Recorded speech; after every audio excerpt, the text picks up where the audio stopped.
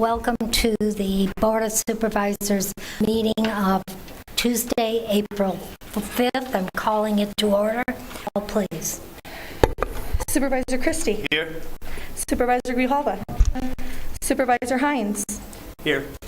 Supervisor Scott. Here. Chair Brown. Here. Let the record show all members are present. Please rise for the Pledge of Allegiance to be offered today by Supervisor Scott.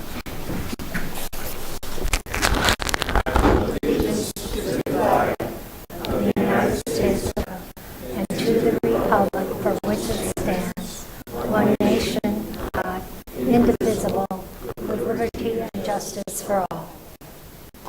Thank you. And now the land acknowledgement statement, which will be by Billy Romero, a member of the Pasquayaki tribe of Arizona.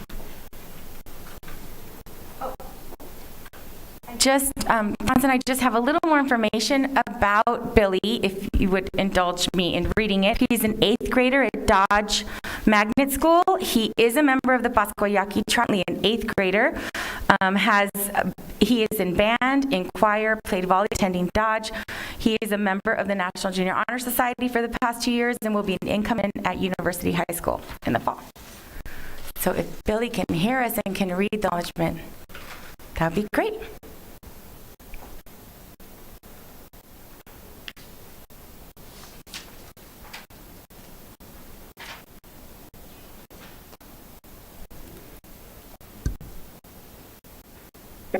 And the multi-millennial presence of the Pasquayaki tribe within our community.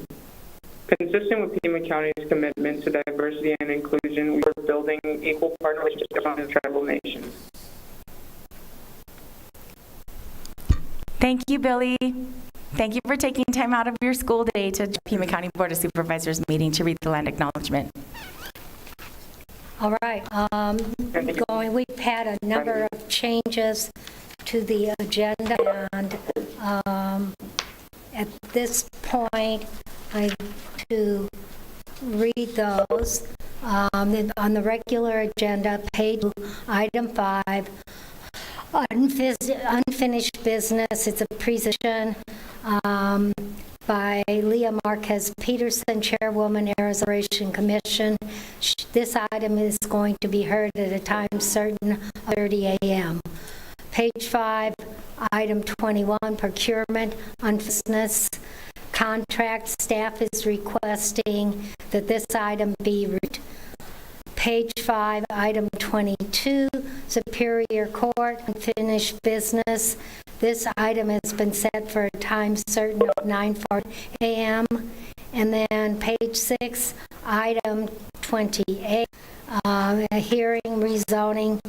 I want to note that this item requires a supermajority vote by the Board of Supervisors. On the consent calendar, pages 13, 14, items 34 to 42, correction to item numbering 33 omitted when the item numbers were assigned. So it's 3 to 41. And that looks like that is the corrections. If there's no objections, the agenda is amended. And now we go to pause for us.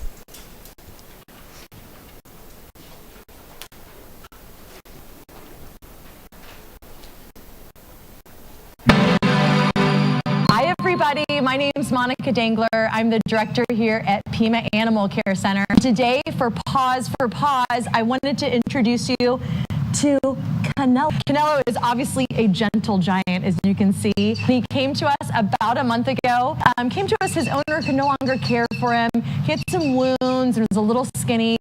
We've started to put a little weight on him. He's getting better, but he's a really great guy. When he weighed about 139 pounds, so he's a big man. He weighs a little bit more now. He's probably about 150 pounds and can still put on a couple knees. But this guy is a really nice guy, aren't you? Yes, you're a good boy. He's 7 years old, and he's done well with every single person he meets. Adoptions are still free, so come on down, except for adult dogs over 3 months of age are $20 licensing fee, but otherwise their adoption fees. And we've got lots of exciting things happening, so just come on down to the shelter and we can't see you. Bye. Thank you, Monica. All right, we now go to call to the public. We have 2 speakers at this point. Dan Wan, you have 3 minutes, and please abide by the rules of civility.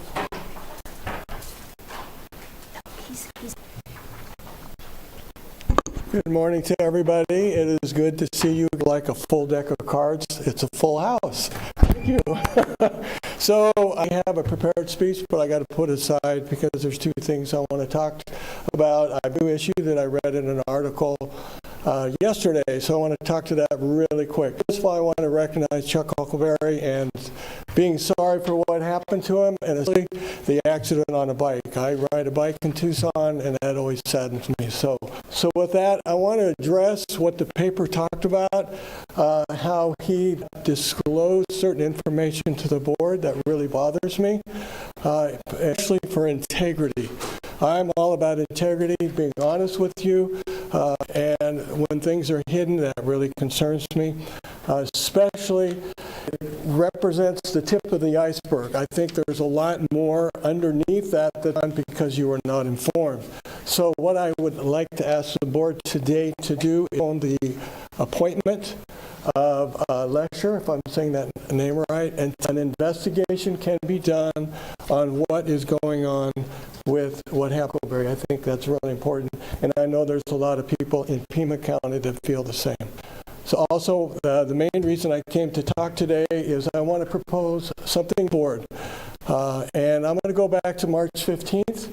And I want to applaud, especially Chair Bronson, I want to applaud you on how you handled the gentleman who had the cactus. I thought that was amazing, and I really thank you for that. And it really shows you guys are connected to the public, to your constituents. I think that's important. So I want to go to now to when people talk in the call to the public, they address certain things. And as we all know, there are plenty of controversial things going on to the vaccine, right?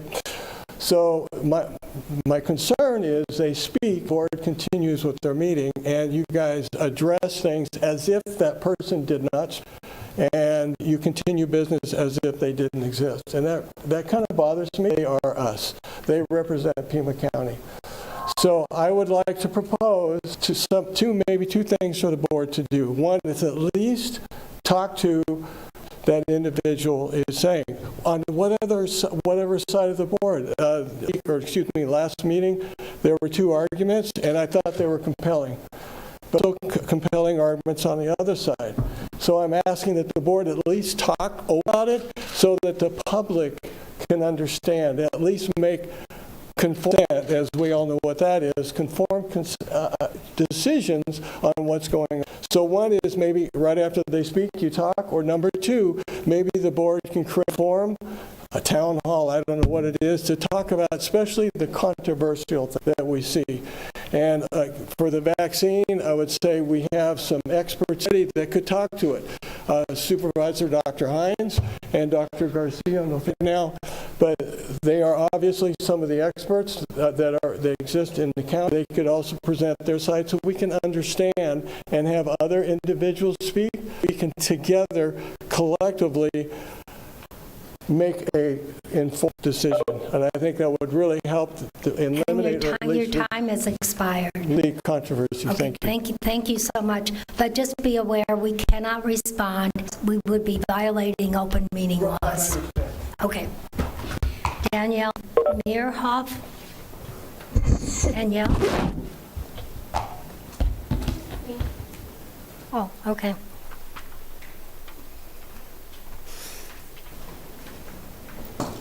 Good morning. My name is Danielle Meerhofer, and I'm here today to ask you to help me keep my family. together.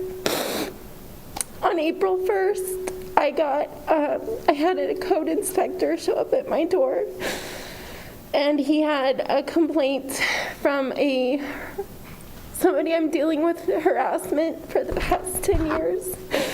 And he had 3 violations. One was a possibility of illegal construction, and the guy came out to investigate that. I'm tearing up the tile on my back porch. It's 800 square feet, and I'm doing it by myself after just having a baby in September. The second was for a travel trailer that was parked in front of my house. It was not a travel trailer, it was a dump trailer to take the tile that I'm taking up to the dump, so that was false. And the third thing in question are my potbelly pigs. I've had them for 6 years. I've had one for 5, I've had one for 6. And before getting one pig, I had read online that Pima County had basically, the Board of Supervisors as of 2007 was considering them animals, pets, not livestock, because they're not meat-producing animals. The supervisor, he said the only thing in question, right, like everything else right now, he's not finding any code violations, but the one thing in question are my pigs. I mean, they're a part of the family. They love my son that I just had. They're welcome to come in and out as they please. They come in, they check on the baby swing, or if somebody's holding him, they got to check on him and make sure that he's okay, like he's a part of the family, they're a part of the family. I'm a stay-at-home mom. My husband works for the post office, and our 3 kids are homeschooled.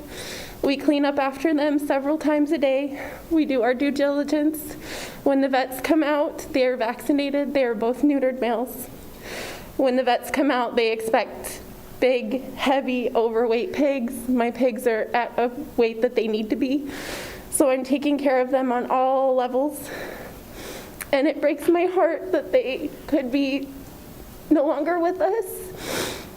So I was just pleading with you to please, I need something in writing saying that they can stay. And that's all I have to say, unless you have any questions. Again, we can't respond, but we've got your address, and I think somebody will try to follow up. Thank you very much. Thank you for coming. All right. We're now going to move on to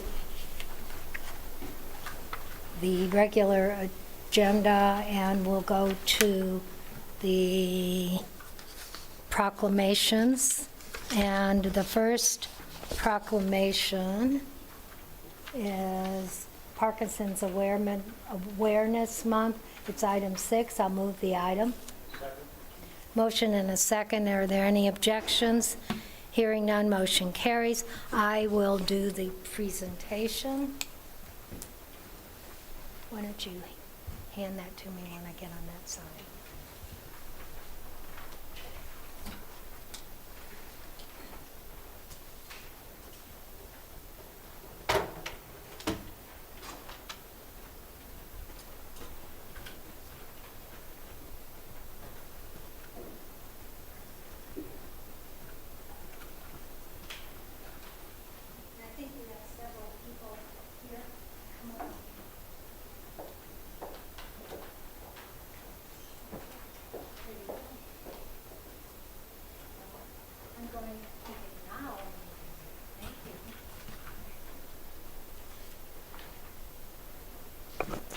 All right.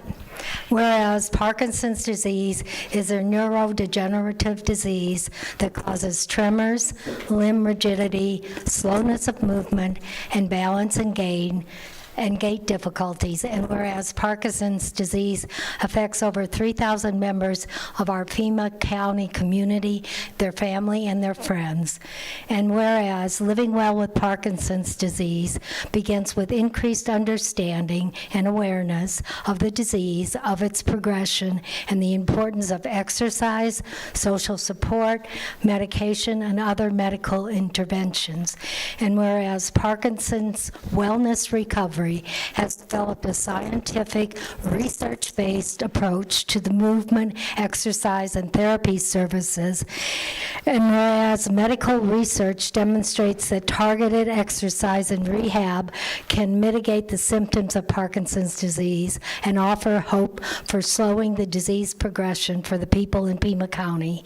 And whereas Parkinson's Wellness Recovery is a center of excellence that trains physical and occupational therapists and other exercise professionals across the globe in best practice techniques to improve the lives of people with Parkinson's disease.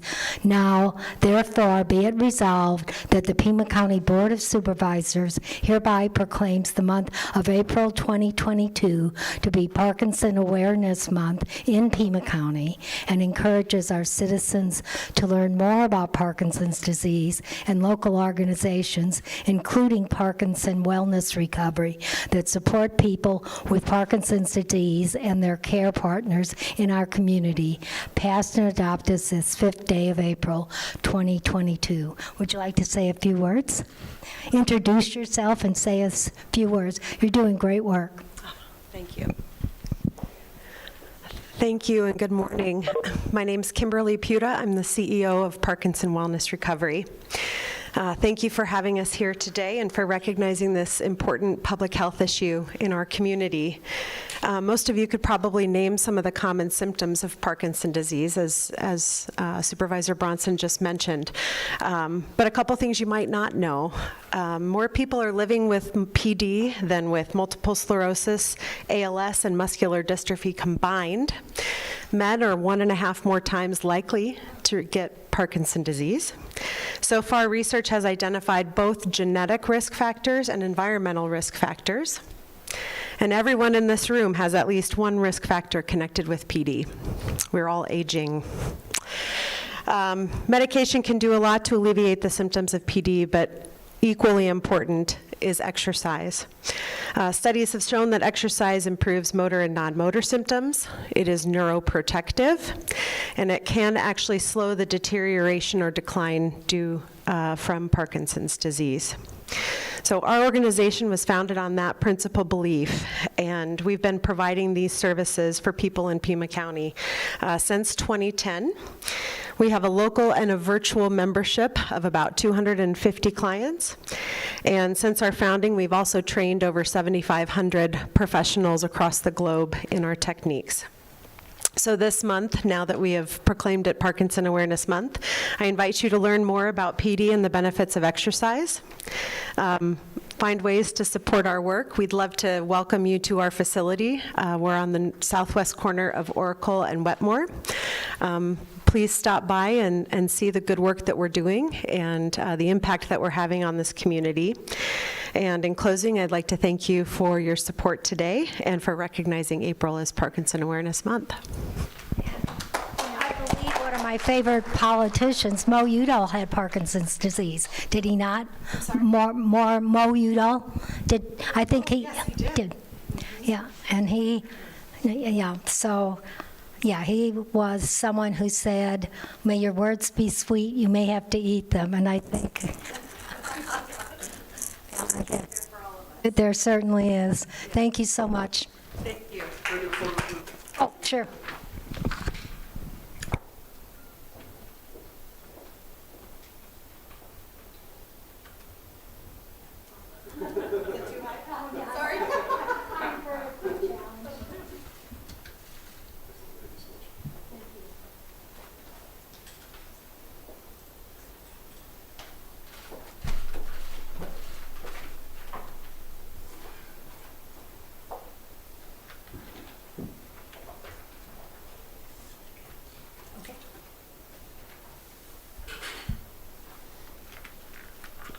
All right.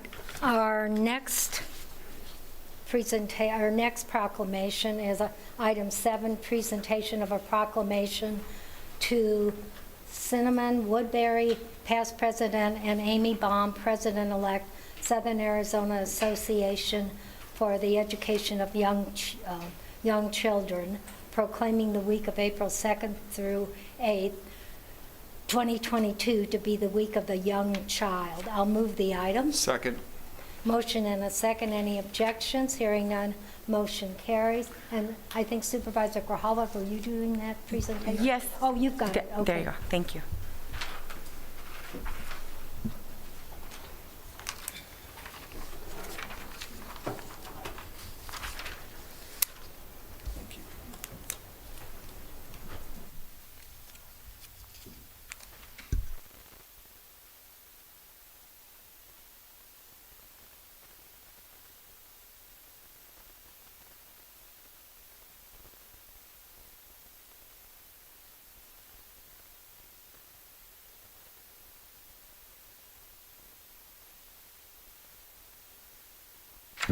I want to welcome Ms. Woodbury, and I'm proud to read this proclamation. Whereas all young children deserve quality early learning environments that support them as capable and competent lifelong learners, and whereas nurturing parenting, equitable and accessible childcare, and early education programs build strong brains during the critical years from birth to age 5, and whereas investments in babies and young children have profound impacts on creating a strong and vibrant community, and whereas first things first, the Southern Arizona Association for the Education of Young Children, the Arizona Association for the Education of Young Children, and other community organizations, in conjunction with the National Association for the Education of Young Children, are celebrating the 51st anniversary of the Week of the Young Child, and whereas these organizations are working to improve equitable early learning opportunities that can provide a foundation of learning for children in Pima County, and whereas early childhood educators and child care providers who make a difference in the lives of young children deserve to be well supported and well compensated, and whereas public policies that support early learning for all young children are crucial to Arizona's families, communities, and economy, now therefore be it resolved that the Pima County Board of Supervisors hereby proclaims the week of April 2 through April 8, 2022 to be Week of the Young Child, and encourages everyone to support and invest in early childhood education in our community. Would you like to say a few words?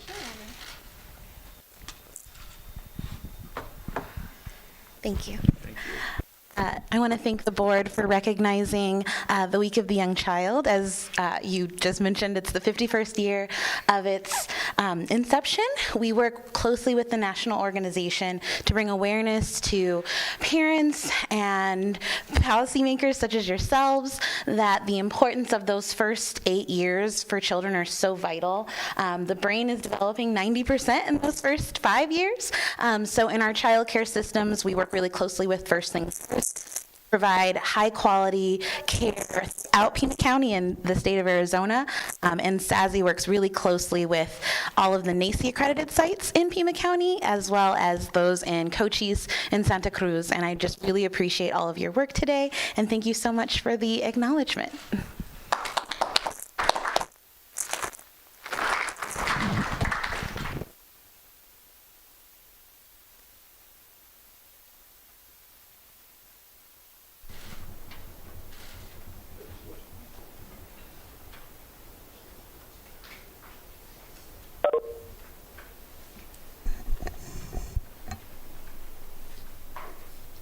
All right, we are coming up on 9:30 now, so I'm going to move to item 5 on the agenda, presentation by Chairwoman Marquez Peterson, and I think she has a PowerPoint. And welcome, Madam Chair.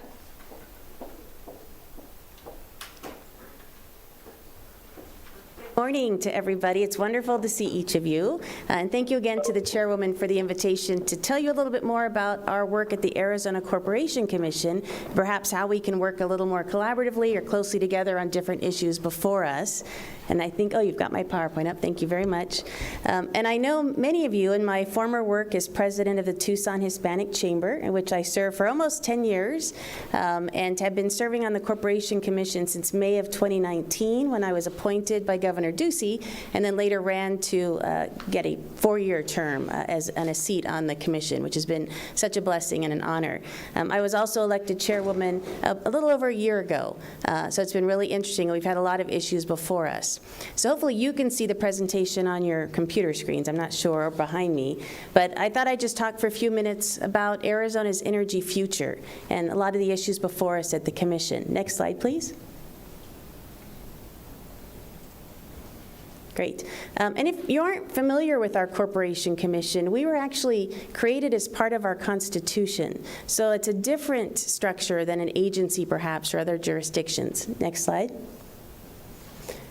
And really, the mission of the commission is to ensure safe, reliable, and affordable utilities for folks throughout the state of Arizona. We handle a lot of different issues, and people are often surprised that we regulate electricity, water, gas, and wastewater. So think every time you flip that switch, flush the toilet, turn on that tap, we're typically involved. We also manage incorporation of businesses throughout the state. We tackle securities fraud, and we manage railroad and pipeline safety. So issues that really impact every area throughout the state. You can see here also on the slide that, as I mentioned, only 7 states have actually been constitutionally formed, like we have, and only about 10 states throughout the nation are elected bodies. So we're a body of 5 board members or commissioners and have all been elected statewide. We don't have geographic districts. I'm often asked that as I'm out speaking. So I'm actually the only Southern Arizonan serving in a statewide seat, and very proud to still live here in Pima County, but certainly serve all 15 counties throughout the state. Next slide. And I realize you can't see this from where you are, but most folks know us because we do the rate making for APS, which is the big electricity company in Phoenix, Tucson Electric Power, UNS. We also handle our electric retail co-ops in our region, that's TRICO, but we have another 6 beyond that throughout the state. So it's a real mix of kind of rural and urban electric utilities. Next slide. What a lot of folks don't realize, though, is we regulate close to 400 private and investor-owned water utilities. Many of those are here in Pima County. These range from about a dozen of the largest water utilities, EPCOR, Liberty, Arizona Water, if you've heard of any of those, to mostly small mom-and-pop water utilities. When I run around the state talking to folks and meet with mayors and council, it's often the top question or concern expressed to me from a mayor or council member: is there a small water utility in their community? How are we working closely with DEQ, which handles the quality of that water, and we're really the distribution of that water. So a lot of focus, especially I've been putting on a lot of the small water utility processes. We have a lot of efficiencies that I think we could be working on and making this process easier for small water utilities. So we continue to work on that at the commission. Next slide. If you're not familiar, I thought I'd put this slide up because people often wonder, what is our current energy mix? So today we're about 30% coal, we're about 28% natural gas, about 31% nuclear power, and around 11 to 12% renewable energy, which is solar and wind and so on. But also folks maybe in Southern Arizona don't realize, but Palo Verde Nuclear Plant, which is in the West Valley of Phoenix, is the largest nuclear power plant in the nation right now. And we really have that as an asset and something that provides, as you can see, a bulk of our power here in the state of Arizona. Next slide. And this I realize is hard to see, but it's a map of the United States and different energy goals that have been set over time. When I was appointed in mid-2019, I stepped kind of mid-sentence into this great debate we've been having in the state of Arizona, and it continues, and it's really across the nation.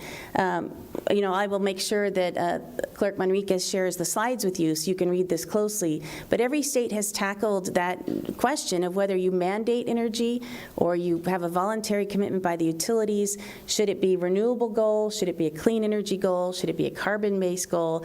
And we've done about 4 years of that debate on the commission. Most recently, we did not pass a mandate, and I can certainly answer more questions about my own position. I'm one of the 5, but I particularly didn't support the last iteration of the clean energy goals because it was a mandate of 100% clean energy by 2070, while the rest of the nation was becoming 100% clean energy by 2050, so I saw no reason that Arizona should be 20 years behind. And then secondly, I was concerned about the cost impact to rate payers throughout the state, and I don't don't think we had enough data and information, and as you know, during COVID and certainly even before then, we've had some real financial challenges with low-income families and how they are affording their utilities. So that's just a very high level on one of the reasons that I debated the energy rules and ultimately didn't support the final energy rule that was put forward. Next slide. So what is in place now that we haven't put a mandate in place? In 2006, the Arizona Corporation Commission put in a renewable energy standard, which required that 15% of our kilowatt sales by 2025 be renewable energy. Again, that's solar and wind and so on.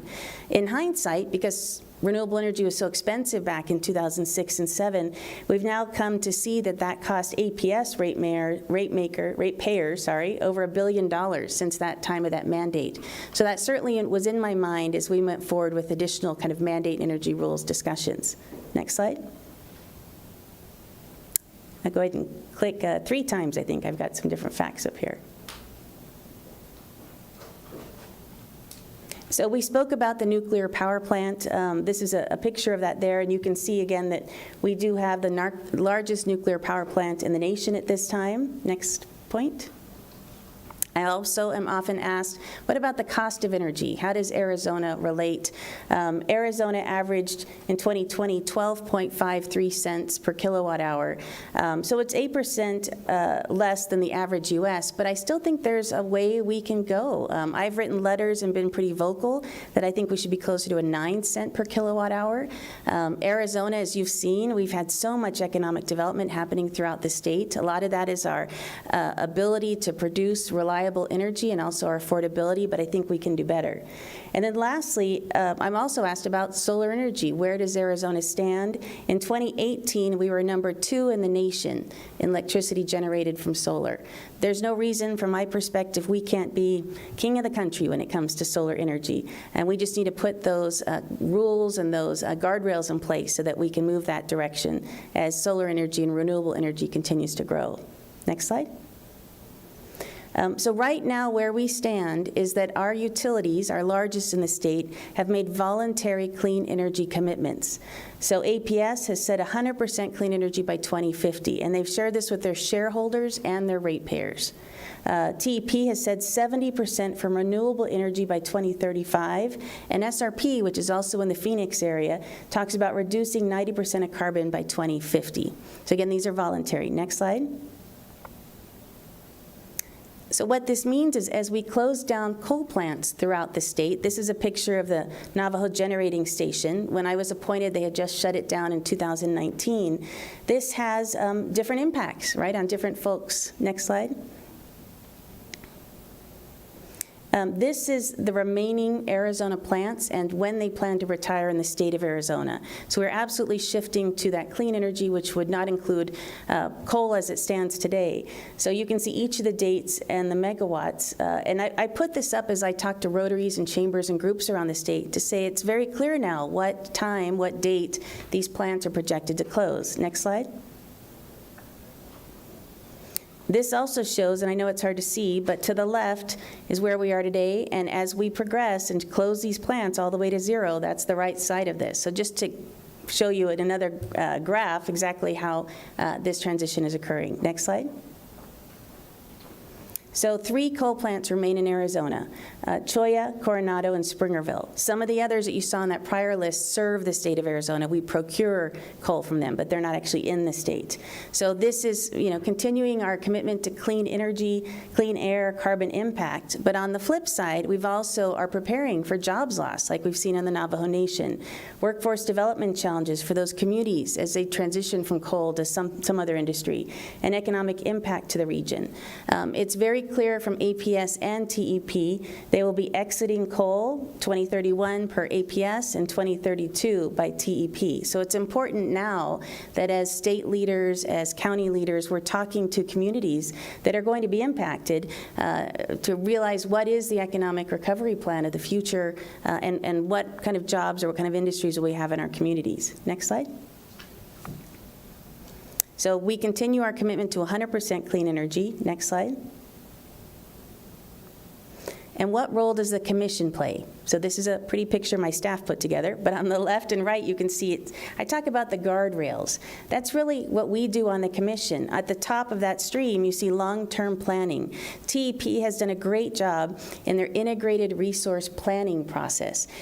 Folks in the community, stakeholders can engage in IRP, as we call it. They produce it for us at the commission every 3 years, and it gives a 15-year forecast on where they're going to procure their energy, what's the energy mix, and so on. So you can see that now at tep.com. Resource adequacy. Following, California's rolling brownouts that they had summer or so ago, that was the number one question I got as I was out talking to folks, is how can you assure us, Commissioner, that we're not going to have rolling brownouts or blackouts? So top of mind for us is resource adequacy. In fact, we're hosting a summer preparedness workshop April 27th. You're welcome to dial in and watch virtually, where we talk to each of our major utilities about what they're doing to prepare for the summer. A lot of weather forecasts, a lot of how we're going to ensure that we have energy, is, as you realize, solar doesn't work at night, so we need other sources of energy to continue to be able to run our air conditioning and lights at night. And then lastly, a just and reasonable return for our utilities. I know that nobody likes a rate increase. I hear it in every grocery store when people stop me, but we cannot bankrupt our utilities as we set policies and rules, and that's top of mind to me too. It has to be fair and reasonable as we move through this process of a clean energy transition. Next slide. So from the commission, expect that we're going to continue to kind of protect our families, ratepayers, our businesses, make sure that our utilities are making prudent investments, and continue to ensure that they're safe and reliable utility services for each of our families. And it really is, I'd say, my experience being my first elected position, it really is a balance, as I'm sure you guys see with so many different issues before you, the reliability and the affordability of our utilities. And the last slide is just my email address. Please feel free to reach out if you have questions. I know you have a lot on your agenda, Chairwoman, but happy to take any questions if you have time. Do board members have any questions? Madam Chair. Supervisor Scott. Thank you very much for being here, Chairman Marquez Peterson. Just a quick question for you. There was a lot of debate and discussion in this legislative session about competition within the electric market. I wonder where you think we're headed with regard to that issue in Arizona, and if you have any personal views on the subject that you'd care to share. Oh, thank you, Supervisor. Good question. Once getting appointed to the commission, I immediately thought, well, competition, free market, that sounds great, right? We'll all save money. But as I learned and did research, I think there are unintended consequences from some of the retail competition. As I talked to friends and commissioners in Pennsylvania and Connecticut and Texas, they've had a lot of issues of consumer fraud, and we really need protections in place, especially for our seniors and low-income families who sometimes get taken advantage of in those situations. What you've seen in this last legislative cycle is a bill being pushed that, if passes, will not allow retail competition in utilities like SRP or municipalities. It won't actually affect APS and TP, from what I've heard from legal advisors, because that's really in the jurisdiction of our Corporation Commission. I have written letters because, as you know, we work through open meeting laws. I can't gather us all together and work it out, right, like we did in private world. So what we do is write letters into a docket, like an online legal folder. So upon getting appointed, I wrote a letter that had some 40 different questions that I wanted to address and investigate before we went down the road of retail competition. And so I'd say it kind of ebbs and flows at the commission. Right now, there's not a lot of discussion related to it. That's mostly in the state legislature, but I'm sure it'll come back again, and I'll pull out that letter and we'll continue to do our research. And I want to thank you for all you did for Ajo and the utilities in Ajo. It's rare that someone of your stature would come to Ajo, Arizona, and a small utility, and I really appreciate you understanding rural Arizona. No, happy to help. Thank you. Chair Bronson. Supervisor Grijalva. Thank you for being here. Appreciate it. Nice to see you. So the initial renewable energy standard and tariff set a goal of 15% renewables by 2025. Is Arizona going to reach that goal? Supervisor, yes, I believe they have, and it varies across the state. So APS has the value of the nuclear power plant as a form of clean energy. TP, not so much. They're more reliant, let's say, on wind from New Mexico. So it's different energy mixes, and the pie chart I showed you is really the average of the state, where that energy comes from. But yeah, I think they're going to meet that, and we're going to exceed that dramatically. You saw TP's goals of 70% renewable energy. So they are all either building utility scale solar. You can see TEP's just south of Tucson. Trico's building one near Saddlebrook, if you've seen that area.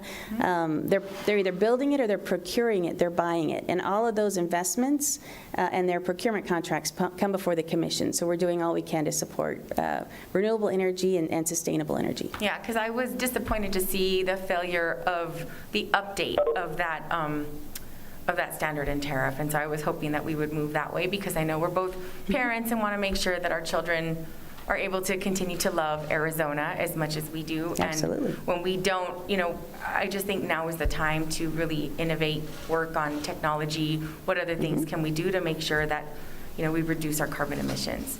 And so I'm really glad that you're here, because I was hoping the vote was going to go a little different on that one. No, and I understand. It's again that balance of affordability. There are a lot of people who'd like to see 100% renewables tomorrow. It's just not realistic. We don't have the technology and the innovation in place yet. It's going that direction. And it would just cost too many of our families too much money. We did a cost analysis. I went out to the public and said, you tell me how much more are you willing to pay a month? I need to hear from you as a representative of the ratepayers to say $50 a month, $250 a month. I mean, what do you want to pay? And it was hard to, pull everybody's conversation together, but at the same time heard from so many folks that it needs to be gradual. We need to continue and have a practical application of our clean energy transition. So that's the direction I went. Right, and are you going to continue to monitor those voluntary commitments from TEP, Absolutely. APS? Yeah, so those are the guardrails I spoke about. So our integrated resource planning process, which stakeholders in the community can weigh in on, that's how we hold them accountable. They update it to us every 3 years. What direction are you going? What are you buying? What's your energy mix? What kind of investment are you planning? And so on. We also have, kind of speaking to the technology, an all-source RFP, which means let's open up that RFP so we can get all these new technologies and ideas, because who knows what's coming next. Right. What I've learned in my 3 years serving on the commission, I learn every day, and secondly, I don't come from the energy industry.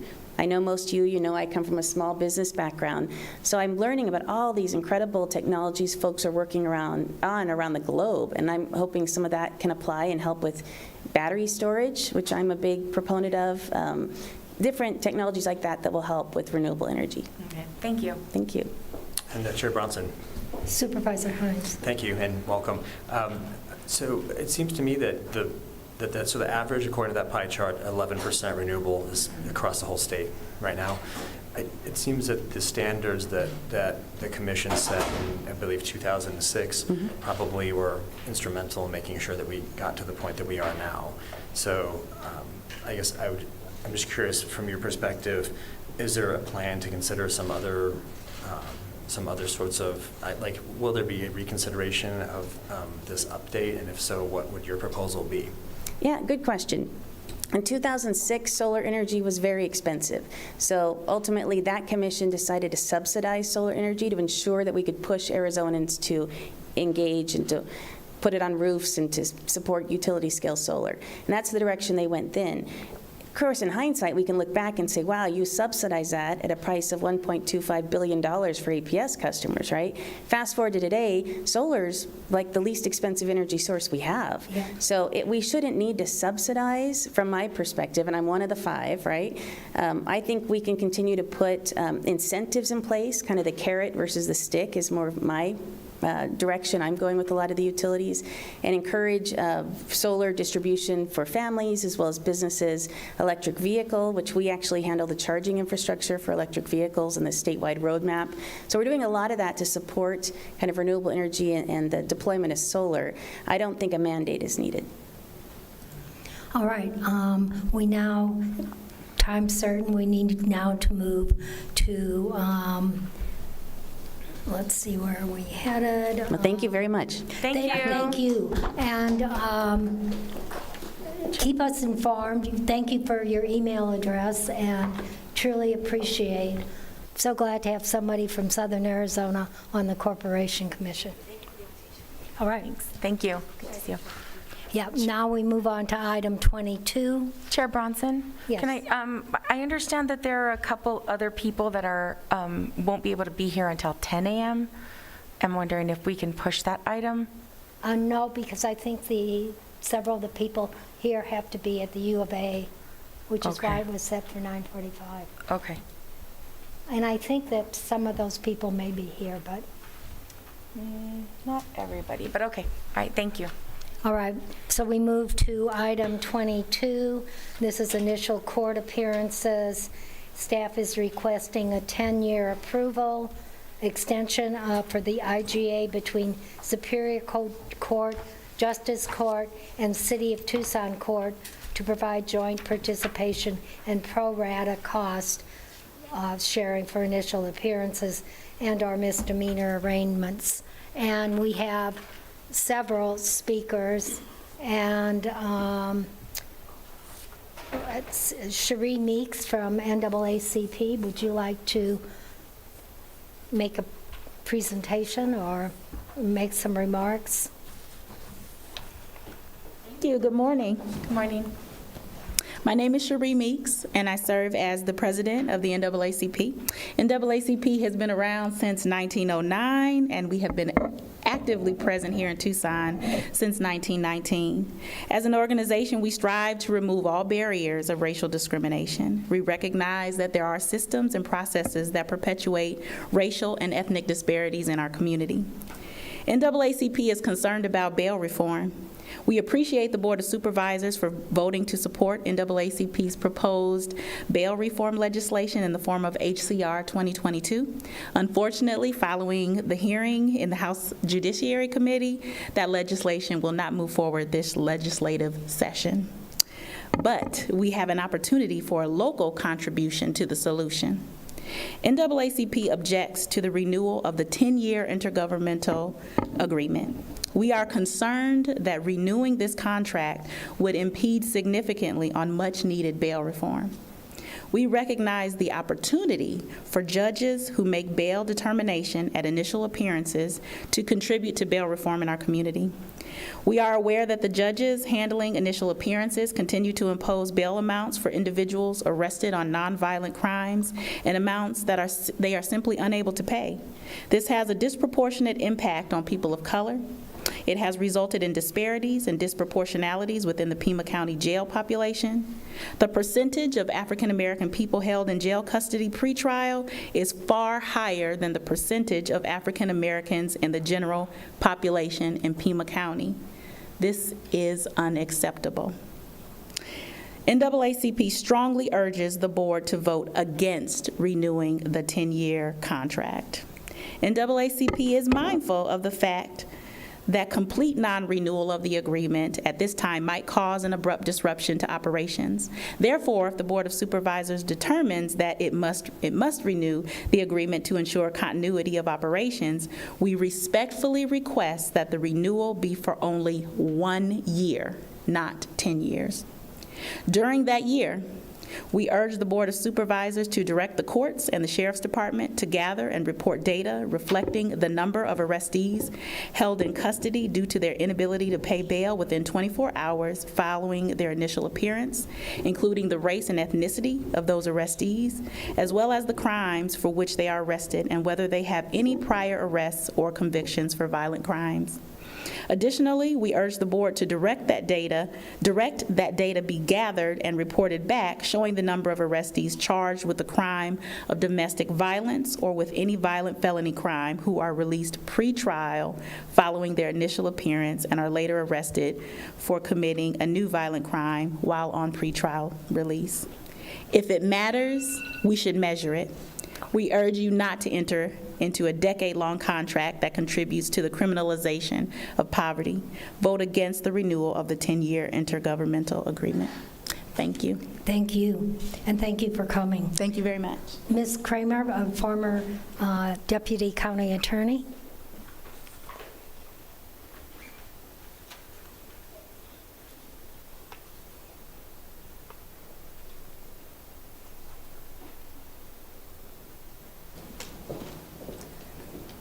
Good morning, Chair Bronson, members of the board.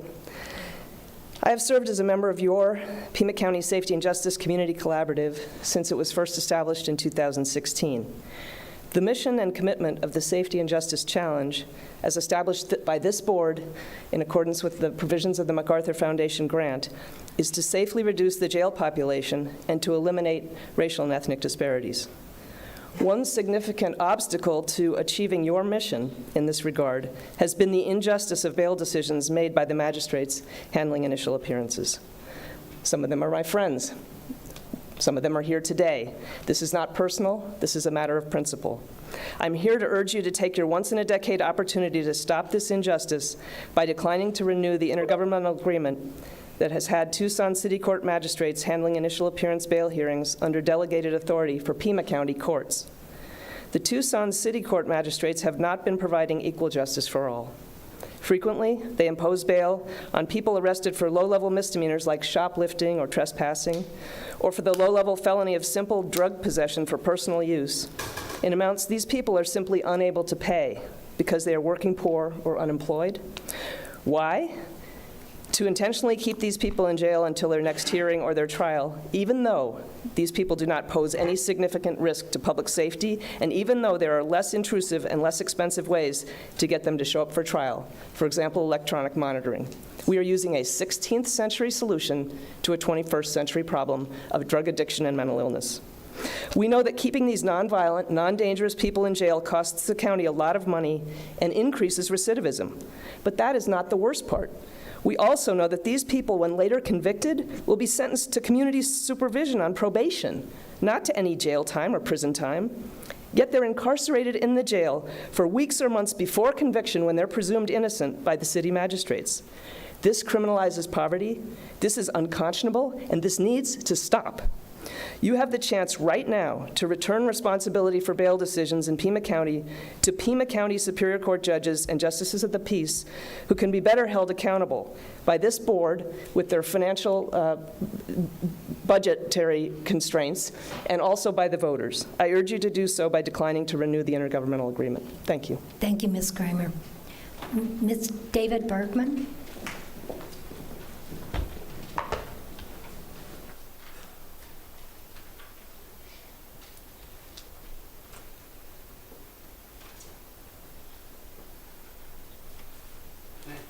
Chairman Bronson, long time no see. Again. Yeah, it's been a long time. Rex, we talk on the phone, but we've just met, and fellow members of the board. My name is David Berkman. I'm the former Chief Criminal Deputy of the County Attorney's Office. I was Chief Criminal Deputy for 8 years, and this issue has been going on for a long time. And I would agree with everything that the representative from the NAACP and Amelia Kramer talked about, but I'd focus on the other portion of this, the bad decisions that the city magistrates have made. I can give you 2 examples. One was a case called State versus Lee. They had a situation where Mr. Lee was arrested for domestic violence, released to pretrial services, came back on an assault charge, released, then went out, barricaded himself in an apartment and killed a woman. The next one that I would give you, and both of these have been in the paper, the next one I would give you is the police officer who was shot at by an individual, pretrial services, recommends release, and out he goes. I don't think I'm exaggerating in calling this a life and death situation, because it is. We get outraged, we read about it in the paper, we go, oh my God, how could this happen? How could Mr. Lee, with all of this problem, be released? There's a most recent one, 2 people dead. A person just gets out of prison, a bad handler in prison, did bad things in prison, gets charged with a crime, released, goes out and kills 2 people. There has to be some accountability. There is none with the city magistrates. They are not prepared. They don't do felonies, not really. And if you want to understand why the misdemeanors end up in jail, because it's their turf. They have fellow magistrates, city magistrates. They want them in jail because it's a city crime. And that's resulting in an awful lot of people who shouldn't be in jail ending up in jail, and very dangerous people being out of jail. We have to make the presiding judge of Superior Court accountable for finding a system that'll work. One last thing, pretrial services is broken. They have a computer system, they punch something in, it gives a recommendation, and then it says, release to pretrial services. Now, if you ask the pretrial services director, he'll say, well, we never make recommendations. And then what happens is the city magistrate takes that where it says release to pretrial services as well. Pretrial services said they would release. The problem with that is they're not supposed to be making, quote, recommendations. That decision is made by the judge. So what's happening is the city court magistrates can rely on this pretrial services report, which is fairly worthless, and then go, well, it's not our problem. There has to be accountability, and that has to be the presiding judge who really needs to fix this. Because outrage every couple months and then forgetting about it is not really a reasonable solution to this problem. So I'm asking you to reject it. And if there has to be disruption, so be it. Let there be some disruption to fix this problem, because the crime rate in this town is terrible. People are getting out and committing more crimes, and disruption's okay with me if we can make the presiding judge of the Superior Court do his job or her job and make sure that the system works for the citizens of the county. Thank you. Thank you, Mr. Berkman. Chair Bronson. Just a moment, we have more speakers. I see that Pima County Attorney Laura Conover is here, and Chief Chad Kasmer from Tucson Police Department. Did either of you wish to comment?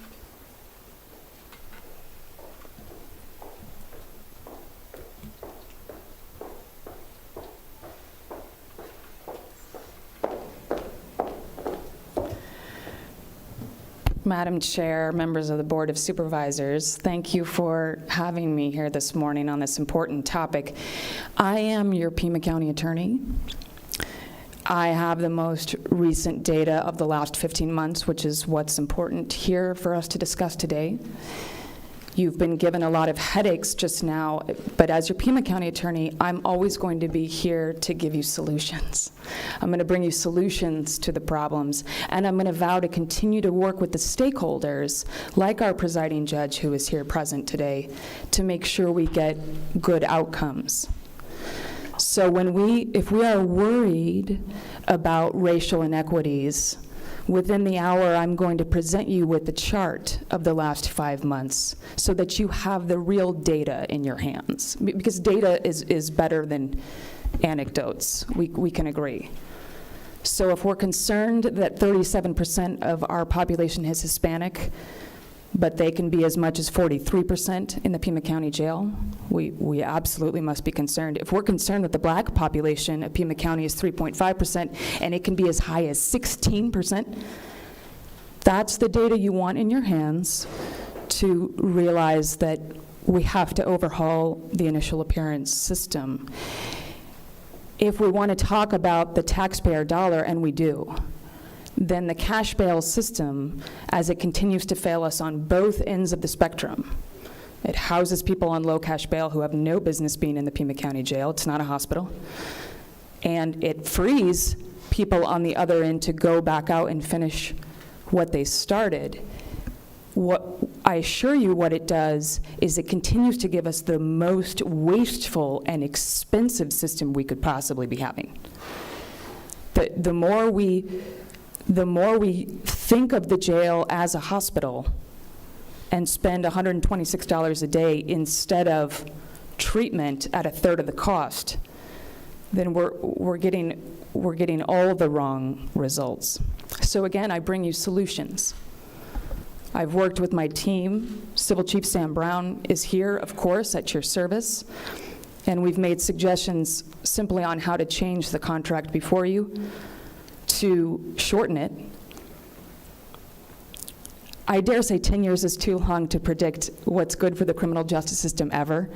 In a pandemic, 2 months may be even hard to predict what's good for the criminal justice system. So a decade, I suggest, is a tad too long. So we've suggested limiting the length of the contract and then changing the qualifications so that anyone charged with these detention and liberty questions has significant felony experience to be making these very decisions before them. Solution-based proposals, data-based programming, that's what you're going to get from the Pima County Attorney's Office. Thanks so much for having me. Thank you. And I just saw him, the Honorable Jeffrey Bergen, who was our presiding judge. I know you'd like to make some statements.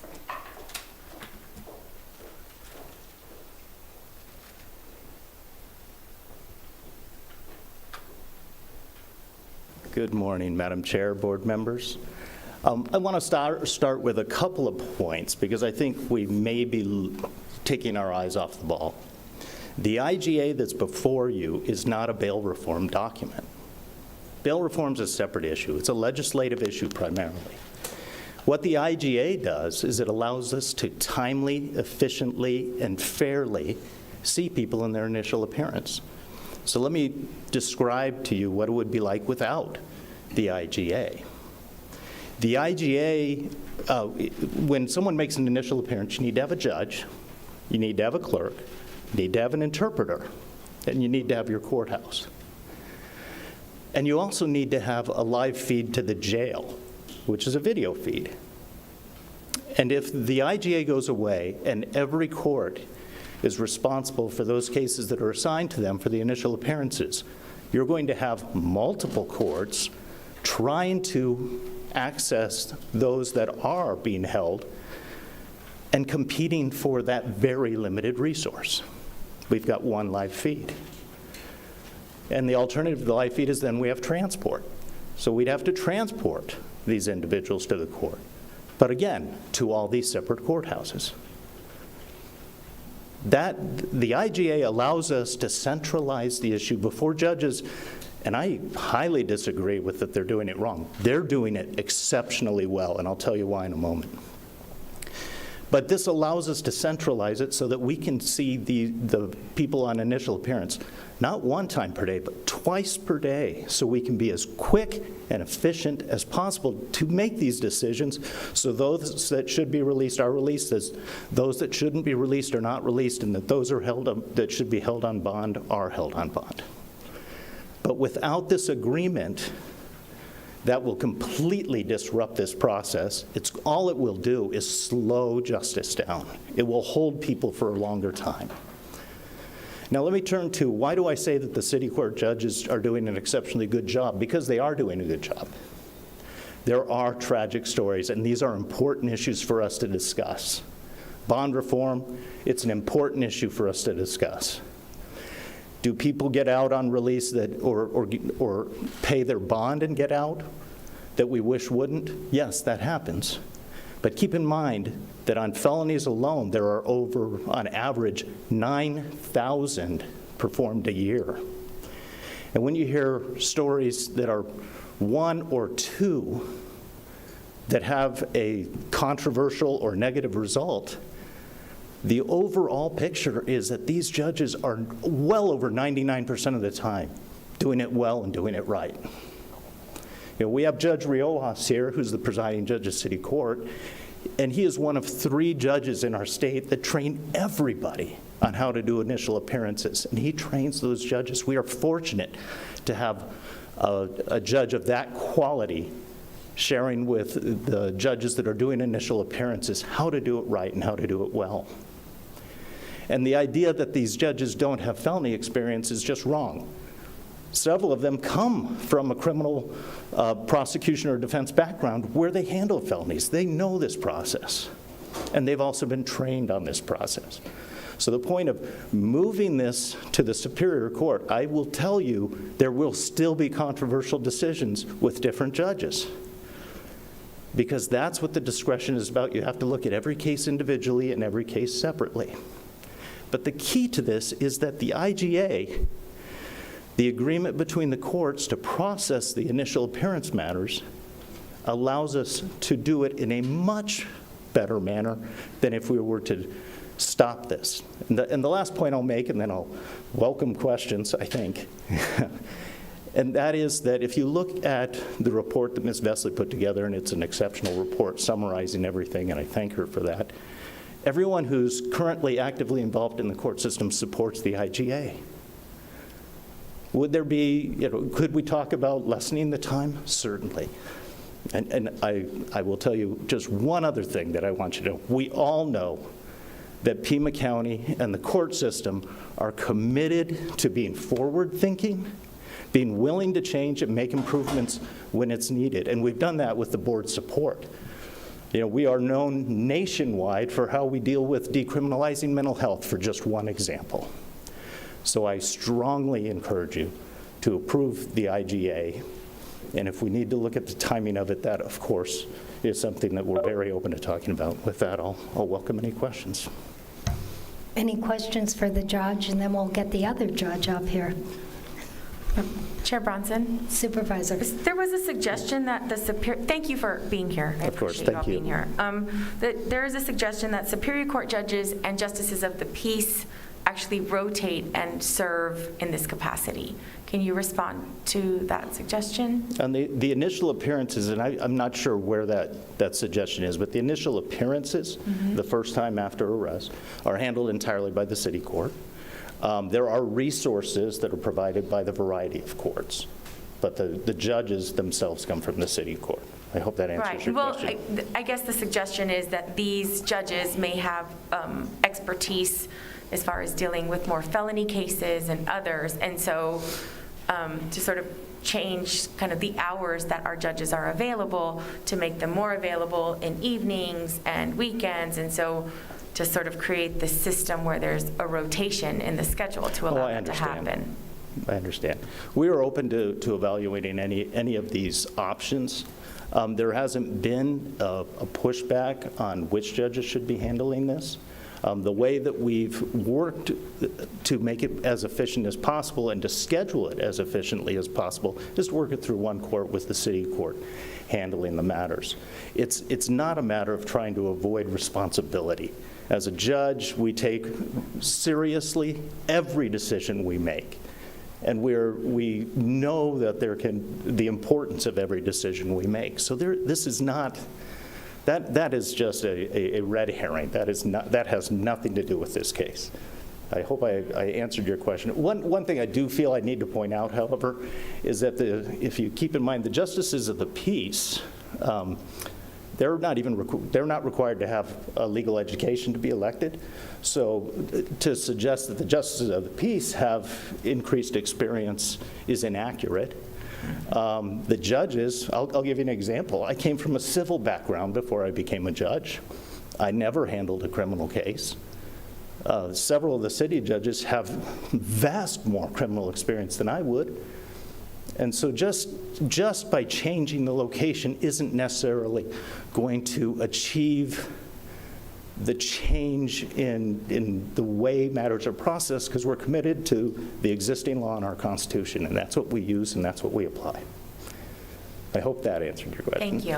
I'm going to actually follow up because that was a good question. Yes. I don't understand why Superior Court judges can't go to the same jail courtroom to handle bail hearings that city magistrates use. And why can't they hear felony initial appearances right after misdemeanor appearances like the city magistrates do? And then can't there be an IGA just for the use of the video equipment and the support staff but not the judges? You want to respond? Well, certainly. The issue of the judges handling the initial appearances, I mean, again, the scheduling was the primary issue. In order to be able to do these 2 times per day, it worked within the city court judge's schedule. The Superior Court judge's schedule was not accommodating to that. Now, could we review that? Could we look at it in a different fashion? Certainly. We're always open to those commitments, and I am unaware of roadblocks that may stand in the way of that. I will share with you that Judge Riojas has much more experience. I think he was around when the IGA was initially put together. I think it's been in place for over 15 years. So he may have more of the historical background for that. Okay, thank you so much. All right. Chair Brunson? Supervisor. Thank you, and Judge Bergen, thank you for being here. It's a pleasure to see you. With regard to some of the technological potential issues, I understand that I believe judges from their courtrooms can log in like to a Teams link now that we're in the post-pandemic world or sort of current pandemic world. I don't understand, like there shouldn't be like, it doesn't make sense to me that there'd be only one sort of link up. I mean, it seems like through that link, through that sort of system, like these judges can do this from their courtroom pretty readily, I would think. So I was just kind of wondering if that would be a way to help avoid some issues if this weren't to be renewed. And thank you for that question, because that is, especially during the pandemic world, we were looking at how we can do things more remotely and focusing a lot on the criminal areas. And we've explored the Teams links to the jail. You've got to recognize the limited resources that the jail Well, actually, may the have. sheriff is in the process of building 7 video courts. They are, but they're not up and running. Okay. And we haven't been able to get those functioning and working because we are focused again on how can we do things better and fairly, efficiently, and according to the law and to our Constitution. Reducing transport is something that we're very focused on, and it helps the jail, it helps the sheriff, it helps everyone. It increases our security. But we haven't been able to get that to work. There's another aspect of it. So with the resources that we have now, as I understand it, you still have to commit jail personnel to moving the inmate to a location where they can appear from what video we have available. So there is a commitment of resources there that has been challenging because we've talked to them. How can we make this easier and better for you? And every option we've come up with is we've got the best option we have right now. But increasing teams right now is not an option that we have currently, but we are looking at how we can have more availability to allow for not only initial appearances, but for regular appearances in court to take place in a virtual fashion. Thank you. And Thank you. Supervisor Hines did make a good point. The arrestees are already linked by video for initial appearances. It's only the judge and prosecutor and victims in the initial appearance courtroom. There is no arrestee transport now, and that wouldn't need to change. And well, obviously this issue is complicated, and thank you. Welcome to WebEx. Press 1 to be connected to your meeting. I'm sorry. Okay, there's a ghost. All right, thank you, and I'm sorry we took up so much of your time. No, but this is obviously an issue that I'm not sure we can find a solution to today. But Judge, the city court judge. Thank you. Thank you.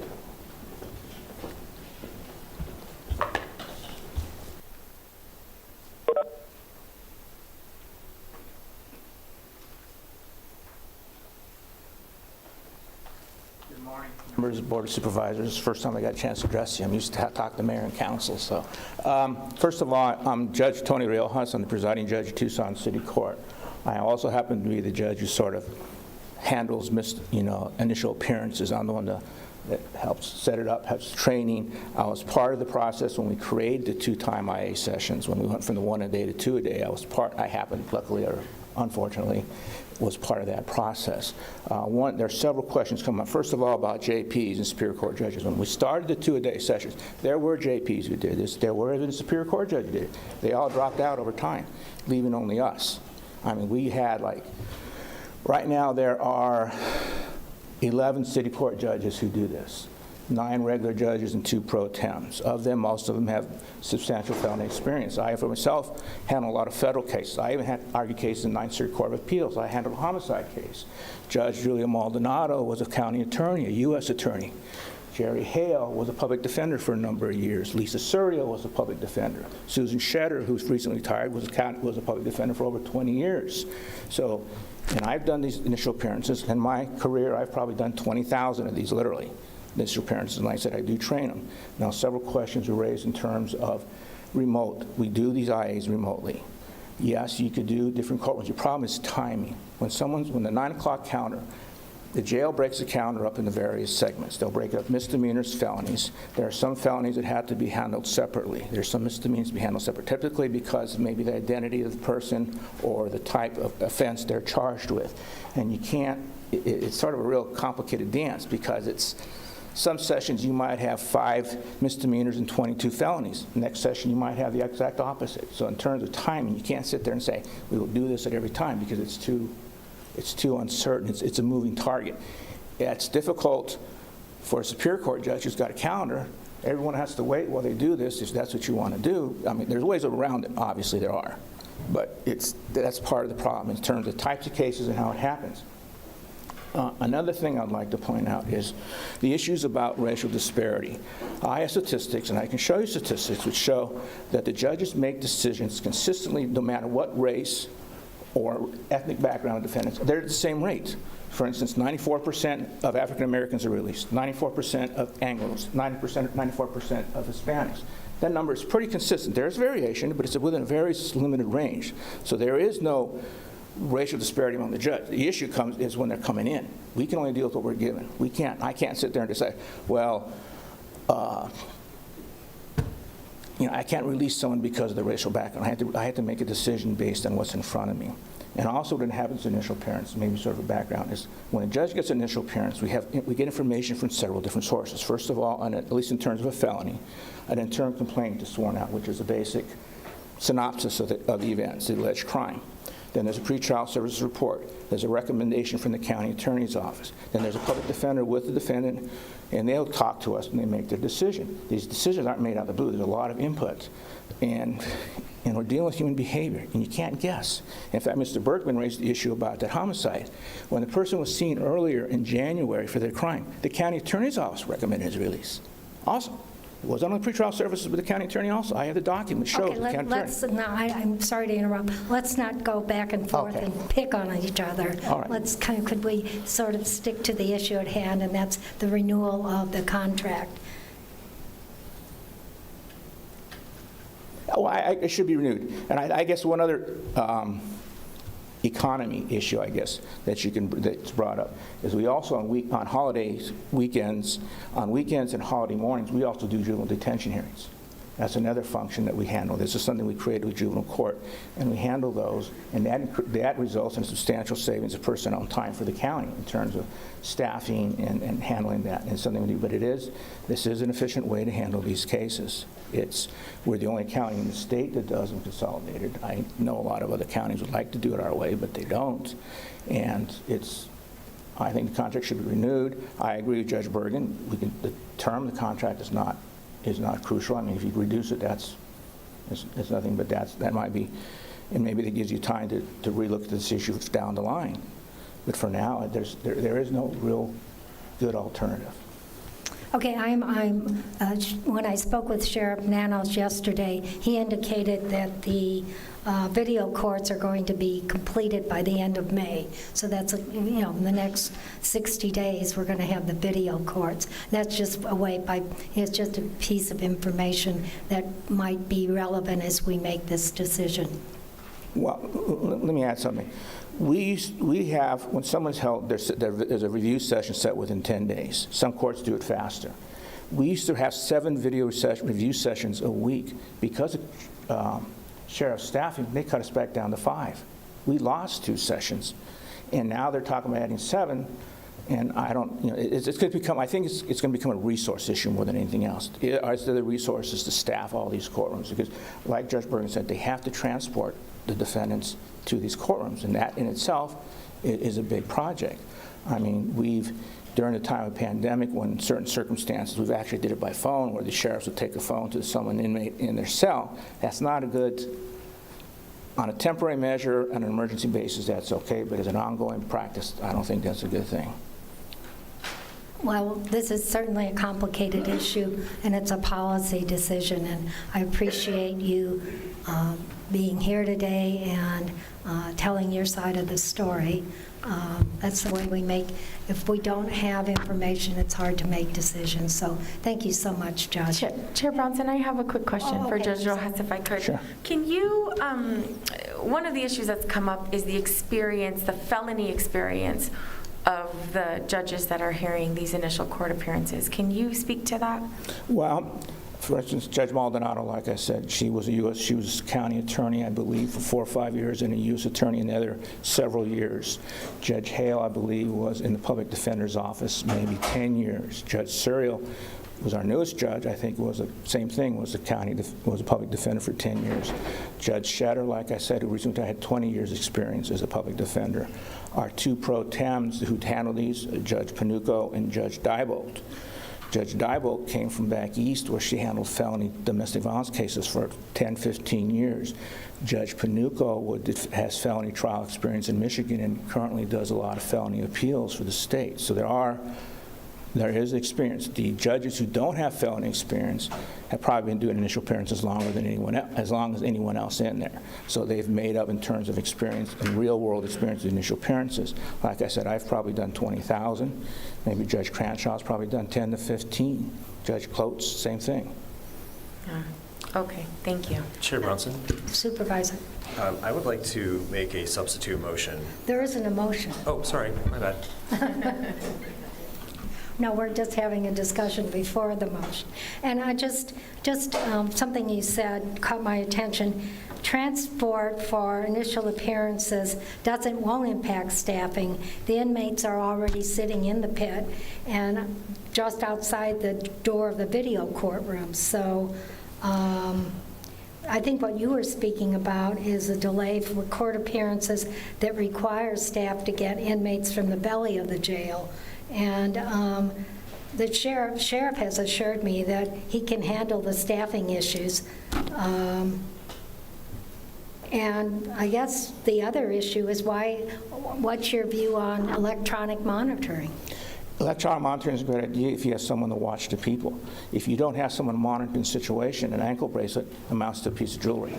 You need to have someone actually watching it. And secondly, if you're putting these in homeless people, what are the charge units? People who don't have homeless or live in their cars, they need to be charged on a daily basis. So if you're putting it's fine to give it to them, but where do they get charged? But I think the biggest issue, who is going to monitor these people? It does you no good to have it if no one's watching them. That's the purpose, is to keep an eye on us.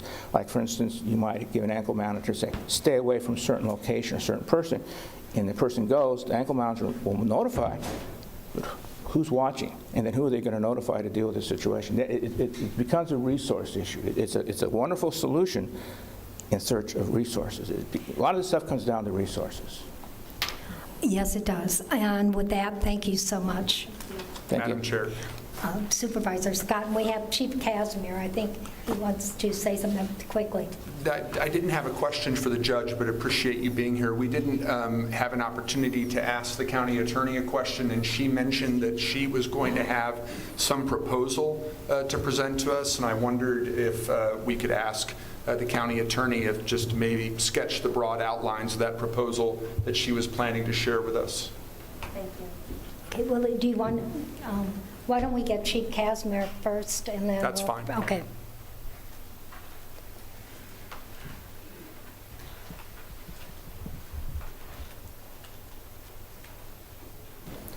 Good morning, Madam Chair, Board of Supervisors. I'll make my points concise. You've heard from all of the speakers today that just really scratches the surface of the complexities of the decision-making from a public safety, community safety system. Oh, and congratulations. Thank you, by the way. So while law enforcement tends to be the focus of the whole system decision-making or that process, what I celebrate today is us making the time to really understand the complexities of the system and recognize recognizing that these systems are run by human beings, which, like police, most often make good decisions, but they're subject to fail. And so what I would encourage the board to do is to expect and demand the same level of accountability that you demand from the Sheriff's Department and the Tucson Police Department and our surrounding agencies. But also when we're evaluating the system, we evaluate the decision-making of not just magistrate, whether it's the Superior Court decision-making or city court decision-making, but also the decisions in a complex system that also play a role, obviously, with the public defender, with Ms. Conover's office and their peers at the city side of this shop. What I would also encourage that we evaluate is the use of technology. Certainly that's something that's been on the forefront of Sheriff Nanos in my conversations in my just over 90 days on the job. Public safety and law enforcement can't continue to be the sole focus of community safety. We really have to look at systems. You heard from Cherie Meeks, Ms. Kramer. It's full evaluation, full system evaluation. It's something that public safety has been used to the last 3 years, and I would encourage that we have that same level of interest when we look at complete systems reform. And I do want to highlight, though, again, as my brief time as Chief of Police, that I've met with all of the stakeholders that sit in this today. So this is something that before this conversation we're aware of and we're having conversations about, because to have a meaningful change in the system requires all of the stakeholders to work together and to collaborate to come up with the best system, and that's through feedback of the community and also through your leadership. So regardless of the decision that you make today, ultimately the community should demand and expect that we're all transparent in the decisions that we make, the impact of those decisions, and when we do have a bad outcome, because we will continue to have those, that there's a process that is transparent, expedient, and provides that information back to you and the community when those failures occur, so we can better understand how to prevent those types of failures, because we're dealing with two things,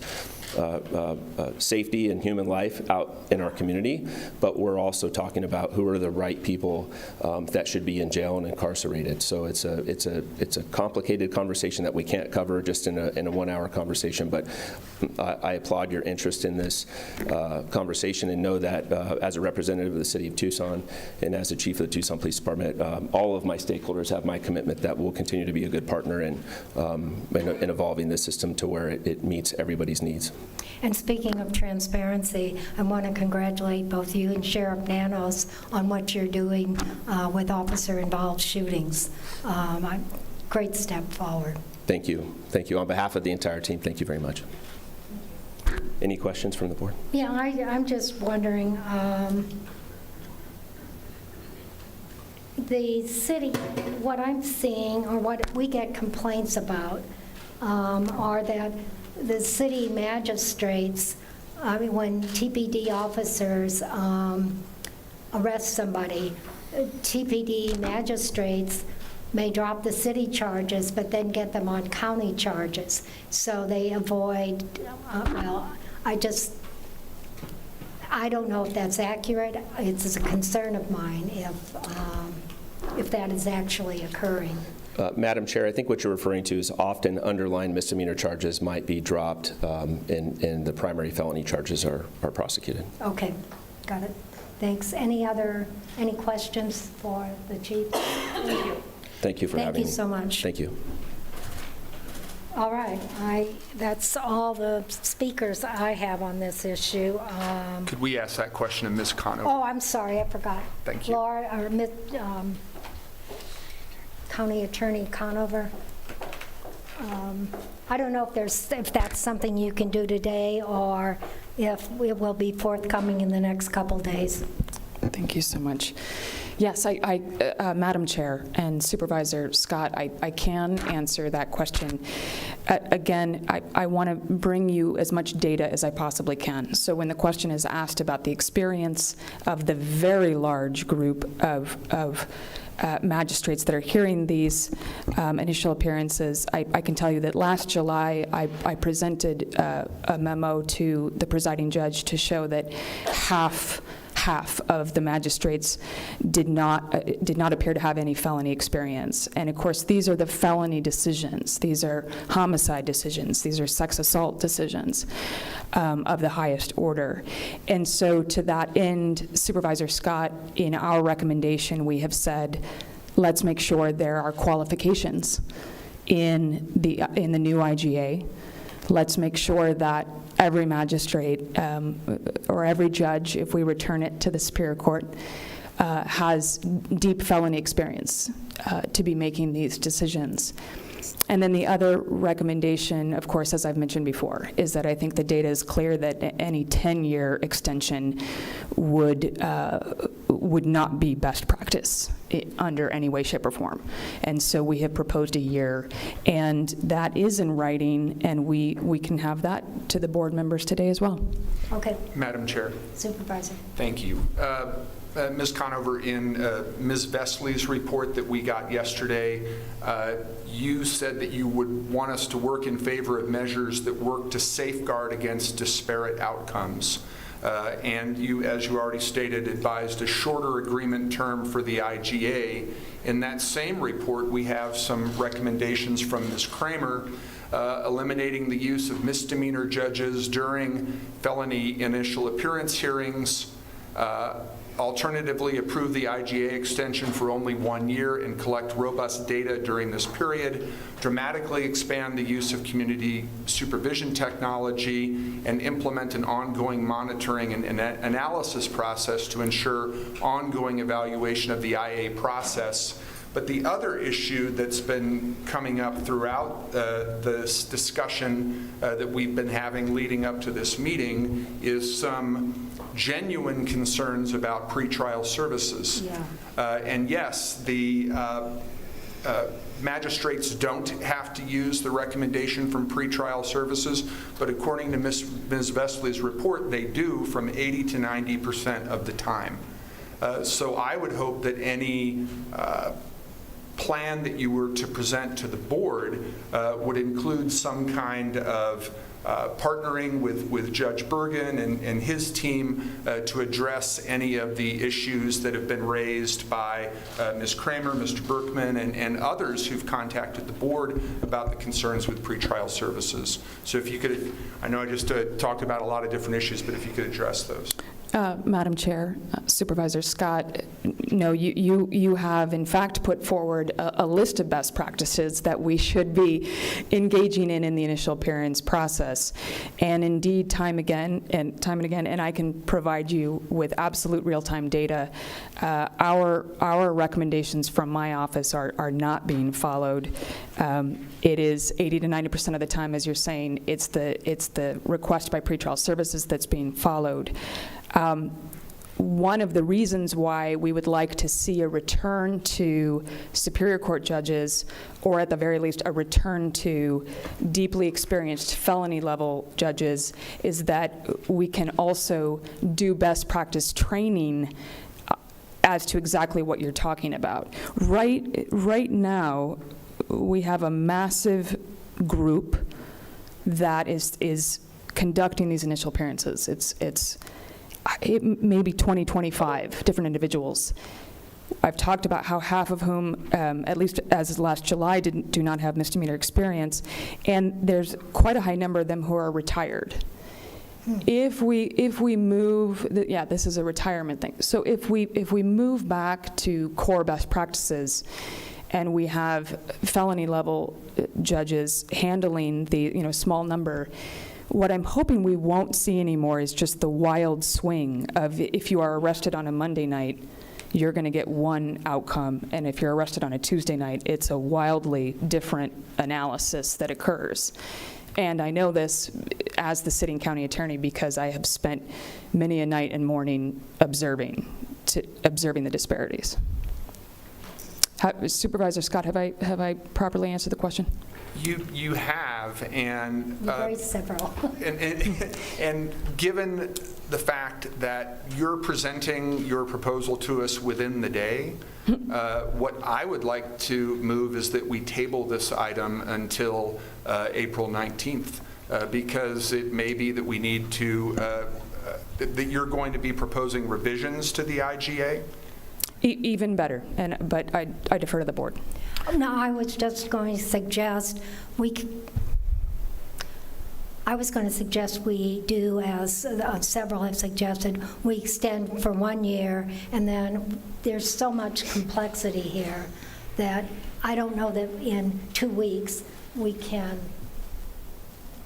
work through all of the issues. If you're going to make that motion, I'll second it. I think Supervisor Hines was going to make that motion.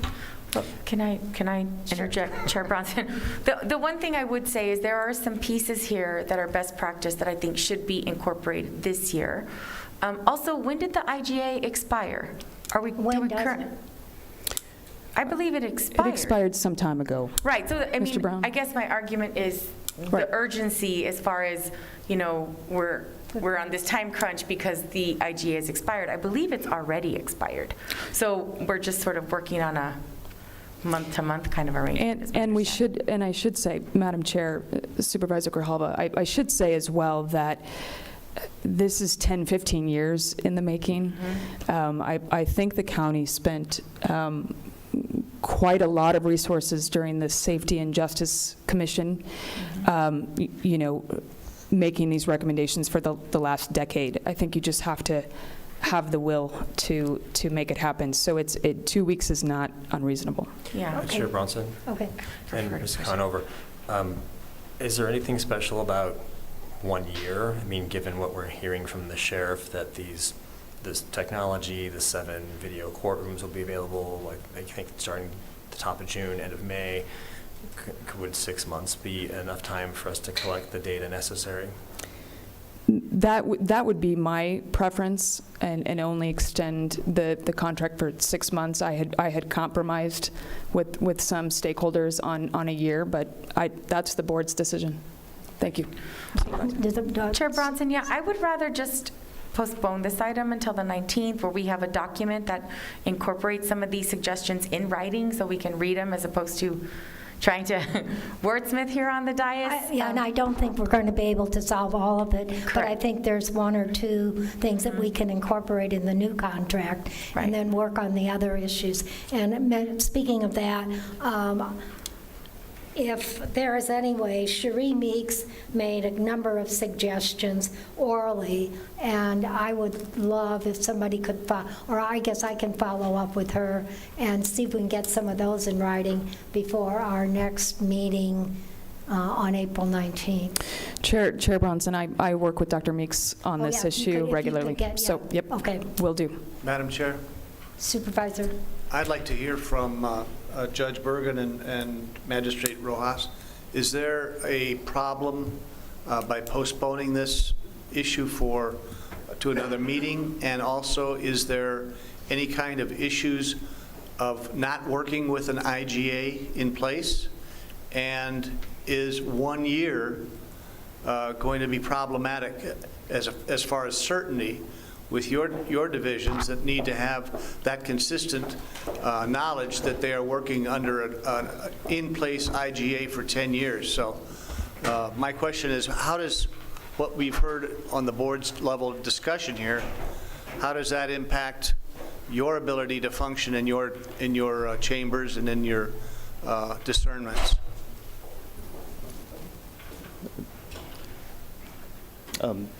Chairman and Supervisor Christie, we have been operating under what appears to be just an agreement that has, so far, since last summer, I guess is when it expired.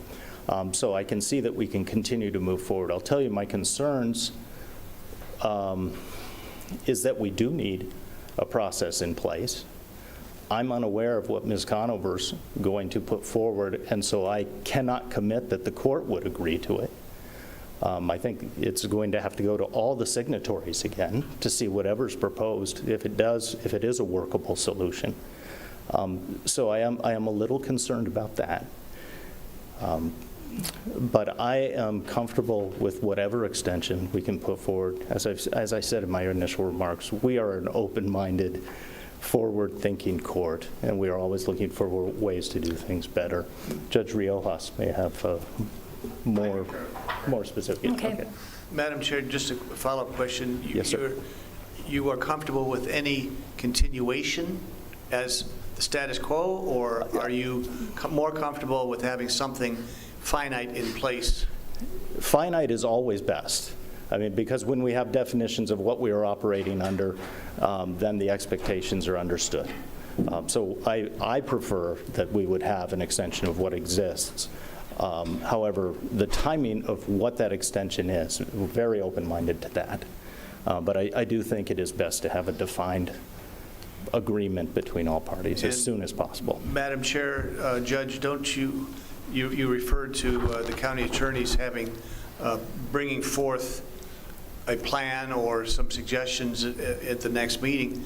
All I want to do is comment that this item was posted and made available publicly, that we would be discussing that, and that perhaps it would have been in the best interest of the discussion and of this matter if the county attorney had the items that she says that she's going to present in 2 weeks here today at this meeting. I find that problematic, but my concern is your ability and the magistrate's ability to conduct its business, particularly when, if you look at the review section on this intergovernmental agreement has been reviewed and approved by the Arizona Superior Court in Pima County, Tucson City Court, and Pima County Consolidated Justice Court, as well as Arizona Attorney General's Office and Pima County's Attorney's Office. These are no slouch organizations that I'm sure took this whole matter very seriously, and they are recommending that the IGA be extended and put into place. And I think by putting it off or waiting for a study or waiting for more information only hampers your ability to function as a court and as a magistrate. And I think that we need to install this IGA, put it in place as of today. Thank you, Judge. Thank you, Supervisor Christie. Thank you. Supervisor Scott. Madam Chair, we've heard from not just the county attorney, but also in a joint op-ed written by her with the sheriff and the Tucson police chief that the initial appearances system is broken. I am not prepared to vote to extend this IGA for any length of time today. I would prefer that we table it until our next meeting so that we can get the proposal from our county attorney, which she said she is working on with all stakeholders, including the Superior Court presiding judge. So I'm going to move that we table this item until April 19th. I'll second. Any further discussion? Let's do a roll call. And just before we do the roll call, I just want to note that all initial appearances have been virtual since March of 2020. And they've been on Teams, so I just don't understand some of the objections from the courts. But anyhow, roll call. Okay, the roll call is to continue to April 19th. Right. Supervisor Christie? No. Supervisor Grijalva? Yes. Supervisor Hines? Yes. Supervisor Scott? Yes. Chair Bronson? Yes. By your vote of 4-1, motion carries. Where do we want to take a break, or do you want to go to the presentations? I would ask, I believe that to Ms. Director Magdalena Verdugo and Director Drill and Marketing Laura Ruggles had to leave, right? And so, but Leanne Hernandez is here representing the YWCA, and so I'd like to get the proclamation. Okay, and then I'll go to addendum item number 1, presentation proclamation, YWCA Stand Against Racism Day and YWCA Stand Against Racism Week. I'll move the item. Second. Motion and a second. Any objections? Hearing none. Motion carries. Supervisor Grijalva will present. Thank you. I saw them walking out.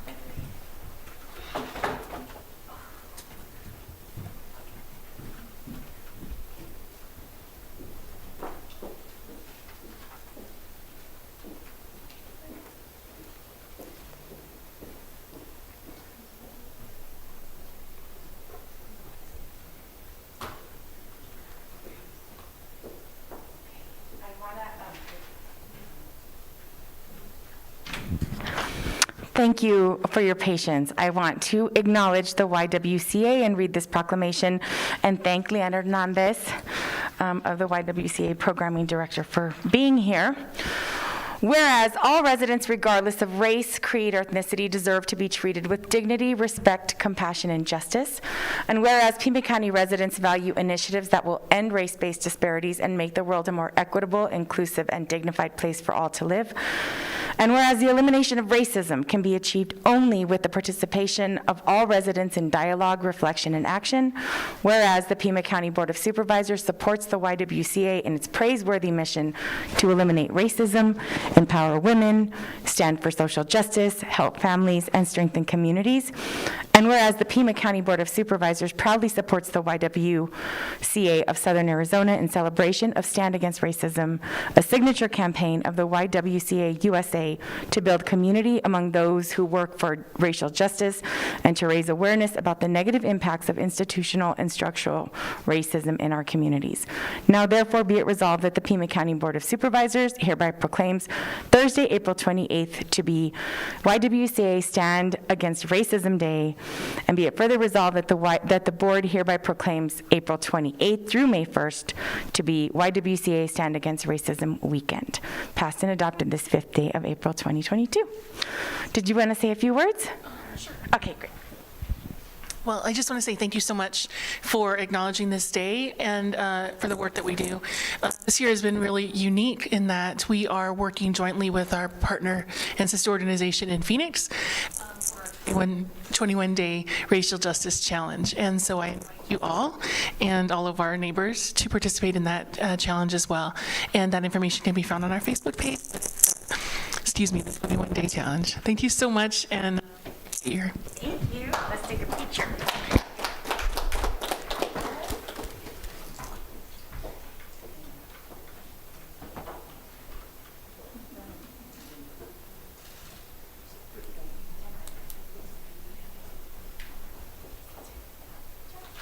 All right, we've been at this a while. Why don't we take about a 10-minute break, and then we'll reconvene about 11 o'clock.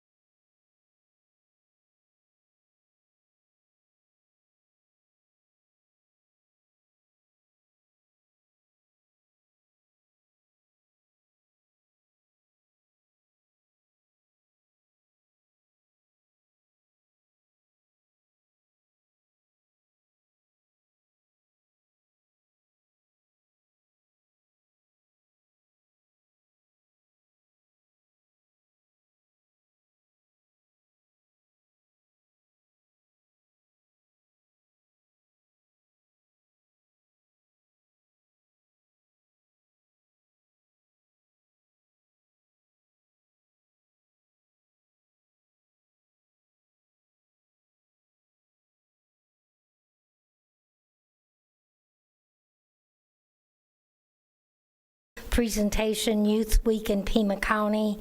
I'll move the item, but I understand nobody is here to pick up the proclamation?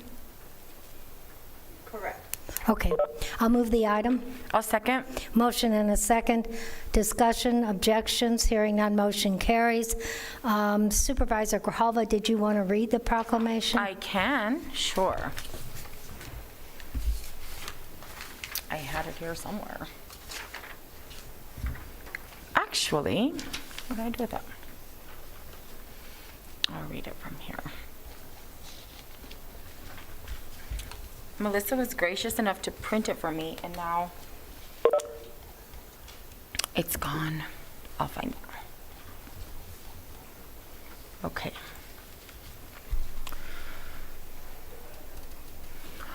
Whereas the Benevolent and Protective Order of Elks has designated the week of May 1st through May 7th, 2022 as Elks National Youth Week to honor our country's younger citizens for their accomplishments and to give fitting recognition of their services to the community, state, and nation.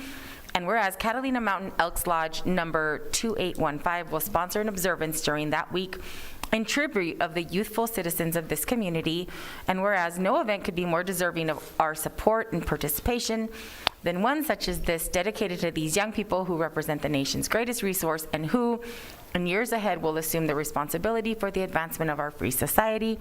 And whereas our youth need guidance, inspiration, encouragement that we alone can give to develop those qualities of character essential for future leadership needed to serve our nation. And whereas to achieve this worthy objection, we should demonstrate our partnership with youth, our understanding of their hopes and aspirations, and our sincere willingness to help prepare them in every way for the responsibilities and opportunities of citizenship.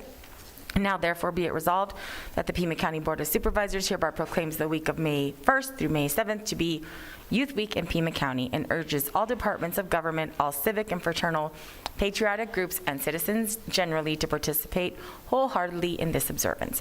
Passed and adopted this 5th day of April 2022. All right, thank you, Supervisor.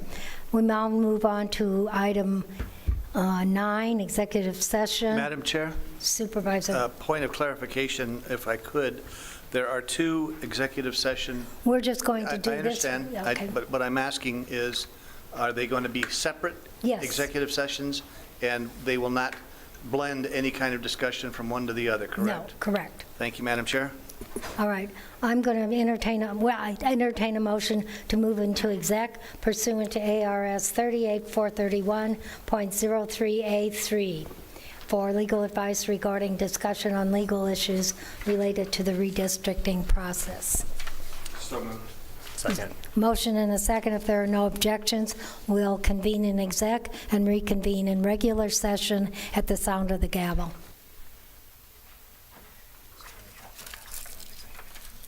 Apparently.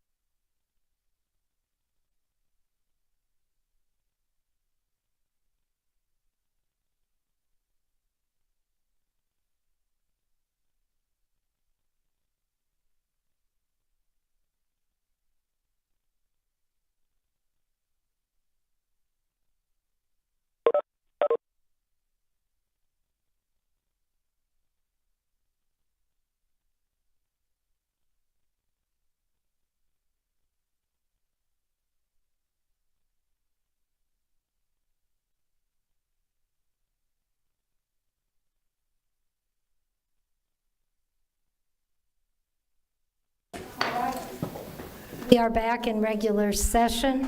We had one item, item 9 on the executive session. What's the pleasure of the board? Madam Chair, Oh, go ahead, Supervisor. I move that we release to the public the results of the executive session meeting as discussed. Second. Motion and a second to release the documents.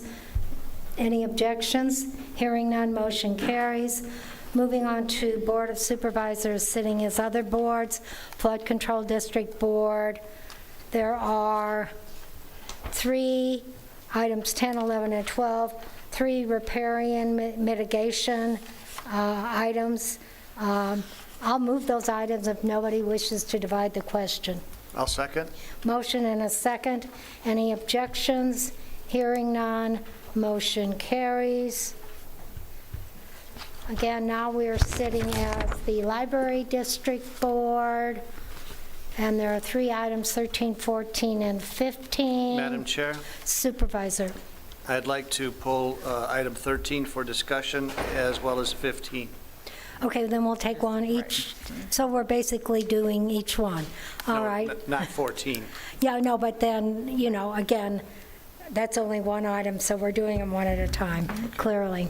All right, item 13, award, master agreement. What's the pleasure of the board? I'll move the item. Second. Motion and a second. Supervisor Christie, you had some problems? I have a number of questions on this issue. It seems to be reoccurring. My concerns were, first of all, when this item was first brought before the board, it dealt specifically with broadband internet connections and broadband service. Now it seems to have morphed into simply Wi-Fi. And I don't believe by doing so that this fulfills the point or the mission of this item, which was to provide broadband internet communication from underserved communities, particularly those in unincorporated Pima County. I also have been made aware that the library system, which seems to be the focus of providing internet service to the community through the libraries, which I, again, don't believe it addresses the original problem, which is to get internet connection into homes and on rooftops. But I have been made aware that there is a high degree of unreliability in the libraries for internet service. And this is troubling and I think problematic, particularly those who have to travel quite some distance to get to a library. The third area that I have issues with is the 130 hotspots that were identified in the background material and the attachments. One of them, noticing, just as an aside, that it is one location is the Southeast Regional Park. And to the best of my knowledge, the Southeast Regional Park does not exist. So I'm concerned with that issue. Secondly, this whole initiative was to focus on unincorporated Pima County and underserved areas, yet there are 80 various locations in the Tucson metro area. That doesn't seem to be fulfilling the mission of this initiative at all. The issues, I think, exist and were presented as such in underserved rural areas. I also would like to know how much is the city of Tucson contributing to this program, seeing as how there are 80 various locations within Metro Tucson to install or to identify as hotspots. Being 80 out of 130 is a significant amount of total hotspots. Seems to me the city of Tucson needs to step up and take part in this issue as well. And finally, how many of the hotspots that are being identified here, how many of these hotspots are new locations? Are they already established as hotspots that are merely being expanded, yet counted as a total? it's, I believe, very apparent that many of the locations, particularly in the city of Tucson, are current hotspot locations, and this does nothing to fulfill, again, the mission of this item, which is to expand service into underserved and rural communities. And I'm not sure at this particular point which staff or Madam Chair, would you maybe direct who could respond to these? Chair, Supervisor Christie. Ms. Lesher. Thank you. This contract is part of an overall effort that has been going on for some period of time between the city, Pima County, and many of our the private providers in the community to expand broadband services in many areas. At some point, that will become, we hope, an opportunity for the private sector to provide the broadband service. At some point, prior to the availability of broadband, connectivity is brought into rural and underserved areas. Some of those are in the city of Tucson by the provision of hotspots. The reason that some are in existing locations, that this is also an extension of a contract. So we have seen some locations that have heretofore existed, and as we expand into the 2-year agreement with the additional funds that are provided, we can continue operating hotspots in some of those areas. As we look at overall availability of internet connectivity into every single home, some in rural and some in underserved areas, there's a variety of ways in which we will ultimately ensure that occurs. Some are through, again, the local service providers and internet, some are through broadband, and some are through the hotspots. Looking all of it as sort of weaving together the net to ensure that everyone in Pima County does have access. If there are questions about some of the very specific locations, I think Dr. Garcia may have additional information, but that's to provide a context about why we are where we are with this contract at this point. Do we have any idea how much the city of Tucson is contributing to this effort? Chair Bronson, Supervisor Christie, I'm afraid I do not know how much the city has put in at this time. They have been a participant in the dialogue and the overall workforce and task force that has been meeting. I do not know whether they have grants they're dedicating to this. In communications that we've had in ongoing meetings with the city manager and city staff, we've indicated that because of a variety of the CARES Act and other infrastructure funding made available, that the city would be providing funds, will provide funds, as well as our private sector partners. I know that there's a willingness to do so. I do not know the exact dollar amount, and we can get back with you on that. Yeah, I was going to say, is there a possibility we could have a dollar amount from the city of Tucson? And finally, again, do you think it's accurate or comprehensive to present new hotspots when in fact they are not new hotspots in the overall number that are being provided, the 180? When they really, in reality, are not new hotspots, and it might mislead the public to thinking that we're having this huge explosion of hotspots when, in fact, 80 of the 130 are not new hotspots. Chair Bronson, Supervisor Christie, part of this, as we discussed the issue, is that there are hotspots that are no longer going to be able to be provided, that would be going dark.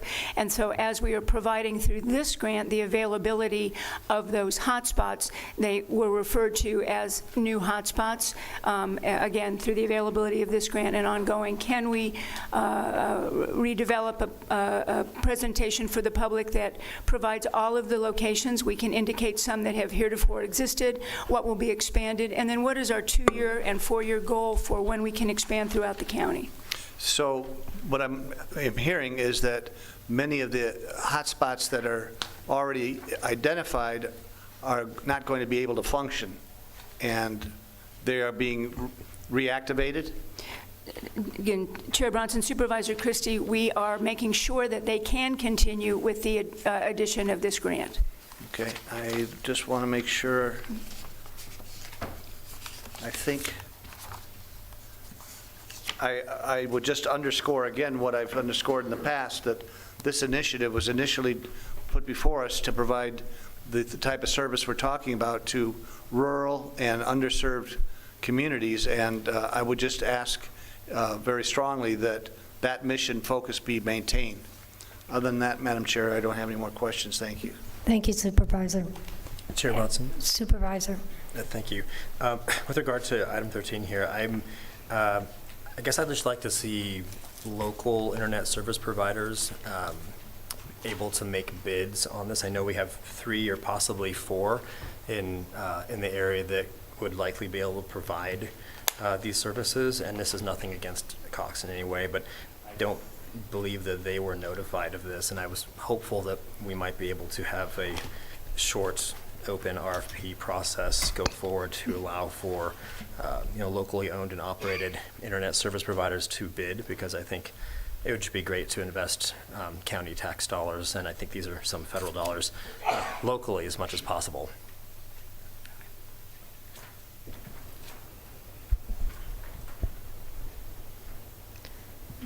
Did anybody want to respond? Or?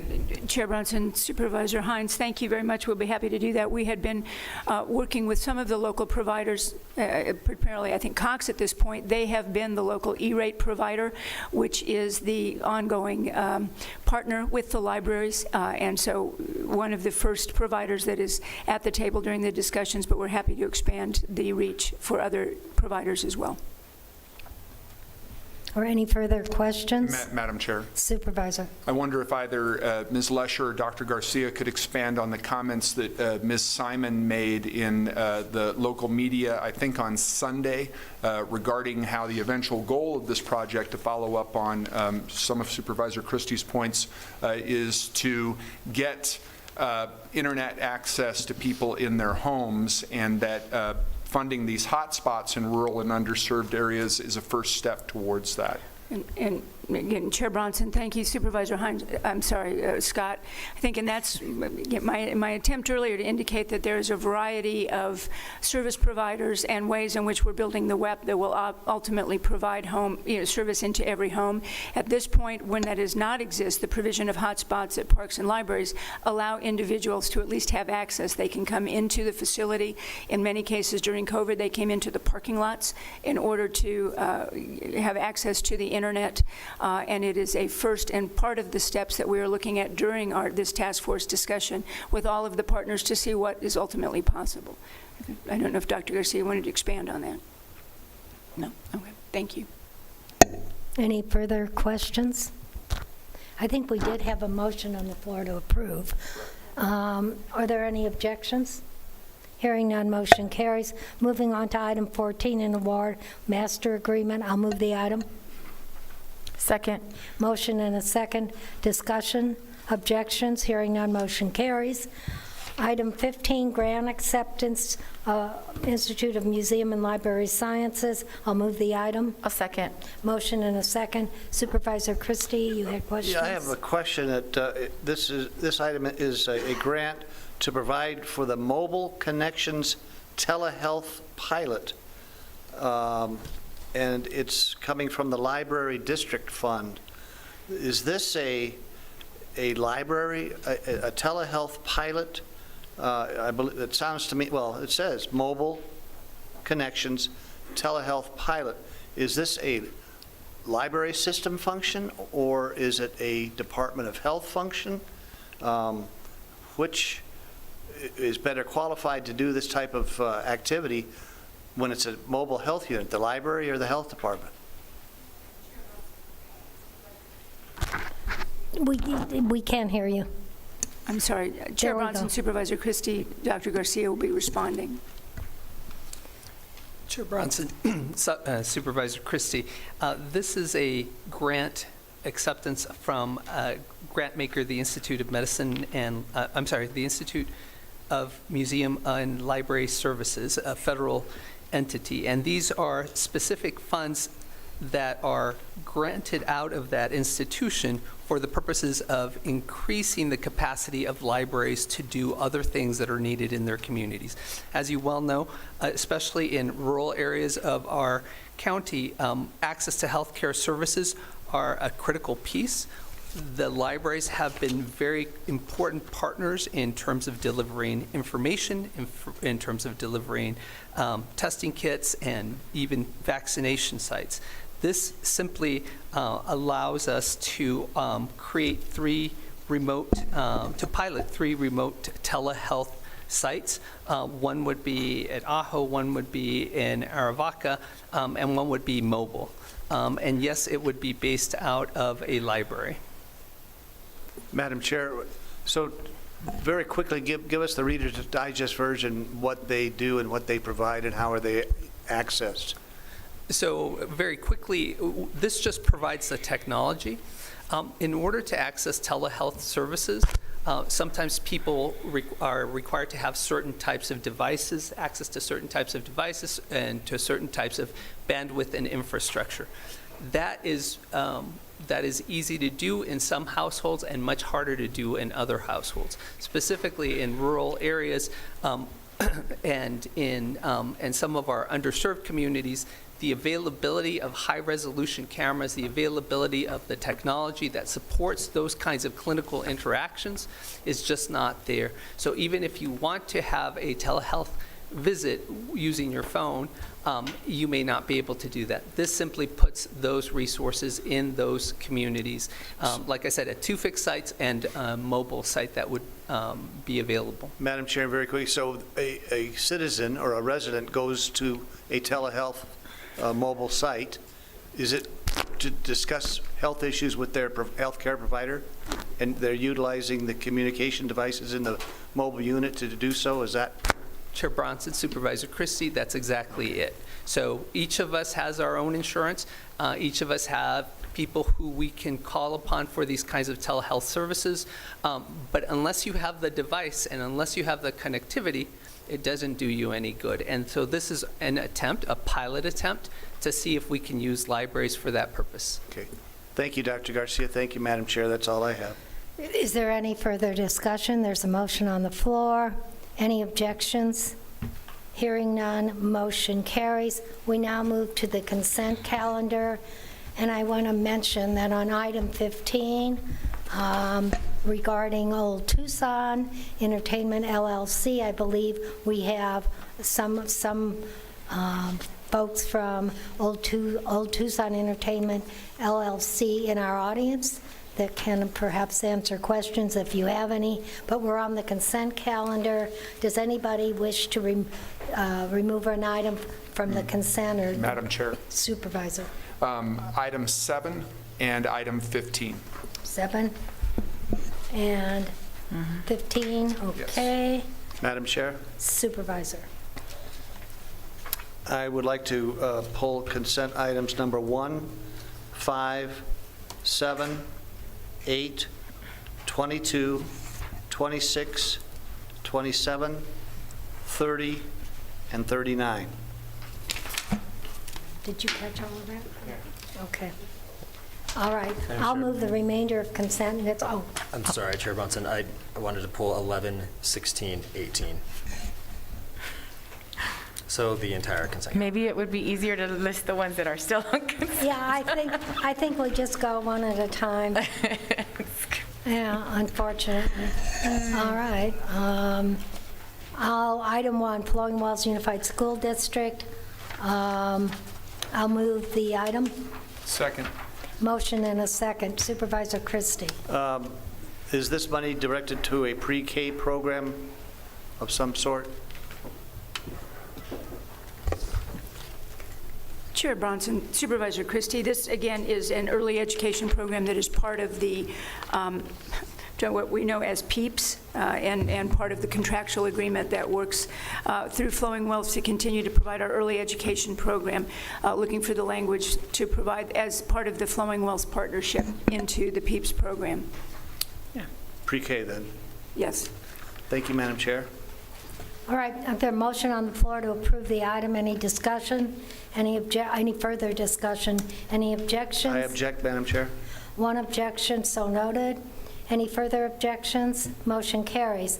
Moving on to item, 2, 3, and 4. I'll move those items. Second.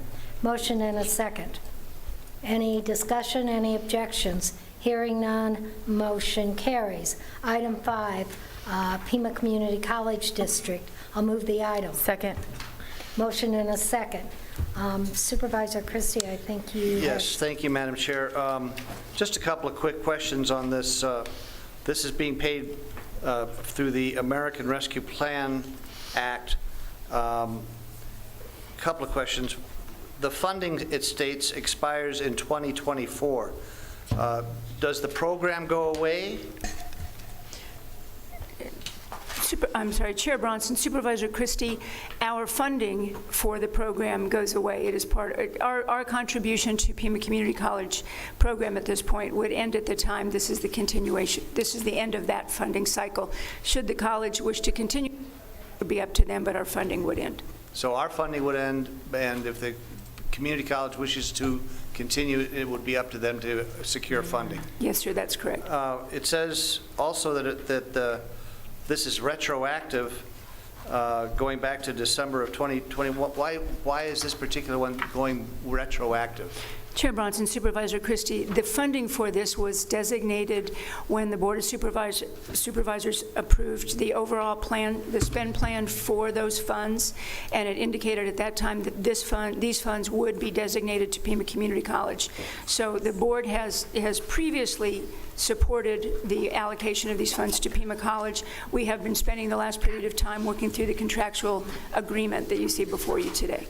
Okay, but it's up to the community college if they want to extend it past our contribution time. Yes, sir. Thank you, Madam Chair. That's all I have. Any further discussion? Any objections? Hearing none, motion carries. I'll move item 6. Second. Motion and a second. Discussion, objections, hearing none, motion carries. Item 7, Sergo Ventures.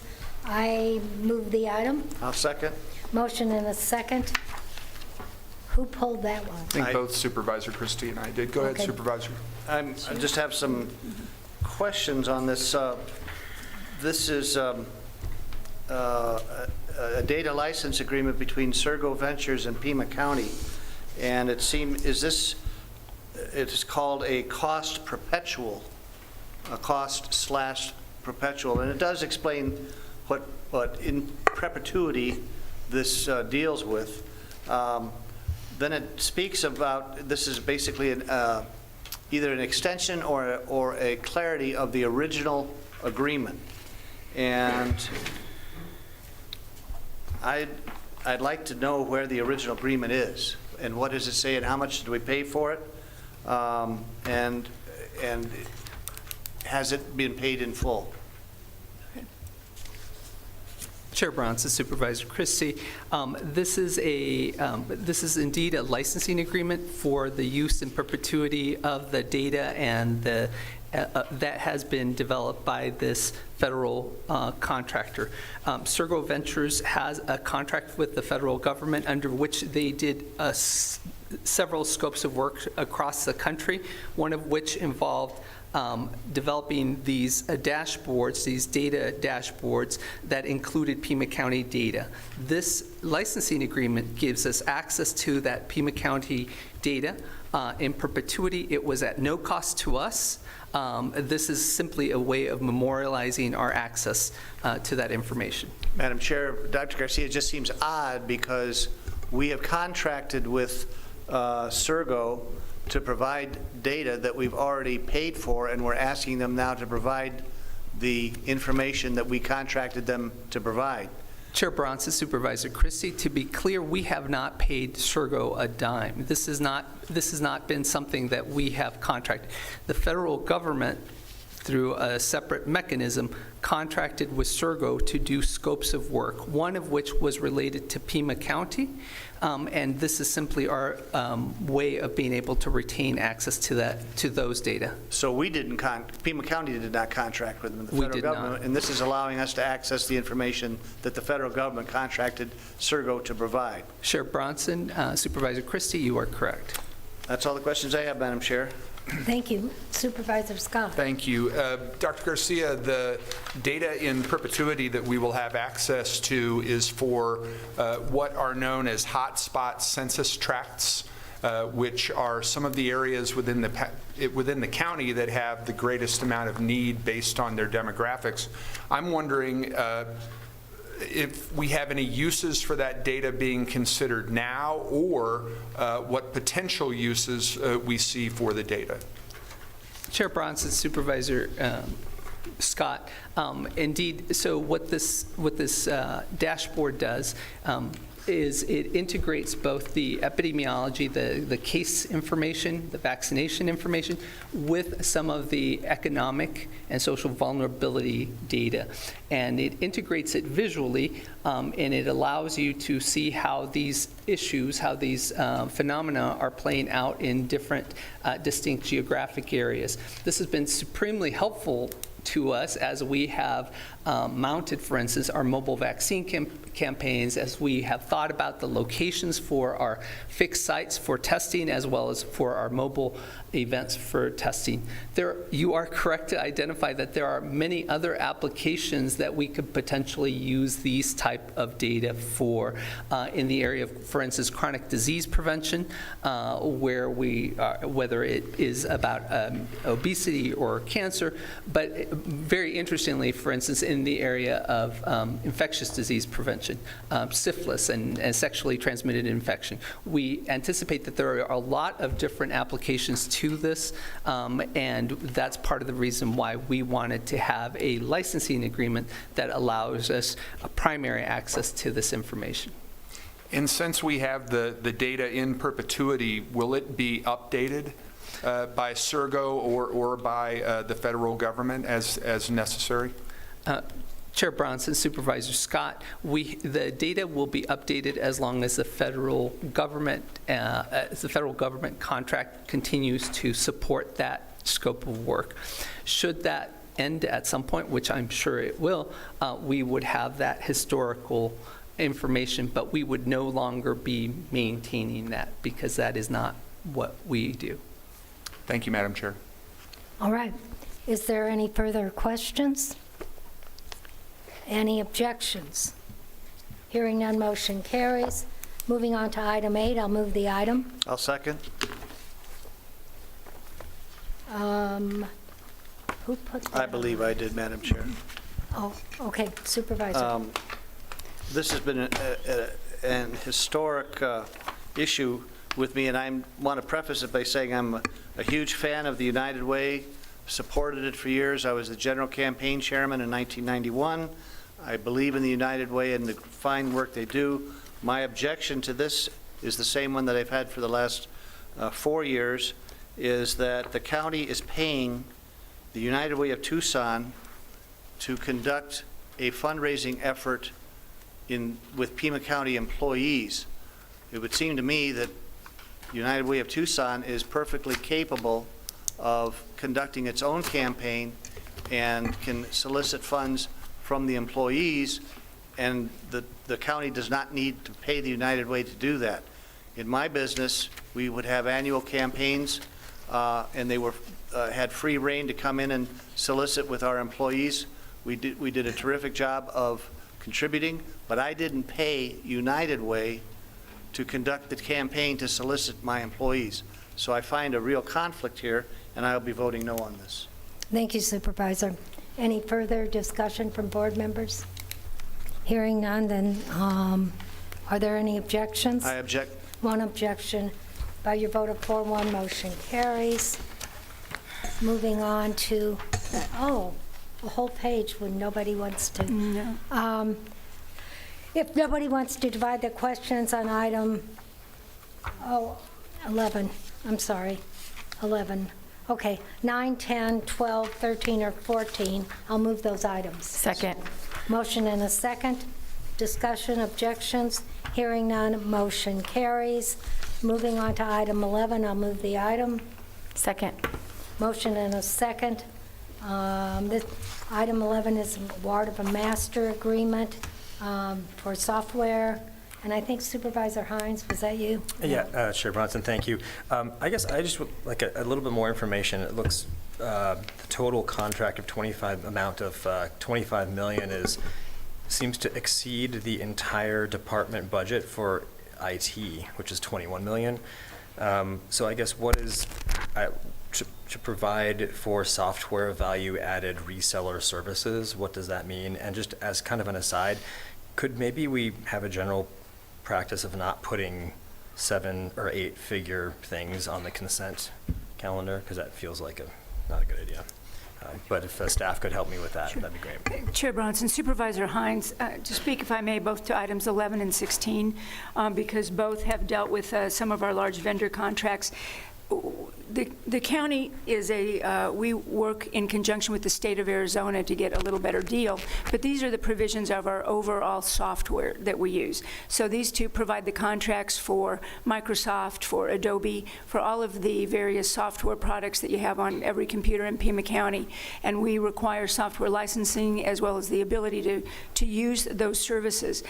They're expensive, but that's why we contract in this kind of agreement through the state to get the best deal that we can do, but it's the basic licensing for all of the software that we're using on county computers.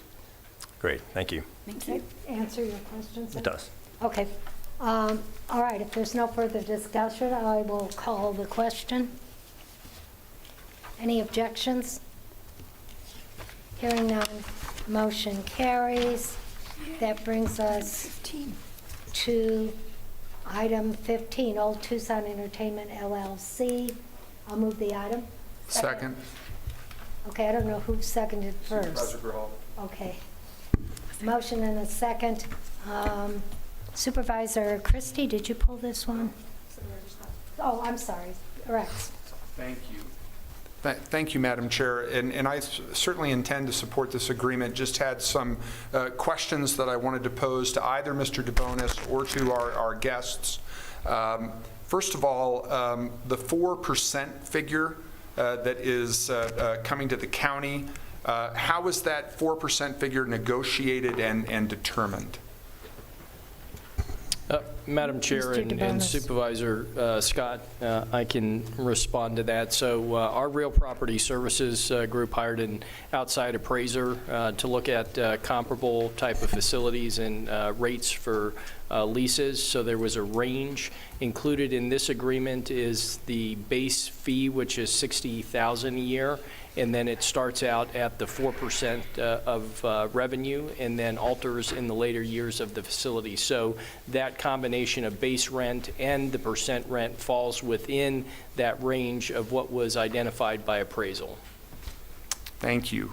The other question I had, and I think you might have answered it, is are we certain that it will be sufficient to cover the capital maintenance and expansion needs that were noted? Madam Chair and Supervisor Scott, working with American Heritage Railroad, we feel confident that the revenues generated will be sufficient. In addition to the county placing that percent rent into a fund for those improvements, American Heritage Railroad will also be putting 2% of revenue separate from the county's portion into a fund to handle maintenance needs at the facility. So at this time, we feel confident that it will meet the needs. Excellent. Any other commitment of county funds beyond what was just discussed?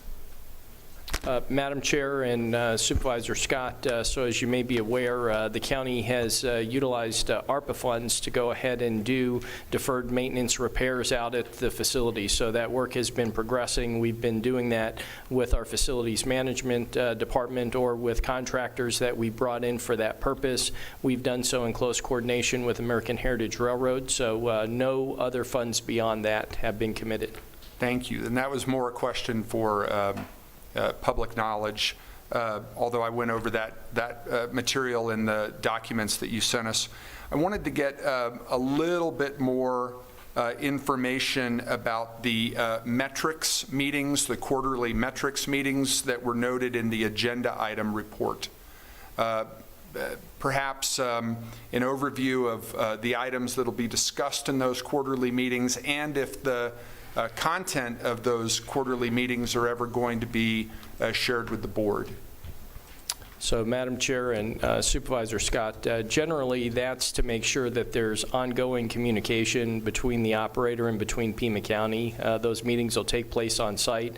They'll run the range of any topics having to do with the facilities on site, any necessary modifications, any expansions, any issues associated operationally with the events that American Heritage Railroad is holding, lessons learned, if there are logistical challenges associated with traffic flow or parking or any of those things. So we can ensure that the board receives a general update of the topics discussed at those quarterly meetings so that you remain apprised of those topics. That would be appreciated. I know we get quarterly updates from the early childhood program, and so that if we got something similar, that would be wonderful. Wanted to know a little bit more detail about the youth education programs that are going to be supported by the operator, and a little bit more not only about those programs, but how they were determined to be targeted. Madam Chair, Supervisor Scott, I can give just a general response saying that the operator has agreed to work closely with Pima County staff to identify the variety of different youth programming that would be supported and promoted. We have representatives from American Heritage Railroad here today. As we're going to be talking on some of the more specifics. They may have other examples of engagements that they have in other communities where they operate, but the intent is really just to have a dedicated presence focused on youth education, youth engagement, and involvement between the operator, Pima County, and the community.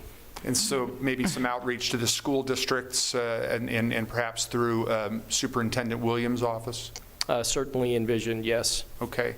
And then the only other question I had, Madam Chair, is a little more details on the what was stated in the agreement about the history of the facility for filming, how that's going to be promoted, and is there any possibility for the facility to be marketed for any new film ventures?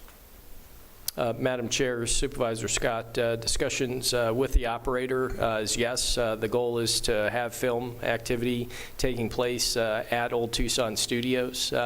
They have existing relationships with film studios and certainly are pursuing other opportunities to bring to bear out there. The historic aspects of Old Tucson are deep in our community, both from a filming standpoint, but just a cultural and a historic perspective. So those are all objectives that we felt American Heritage Railroad, we staff felt that American Heritage Railroad embodied, and that they would be good stewards, that's their goal and their intent is to honor and promote the history of that facility and Tucson and the region in general.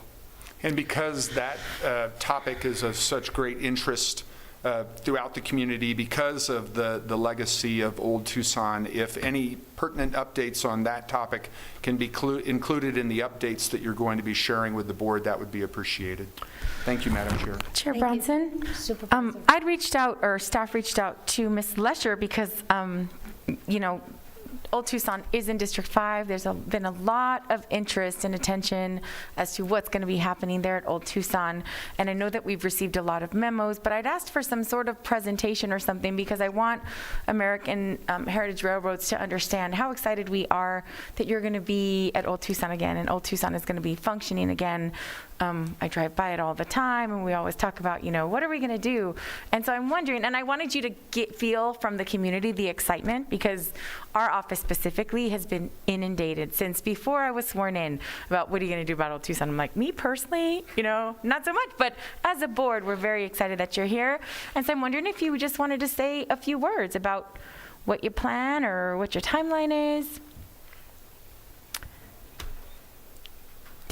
Thank you.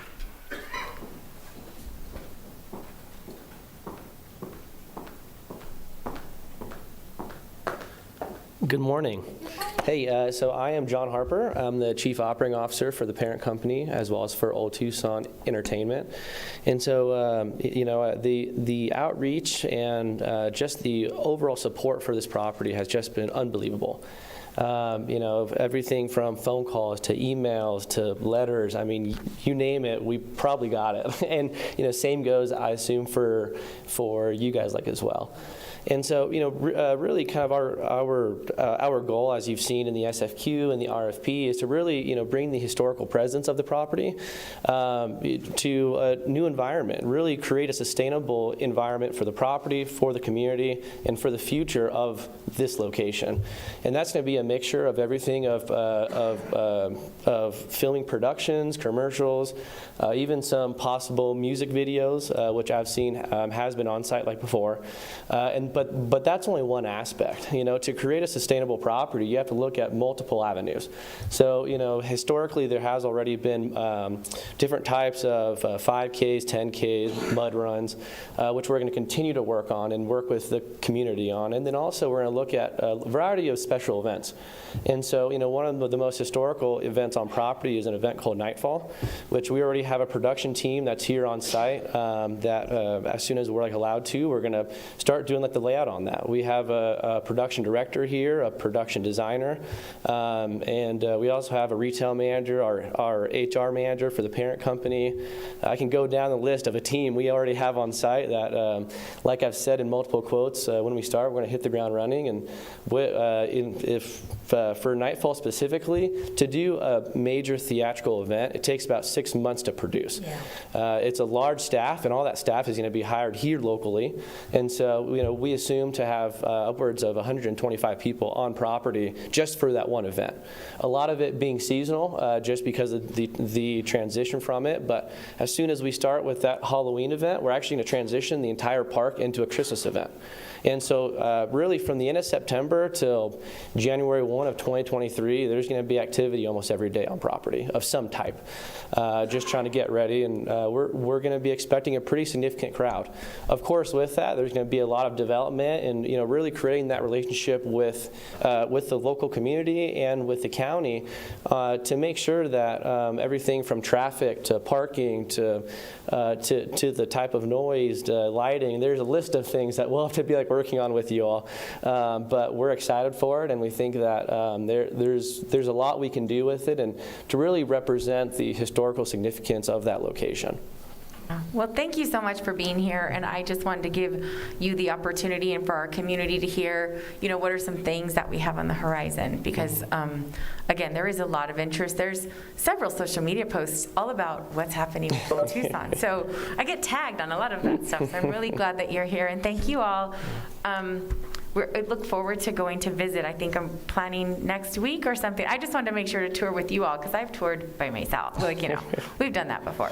But and also for our students, we had Ted Walker Days out there where we'd have. That was one of the concerns is, we engage the young people to go out and do this one-time thing. But then, what are the events that are ongoing that will keep families coming back? And that's where I think your expertise in what you've done across the country will be really beneficial to Old Tucson. Thank you. Yeah, and to really expand on that just a little bit more, our goal is to bring special events to the location that's one, cross-cultural and multi-generational. Awesome. And that's so significant because you get a wide variety of people who can really enjoy the property. Madam Chair? Supervisor. Just as an aside, and just to highlight what my colleagues said about how excited we are that you're here, but also to point out how deep the film industry and movie industry is in the community. I was a little concerned because the name of your company was American Heritage Railroad, and I was concerned what the hell's going to happen with the film. But I've been given assurance that you will be pursuing the film industry diligently to bring it back to Tucson, and it has a resonation to me personally, because in the early 1960s, my mother was involved in local community theater.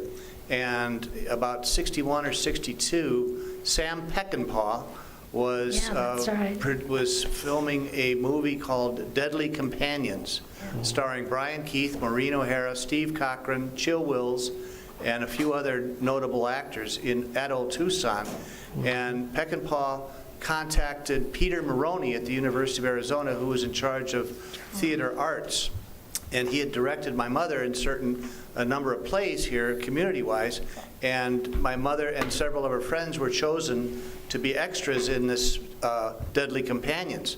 And the issue that was so funny was if you just showed up as an extra, you got a certain amount of money. But if you had a speaking part, you got extra money. Well, my mother got a speaking part. She had like 4 words. And she got extra money. And then she saw the movie, or the rushes, I guess, and there's this one scene where Maureen O'Hara is looking off into the distance in a flashback, and my mother's words are echoed in this flashback. So she went to the director and said, hey, I've spoken twice, I need more money. And she got it. And she also was able to buy the draperies in our living room. And so whenever we walked into the living room, we said, there's old Tucson Studios, Sam Peckinpah, and all. So welcome, and please focus and enhance our connection with the film industry.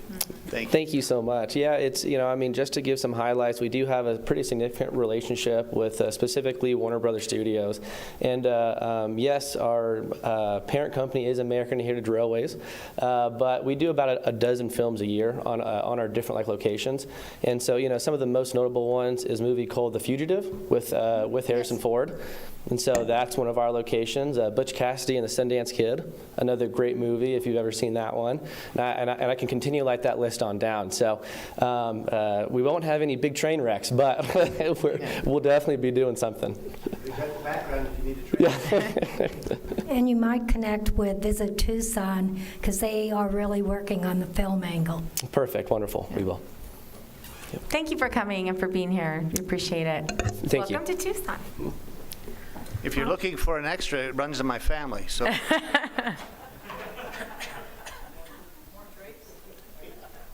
think my wife needs drapes. All right. I think that we're through discussing. I'll call the question. Any objections? Hearing none, motion carries. Moving on to SHI International, I'll move the item. Second. Supervisor Hines. Yeah, actually, It was already answered. Yep. Okay, if there are no objections, motion carries. Moving on to item 17, Rummel Construction, I'll move the item. Second. Motion and a second. Any objections? Hearing none, motion carries. Moving on to item 18, Cornerstone Detention Products, I'll move the item. Second. Motion and a second. Any Supervisor Hines? Yes, thank you, Chair Paulson. I just was hoping to get a little clarity as to what exactly this is from staff. That's all. Thank you, Chair Bronson, Supervisor Hines. Excuse me. The construction manager at risk, the overall contract was awarded by the board March 21st of 21. Under that, there are a variety of pre-construction services agreement that come together. They're the guaranteed maximum per project that come under those that build up under it. So an overall CMAR risk contract was approved last year. Now we populate that with very specific contracts that show that there's a guaranteed maximum price per element within that project, within the overall project. Does that explain it? Great, thank you. Thank you. Okay, if there's no further discussion, are there any objections? Hearing none, motion carries. Moving on to items 19, 20, and 21. If nobody wishes to divide the question, I'll move those items. Second. Motion and a second. Discussion, objections, hearing none, motion carries. Moving on to item 22, acceptance, community and workforce development. I'll move the item. Second.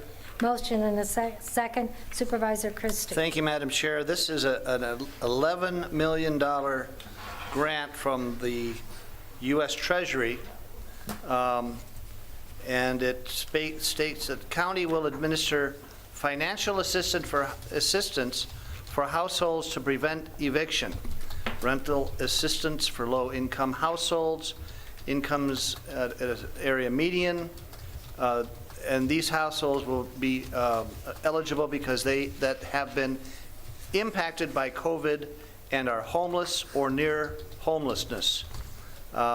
They may be used for a number of things, rent arrears, and this is my first question. Other expenses related to housing incurred due, let me start again. Other expenses related to housing incurred due directly or indirectly to the COVID-19 outbreak. And this amendment is to provide additional funding for emergency rental assistance, an $11 million grant.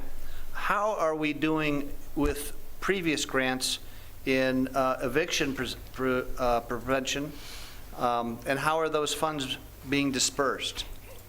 Chair Bronson, Supervisor Christie, I'll begin just as an overview saying that one of the reasons we received this additional funding is because of the success of the program overall, and that the ERAP program, or the Emergency Rental Assistance Program, has been a division within Community Workforce Development that has continued to ultimately, in large extent, provide funding back to the landlords to make sure that we can prevent eviction. But to provide some of the additional granularity on the program, I know Dr. Garcia has some of the specifics of this grant. Chair Bronson, Supervisor Christie, this is indeed a second wave of the ERAP funding, Eviction Rental Assistance Program funding. And this second wave of funding of ERAP $1 really was performance-based from the standpoint that the federal government looked at agencies and states that were performing well. And this agency, Community and Workforce Development here in Pima County, was recognized by both entities, by Arizona DES and as well as the federal government, as being good and efficient stewards of the resources. I can tell you that, for instance, we were able to expend our entire allocation of the ERAP $1 previous to this in a relatively short order, so that by January we had already spent those dollars down. At that time, we were approached by the funders about our capacity to absorb more funding, and we said yes. And in fact, Supervisor Christie, we have said that we will take additional funding if there is additional federal resources available in order to help our community in terms of eviction rental assistance. So there's no money left over from the first wave? Chair Bronson, Supervisor Christie, from ERAP 1, we have expended all those resources. And other expenses related to housing, the other related expenses, how is that determined? So we have not really exercised that part of the flexibility that is in the federal contract language. Most of our direct assistance is provided in the form of payment of rental arrears, as well as prospective rental payments to landlords on behalf of families. But there is flexibility in there where, for instance, where if you needed to mitigate against something like providing personal protective equipment, you could go after that. We have not done that heretofore, but we left that language in there because it was part of the overall federal language, and because it's nice to have that flexibility should we identify families that have some unexpected need that we have not yet identified. Okay, Madam Chair, Dr. Garcia, and how much was the first grant? Off the top of my head, I don't have those figures at my fingertips, but the first one, I believe, was in the $10 million range. So between that, and Madam Chair and Dr. Garcia, between that first grant and this one we are accepting now, that's over $20 million in rental assistance, how many families has that served? We have served well over 5,000 families. I'm actually, I can tell you exactly how many families we served. Just pull this up. So in terms of, so to date, since we started our eviction assistance, we have obligated $30 million in funding to 10,763 families. This is a mixture of both ERAP 1, the first set of rental and utility assistance that was provided by the federal government, as well as now ERAP 2 and the subsequent versions of that. So So well over 10,763 households, families have been served in this community due to our careful and judicious stewardship of those federal resources. I would request a running tabulation with a breakdown of the expenditures and the receipts of the grant.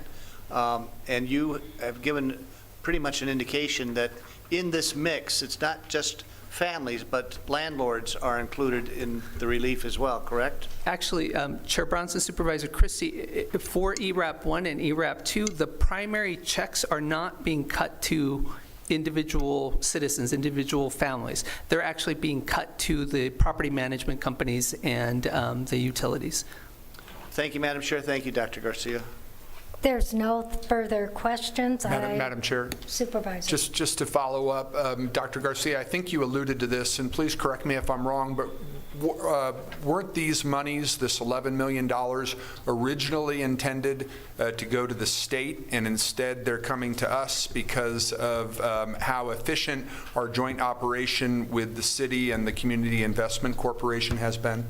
Chair Bronson, Supervisor Scott, when you are correct, when the federal government first awarded its first tranche of funding for ERAP 1, they also stipulated that those agencies and entities that had not expended at least 60% of their allocation would have those funds swept from them and reallocated.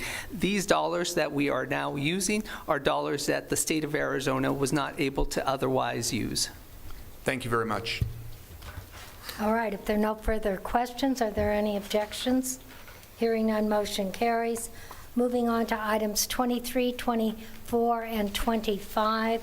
If nobody wishes to divide the question, I'll move those items. Second. Motion and a second. Any discussion? Any objections? Hearing none, motion carries.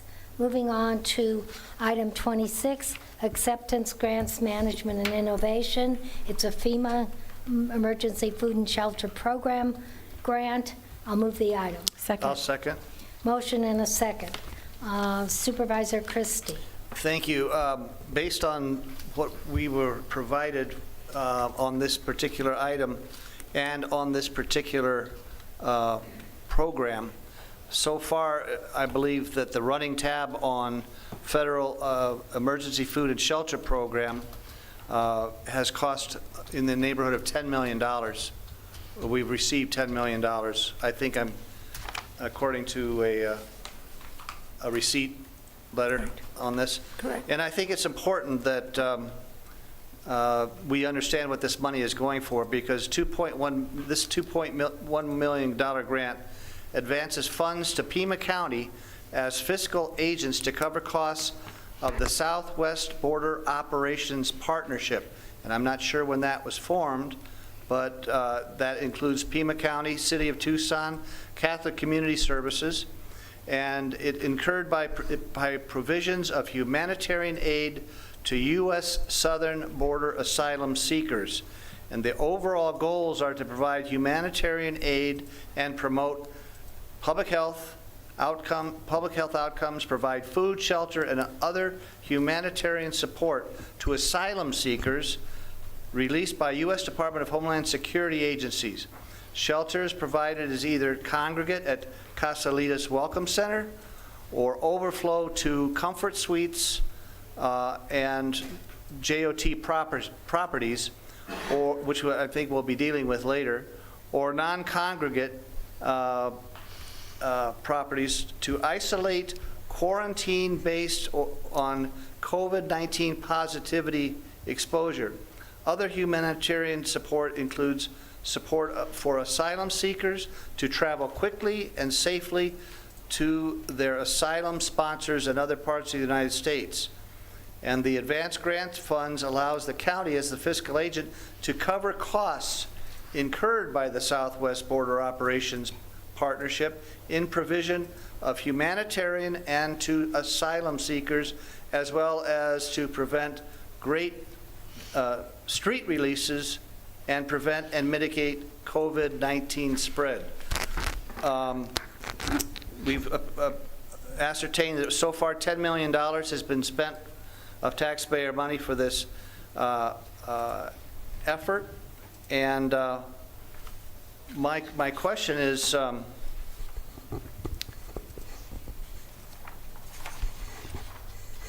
is this some sort of, this again looks like a mission creep.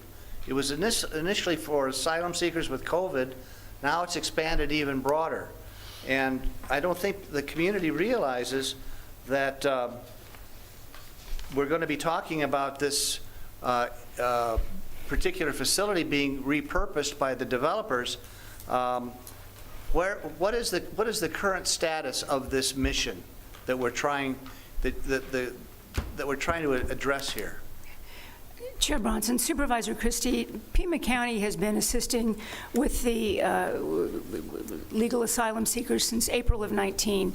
And from that time, we have continued to provide a variety of services, ensuring that anything that the county did was actually funded by the federal government. It is used from these grants that we receive from the federal government, as this continues to be a federal concern where we have individuals who are released in our community.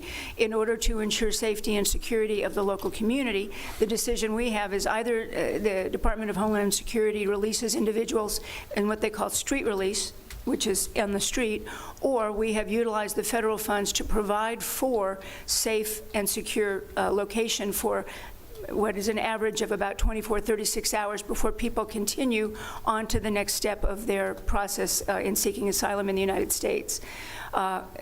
With that, when we began in 2019, there was nothing related to COVID. There was not a pandemic, and we were beginning to establish first an emergency system that we provided at the Event Center at Keno. We worked with the city of Tucson at El Pueblo.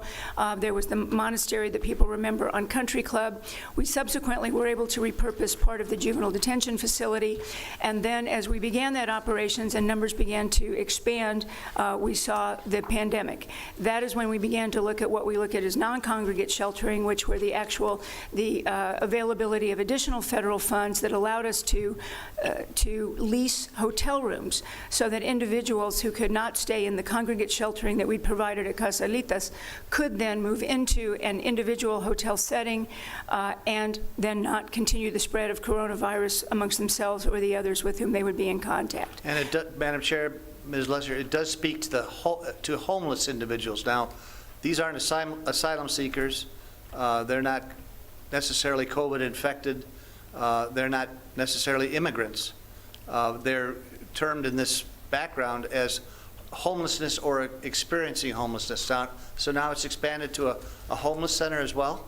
Chair Bronson, Supervisor Christie, as part of our agreement to ensure that we had non-congregate sheltering, the county entered into contracts with individuals for block room purchases.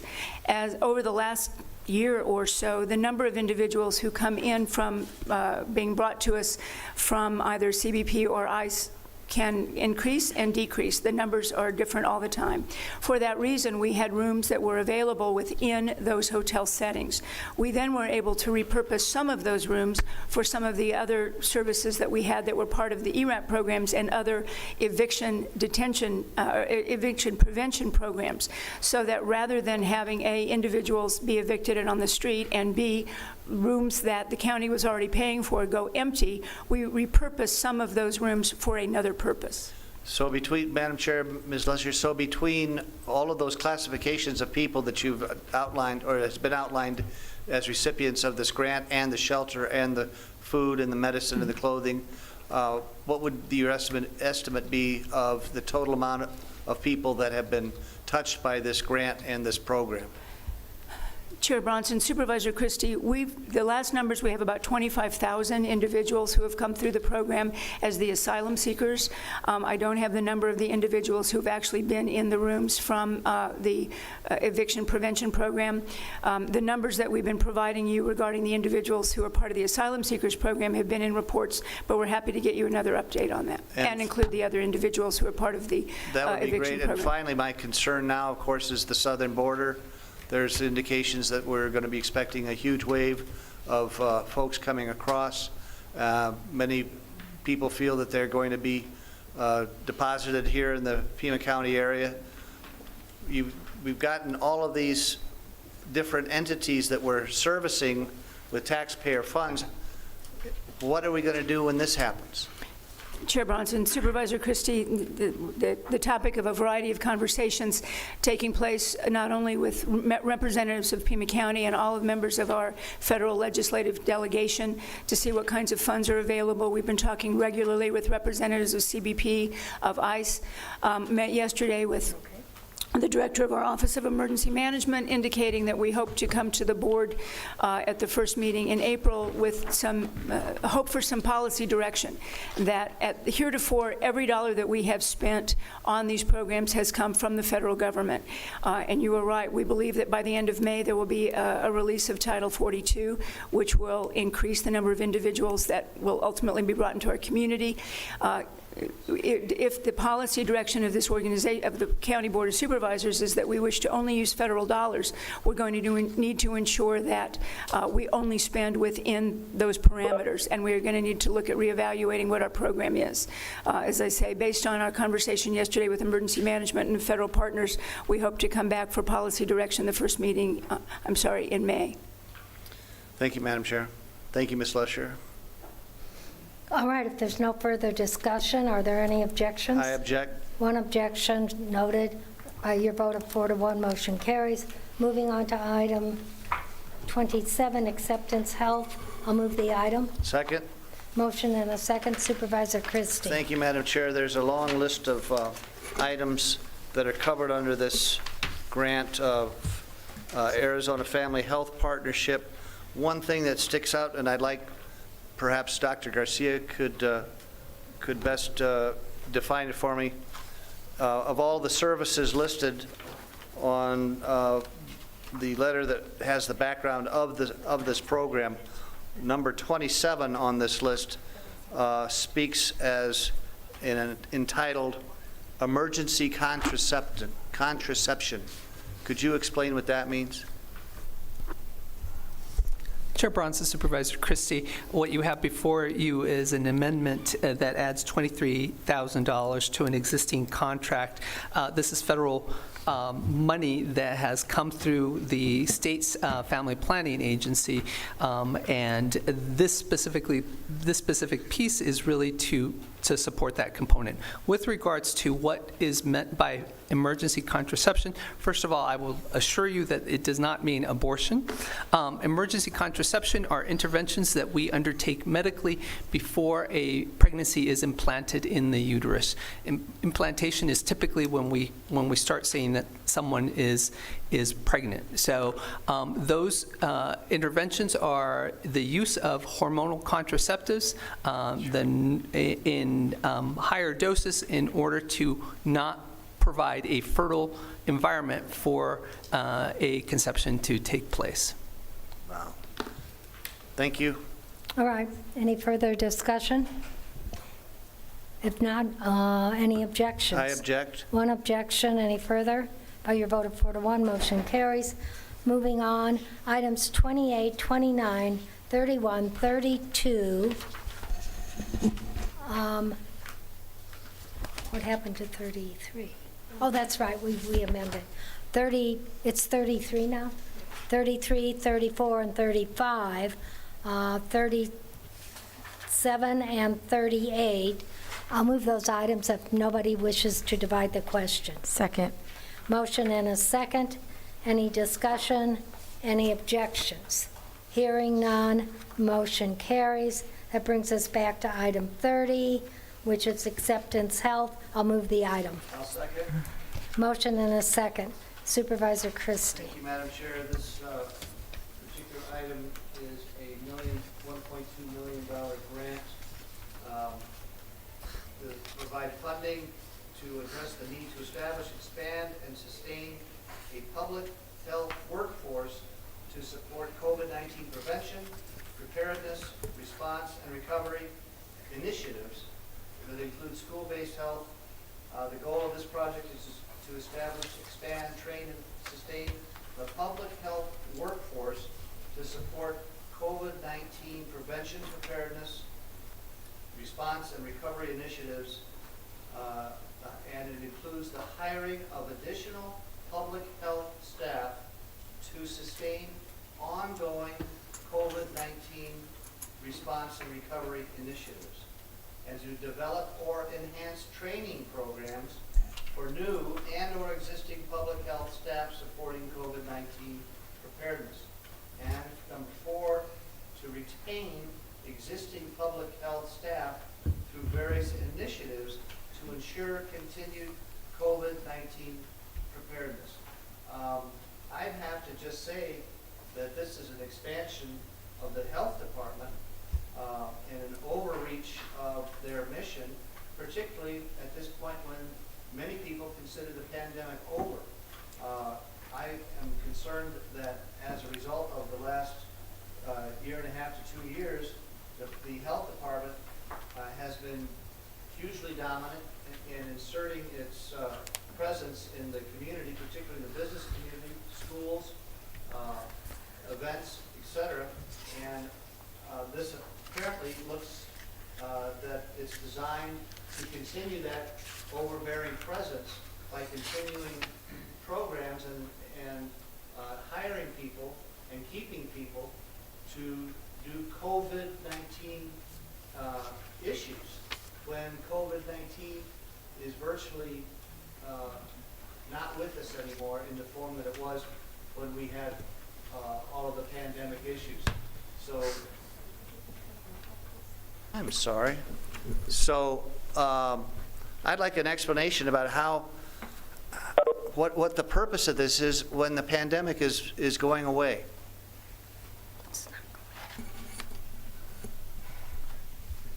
Chair Bronson, Supervisor Christie, if I may, to put this in perspective, the health department and health departments across the country have had to ramp up very significantly in order to be able to confront the threat of the pandemic.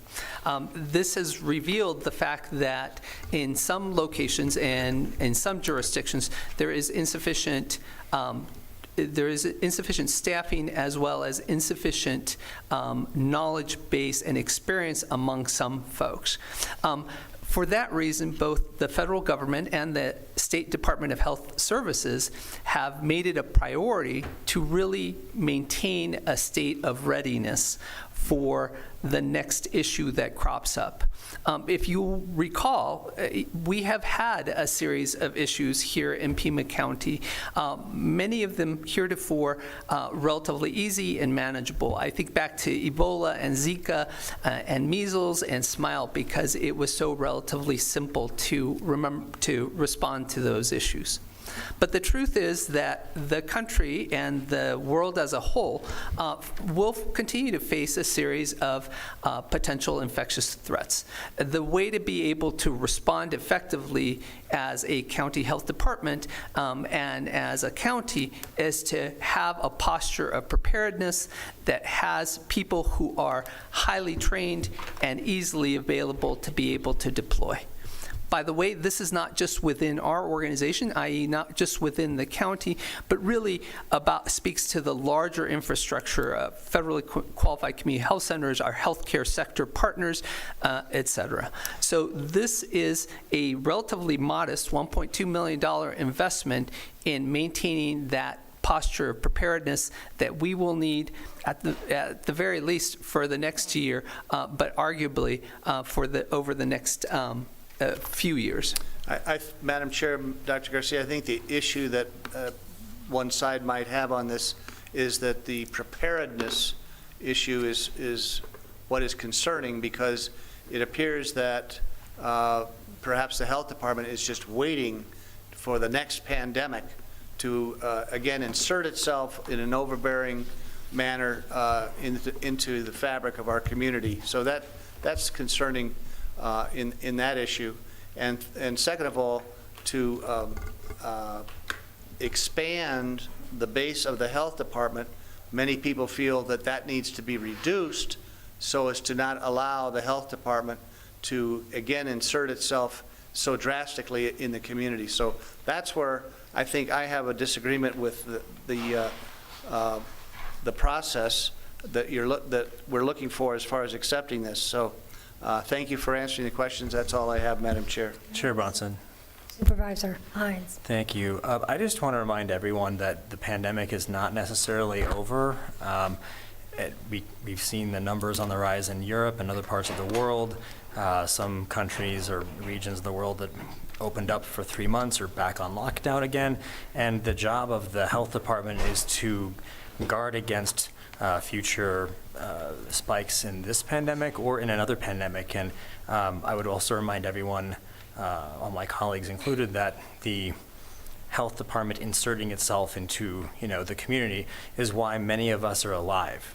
And it's why a lot of my patients survived. It's because they got vaccinated, because of Dr. Garcia, Dr. Cullen, the funds that the federal government, state government, and this government invested into the prevention, to mitigation. And I think that this is great, and that we should accept this, of course. And I look forward to hopefully debating the item I placed here so we can maybe increase their funding.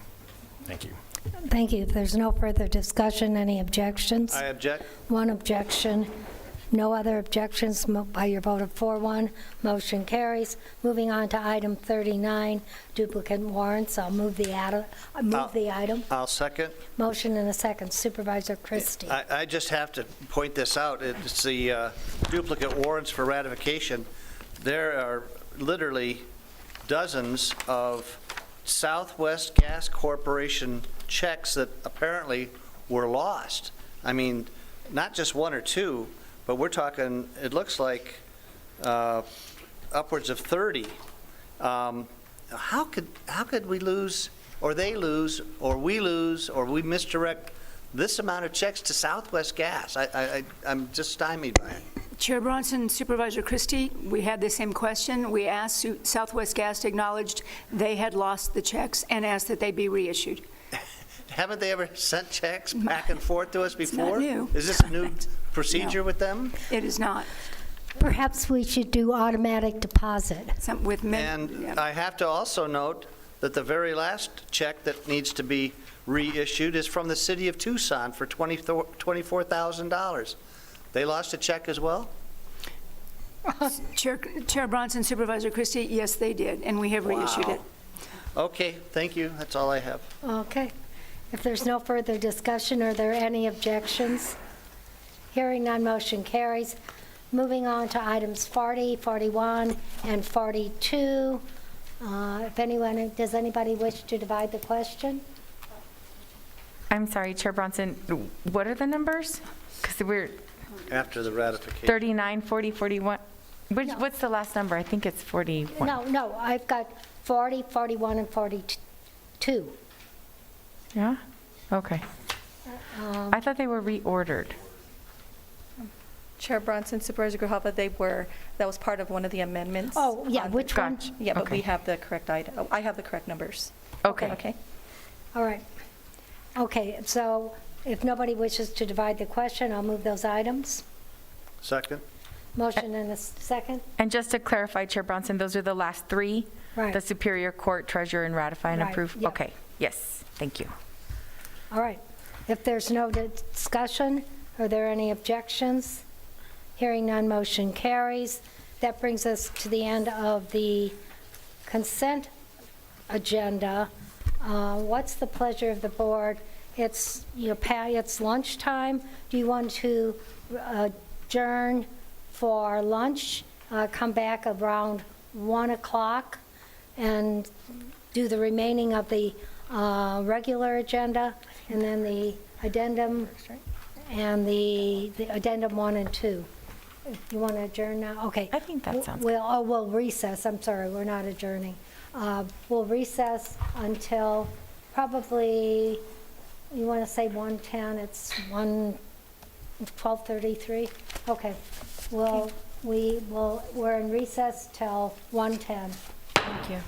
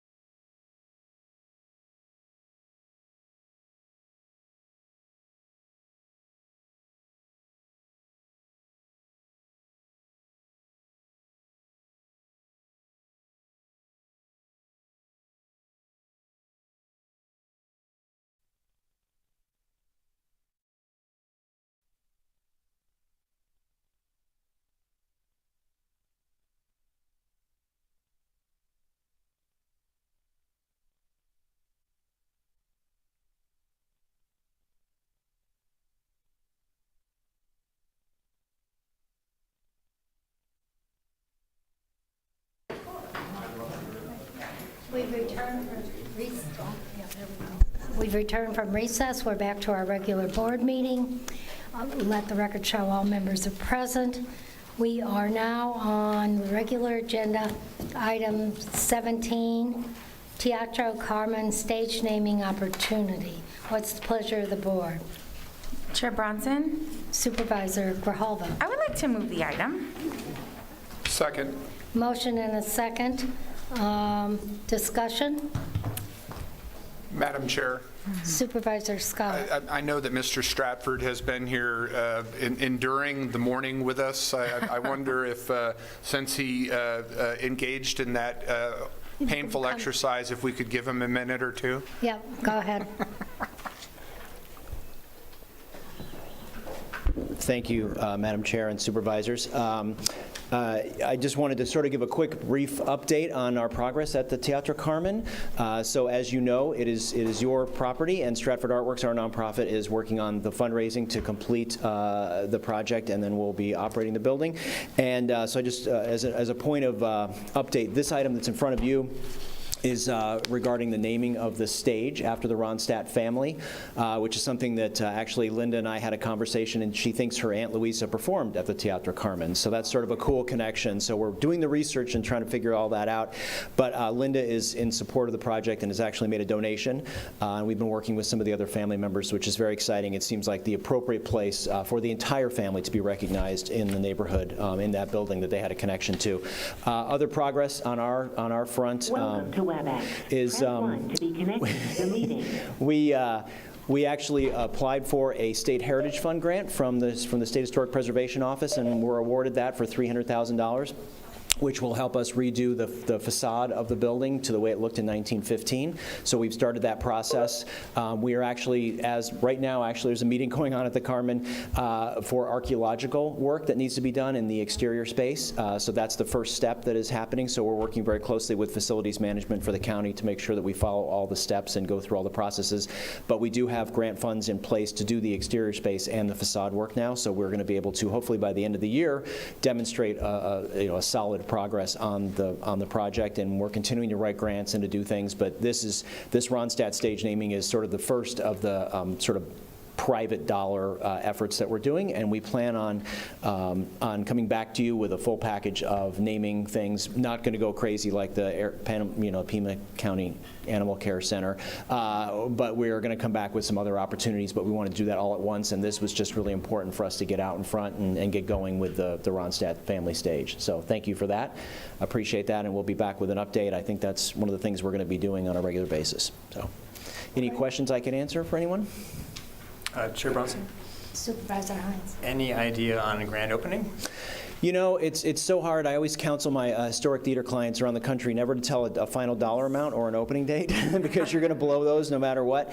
I will say that it would be, in my mind, an ideal time would be 2025, which would be the 110th anniversary because it opened in 1915. I feel like that would be a really, nice way to recognize the progress. But a lot of things depend on fundraising, supply chain issues, and then of course cost of materials. So we're working through that. Our initial estimates were all done in 2020, so the world is a different place. So we're sort of adding a multiplier onto everything. But the response we've gotten so far in terms of the grants we've received and the public response has been so positive that we're going to just get it done as quick as we possibly can. Great, thank you. All right, thank you very much. Thank you for sticking it out. We appreciate it. And then item 18, we've already done with the exec session item, so we move on to Development Services 19 and 20. I'll move the items. Second. Motion and a second. Discussion? Objections? Hearing none, motion carries. We're now on to hearings. Liquor license. Chair Bronson, did we vote on 17? I know there was a motion in a second, but I don't know if there was a... Was there a vote on 17? I don't remember. Chair Bronson, Supervisor Grijalva, you're correct. We need to vote on it. Okay. We have a motion. Okay. On item 17, any discussion, any objections? Hearing none, motion carries. Thank you. You're right, we didn't. I knew we had a motion in a second. Yeah. No, I thought he came in after we voted, but no, you're right.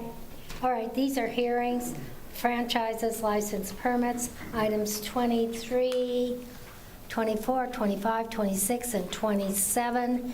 Is there anyone in the audience that wishes to address us in opposition to these items? If not, I'll move to close the public hearing and approve those items. I'll second. Motion and a second. Any discussion, any objections? Madam Chair, Supervisor. I just wanted to thank Ms. Manriquez and her staff because she followed up with not just the Westin La Paloma, which is mentioned in item 26, but with the other resorts to find out what they do to alert the neighbors of the resorts anytime there is a fireworks show. And I'm assuming that Mr. Retz and his team will follow up as described to the clerk with this one. All right, thank you. If there's no further discussion and no objections, motion carries. Moving on to item 28, there's a hearing rezoning P21 RZ 00015 Jot Properties LLC, East Irvington Road rezoning, and this requires a supermajority. Staff report? Madam Chair, happy to give just a brief overview. So this is a rezoning request. It's just over 2.5 acres that's in the I-10 in Irvington area. The request is to go from CI1, which is industrial, and CI1 airport environs, to CB1 and CB1 airport environs to convert an existing hotel into apartments, studio apartments for workforce housing is what the applicant has indicated. The matter went in front of the Planning and Zoning Commission. The Commission recommended approval subject to standard and special conditions, 9-0, as did staff. The supermajority was triggered in this case. There are 3 properties within the notification area. So one of those properties protested, and that triggered the requirement. It's by acreage area and by number of owners. So the supermajority has been triggered, requiring 4 votes of the board. That concludes the staff report. I can answer any other specific questions that the board may have.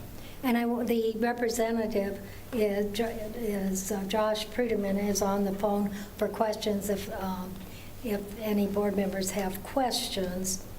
So what's the pleasure of the board? Supervisor Hunt? Oh, I'm sorry. Oh, go ahead. I have questions, but this is Supervisor Hines. Go ahead. I move to close the public hearing and approve the rezoning application subject to standard and special conditions as outlined by staff and approved by the Planning and Zoning Commission. Okay, Supervisor Christie, you had questions. Yes, thank you. I'll second. Thank you, Madam Chair. Just for clarification, this is the Red Roof Inn? Madam Chair and Supervisor Christie, correct, it is. And this is the Red Roof Inn we've been talking about for some time? Madam Chair, Supervisor, correct. And what is the reasoning behind reutilizing or refabricating the building from what it's been purposed for to apartments? Madam Chair, Supervisor Christie, the applicant may be better suited to respond to that. I can only indicate that the request was to convert from the hotel use to apartments. Is the applicant on the line? Would he like to respond? Yes, I am. Mr. Pruderman? Can you guys hear me okay? Yeah, we can hear you. Perfect. Yeah, so and I'm working with the current owners and the purchaser. So the property is being sold to a conversion group that specializes in these workforce and affordable housing projects. So that is the reason for it being rezoned with the transfer to new ownership. Madam Chairman, in the background information from the Planning and Zoning Commission, it does state that the current owners have had a contract with Pima County which will continue for 4 months in the housing of immigrants who have been diagnosed with COVID. So this has not just been for asylum seekers? I don't think he can answer that question.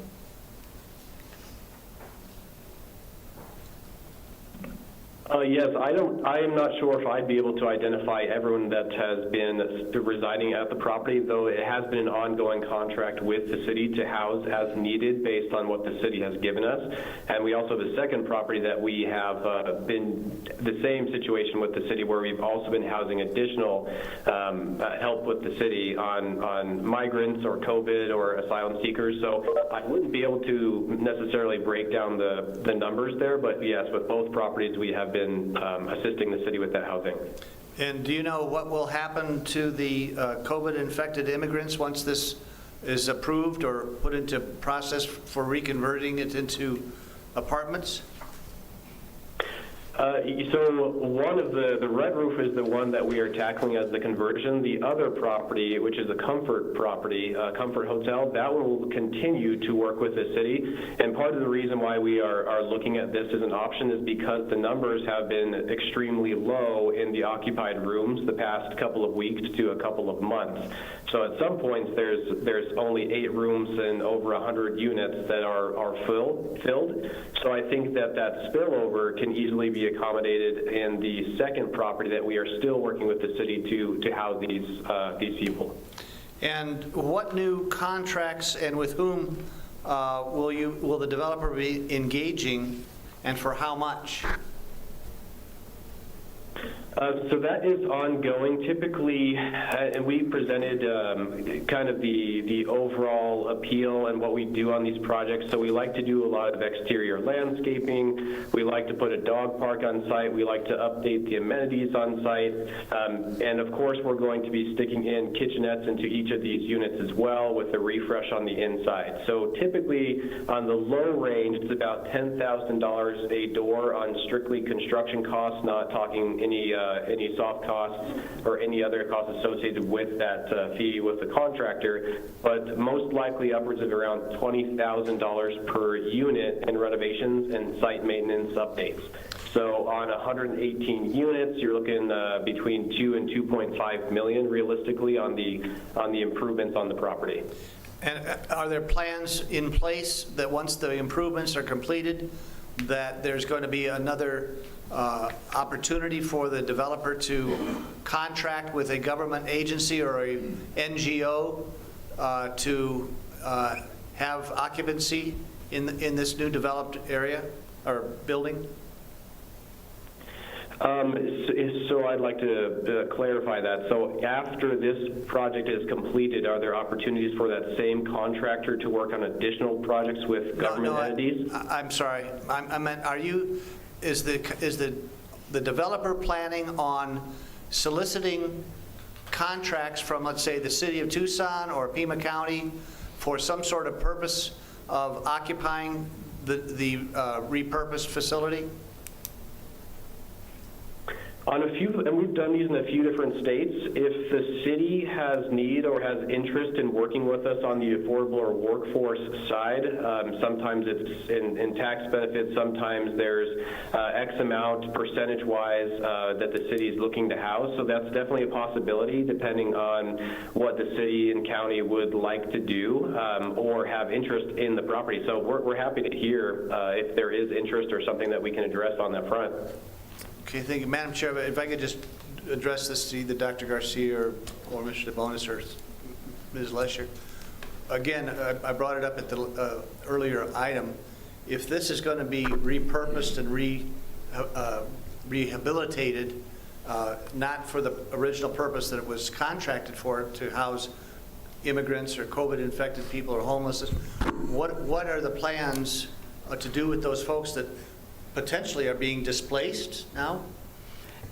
Chair Bronson, Supervisor Christie, it has been our understanding that after the sale of the property occurs, it will no longer be available for us under our current contracts, and we have begun the discussions internally about just exactly how much capacity is available, how we can make those accommodations, and at some point to determine what is the cap of the number of individuals we might be able to take as a community, and then rely on ICE and CBP to take individuals elsewhere that might be in excess of that cap. Thank you, Madam Chair. All right, any further discussion? There's a motion on the floor to approve. Any objections? Hearing none, motion carries unanimously. Moving on to item 29, hearing rezoning resolution 2022-18. I'll move the item. Second. Motion and a second. Discussion? Objections? Hearing none. Motion carries unanimously. Moving on to item 30. You want to go to adjournment now? Just kidding. All right. Moving on to the addendum agenda. Item 3, I'm going to take in conjunction with addendum 2, 1 and 2, but in the meantime, we'll move through the remainder, addendum number 1. So let's move then to item 4, Health Department funding. Supervisor Christie.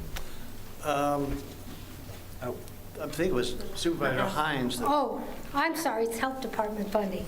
I was looking at fiscal year tax rate. Supervisor Hines. Thank you.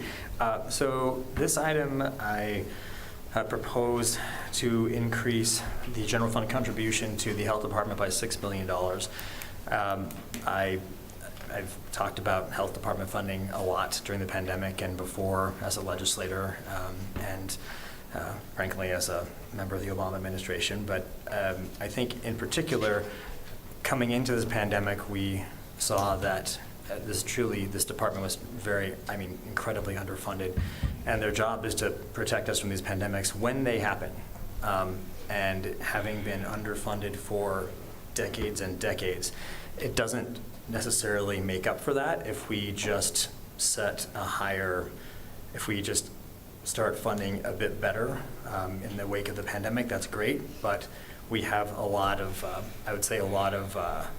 to make up for. So I know that they're still doing the study with regard to how far below the kind of market rates we are in terms of the various nurses and other staff members, epidemiologists, et cetera. But I suspect as that study and those studies are completed, we're going to see probably more than $6 million is necessary to offer to pay these folks to bring them up to a level where we're going to be able to attract and retain the staff that we need to. And I also want Dr. Cullen and Dr. Garcia to be able to truly implement their vision. It's not just a pandemic mitigation department. They've done some amazing stuff like making PrEP available to Pima County residents, the first county in the state. And they have a lot of other things on their agenda to do, and I want to make sure that they can actually do that in a way that doesn't require the department to be overly dependent on grant funding. Right now, 65% of the overall health department budget is grant-based, which means in 2 years, 3 years, 4 years, that might just disappear. And it's really difficult to hire people for a 10, 15, 20-year project and to get the best people and convince them to stay if they wonder if they're going to have a job in 36 months.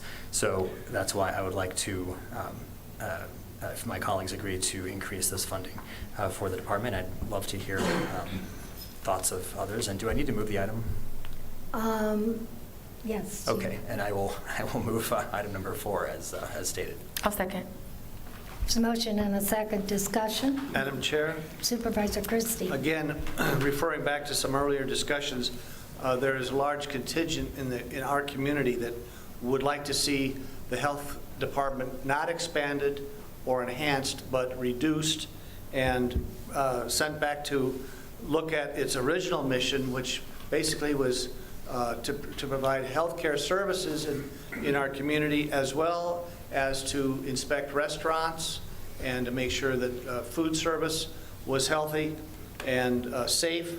And as the pandemic showed, the health department was a constant element that was creating very destructive and negative issues in our community, disrupting businesses, shutting them down, closing retail establishments, involving themselves in school boards and school districts with masking.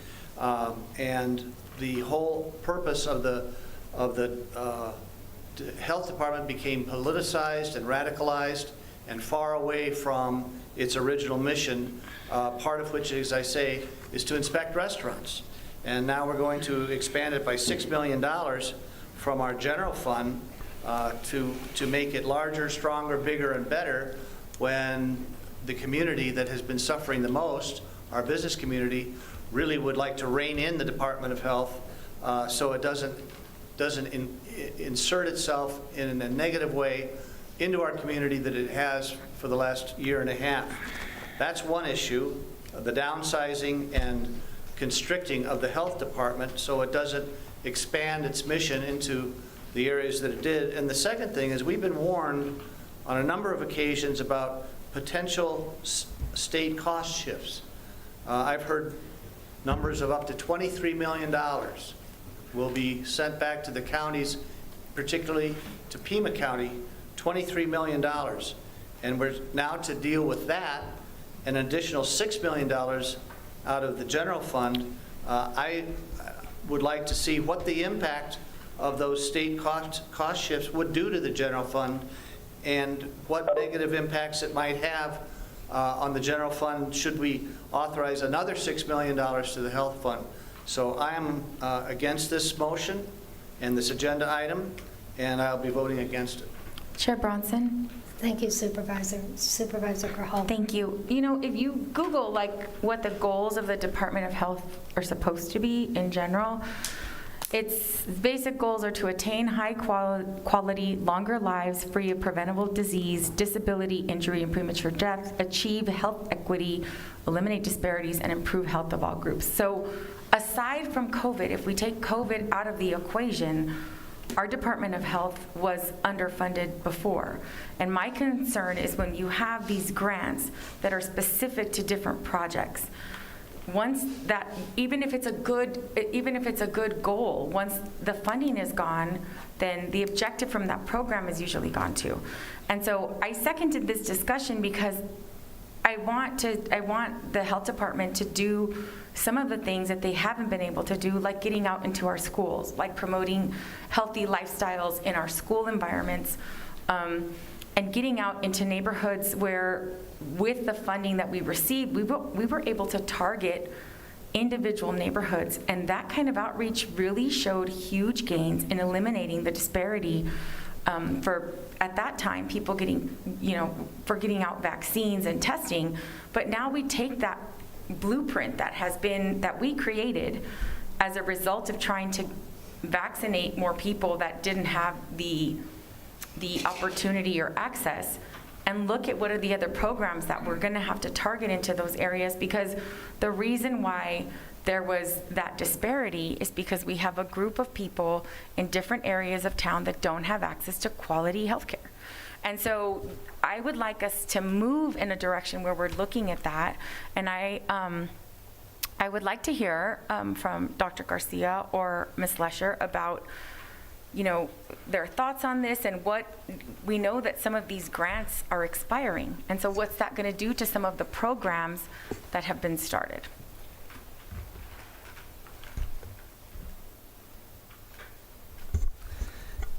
Chair Bronson, Supervisor Grijalva, thank you for the question.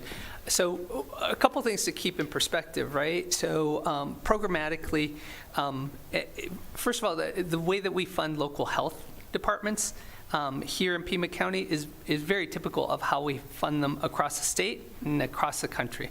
Over 60% or so of the budget for health departments comes from the feds through the state and is devolved to the locals. And with that, we do a lot of sort of creative programming. We leverage the resources that we have. We actually have some revenue that's associated with our consumer health and food safety functions, our clinical functions. Programmatically, part of what we are trying to do is take the lessons, just as you identified, that we have learned during this pandemic and start to apply them to other areas. That is something that is going to be the subject of much planning and much work over the next year and a half, and is something that the health department is looking forward to sort of being engaged in. At this point, we still have a fairly hefty pandemic responsibility. At this point, there is still a lot of energy and resources being paid to that. please be assured, rest assured that we are not neglecting, that we are not blind to the other components that we need to continue to work on, which are other infectious diseases, chronic diseases, and issues of equity. Those continue to be on the forefront of our brain, and we have a plan for how we get from where we are today, which is a department that is really centered and organized around the pandemic response, to the department we want to be a year, 2 years down the line, which takes a much more holistic and integrated look at the health and well-being of the people of this county. And Dr. Garcia, just to follow up, so some of these grants that are expiring, can you tell me, some of them are pretty big dollar amounts and expiring 2024, 2025. Can we anticipate that the health department's going to come forward and say, we're going to continue to apply for these grants, but in the meantime, this is the need and this is the funding increase that we're going to need in order to meet those objectives? Chair Bronson, Supervisor Grijalva. So we have always been, the health department has always been relatively agile in terms of being able to draw down federal support. We anticipate that federal support continues to be something that we will be able to count on. This administration, the current federal administration, has made that a priority, and you can see as early or as late as today some of the congressional actions to continue to resource that. I believe that there is a lot more federal resources that will continue to come our way, and that we will continue to take advantage of them. I have never, in my tenure as health department director from 2013 to 2017, I never once stopped a program because we didn't have federal funding for it. If a program was valuable, we continued it. We came up with creative ways. That's how we did the nurse library partnership. That's how we did the school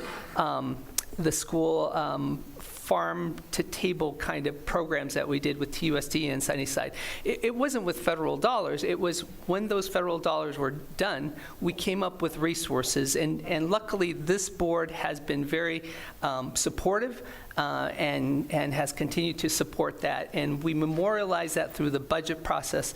And I anticipate that we will continue to do the things that we are doing well, and we will stop doing those things that we may not be having as good a yield. Thank you. Supervisor Scott. Madam Chair, I wanted to ask, since the very first sentence of this item says, directing the county administrator and county staff to allocate an additional $6 million in general fund revenues to the fiscal year 23 budget for the health department with an eye toward additional increases in the department's base funding in future years, I would like to ask Ms. Lesher to comment on the direction that is in that sentence and what it implies for the overall budget and specifically for what is currently planned for the health department. Chair Bronson, Supervisor Scott, we are just, as you know, finalizing the budget. We believe that it will come to the budget and a budget transmittal the end of this month. And so we're looking at the various elements of that. At this point, as you look in the year, my recollection, the health department requested a plus up or an increase next year of $1.8 million. Dr. Garcia, Dr. Cullen, and I talked about the need for that 1.8, but if not this next year, looking at it in a future year as we look at what it's going to take this year to right-size the department, what are the dollars that are coming in for COVID, what can continue as base elements of the health department, and look as we move that forward. So the $6 million, frankly, is not in it at this point as we're looking to build the budget. We rely on the on the Board of Supervisors to give us that policy direction. So prior to the finalization of the budget, should it be the determination of the board today, we will certainly make an accommodation and find out from where we will take the $6 million to fund that. Just to follow up on that, pardon me. Yes, that's the question. The legislature hasn't adjourned yet. We've seen some serious cost shifts to counties. So the question is, how do we maintain a budget that doesn't require truth in taxation, that holds or reduces the primary property tax rate, given the issues surrounding COVID and the rise in property taxes, while this might be worthy, I just wonder, how do we're not the federal government, we don't print money. If I may, Chair Bronson, I think if core to the question is what's happening with the state cost shifts.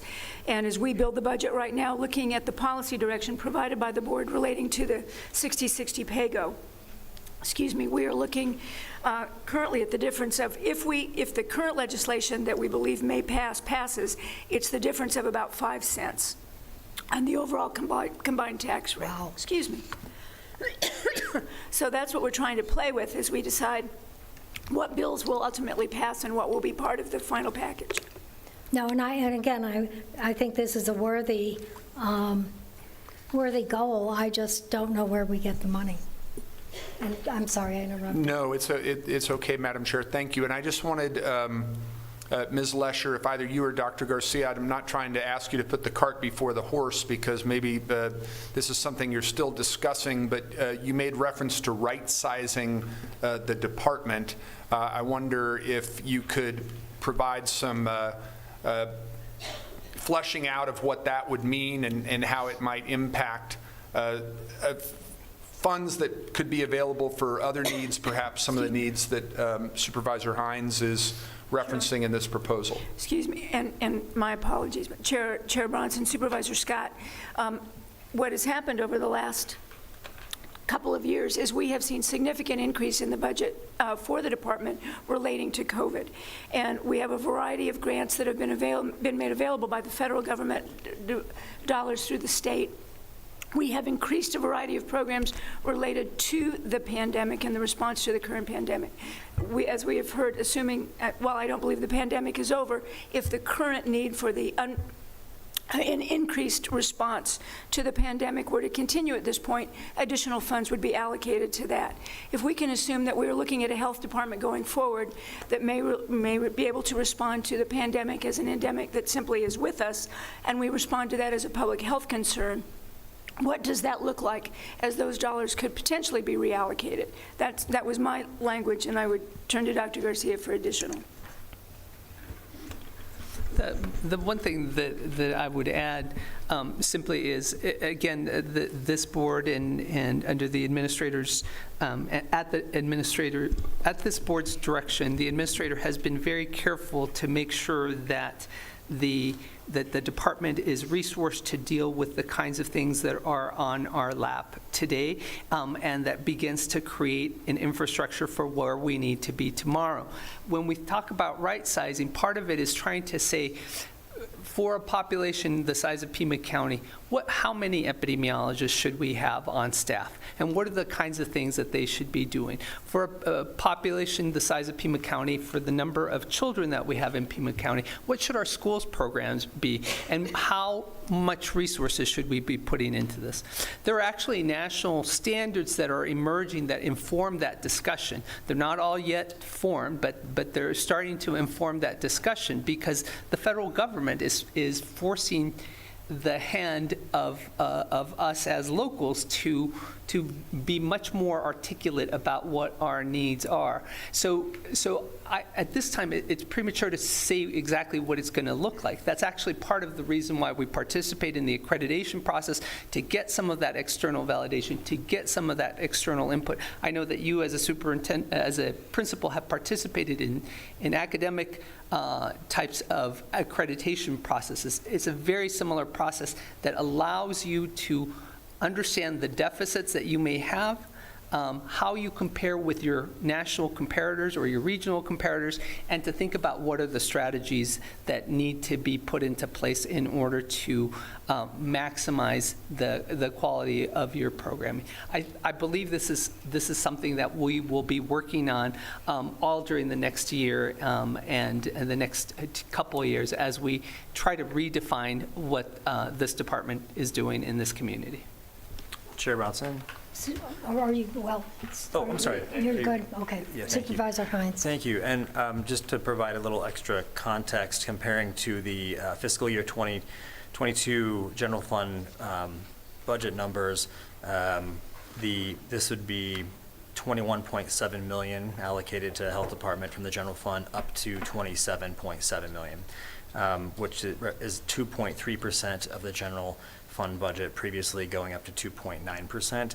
And just, in the state of Arizona, we overall spend about 16 cents per person in this state on public health.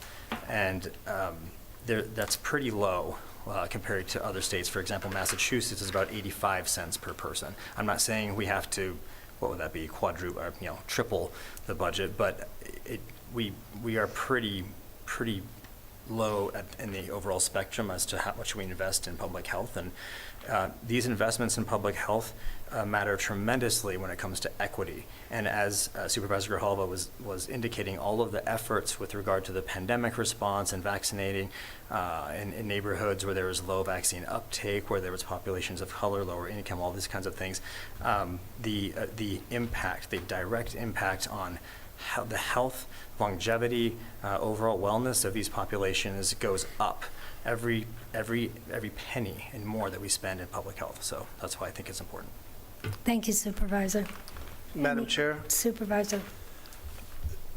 I'm sure it's no secret to the Health Department that there are many quarters of our community that the Health Department is a dirty name, that they are more than upset with what has been termed as an overreach during the pandemic by the Health Department. And we talk about equity. How has it been equitable for family businesses to be put and forced to go under due to the policies of a very aggressive and very overreaching Health Department? We're asking $6 million more to expand that very same Health Department. What kind of assurances can communities such as the restaurant community, the business community, the events community have from the Health Department that those policies will not be enacted in the same manner, if at all, that they were in the last 2 years during the pandemic, and the assurances that the failures of the past by the Health Department to inflict these policies on these communities will not happen again. It's very difficult for that large section of our economic growth, our economic development, which has been hit the hardest by the policies of the Health Department, to be able to look back and say they're giving them $6 million more to do more of the damage that they caused in the last 2 years. How do you address that to the business community when you're talking about expanding the Health Department, when that business and restaurant and tourism community wants the Health Department to be restrained and constrained so it doesn't overreach and inflict such devastation economically on family-owned businesses, on parents of school children, and other devastating effects that the Health Department's policies have inflicted on us? How do you address that? Chair Bronson, Supervisor Christie, let me begin. I think that the Health Department doesn't make up some of those policies, and I think that what's been clear is that what we've seen is a devastating time over the last couple of years for the health of the community, both economically and our individuals. And the Health Department has reflected policies that have been presented by this board to go out and protect both we hope, the health of the businesses and the community. I don't see the department moving forward in any new additional lanes. We all sat in this room as we began to develop the back to business opportunities so that we could get people back in restaurants, back in businesses, back in schools in a health and safe way.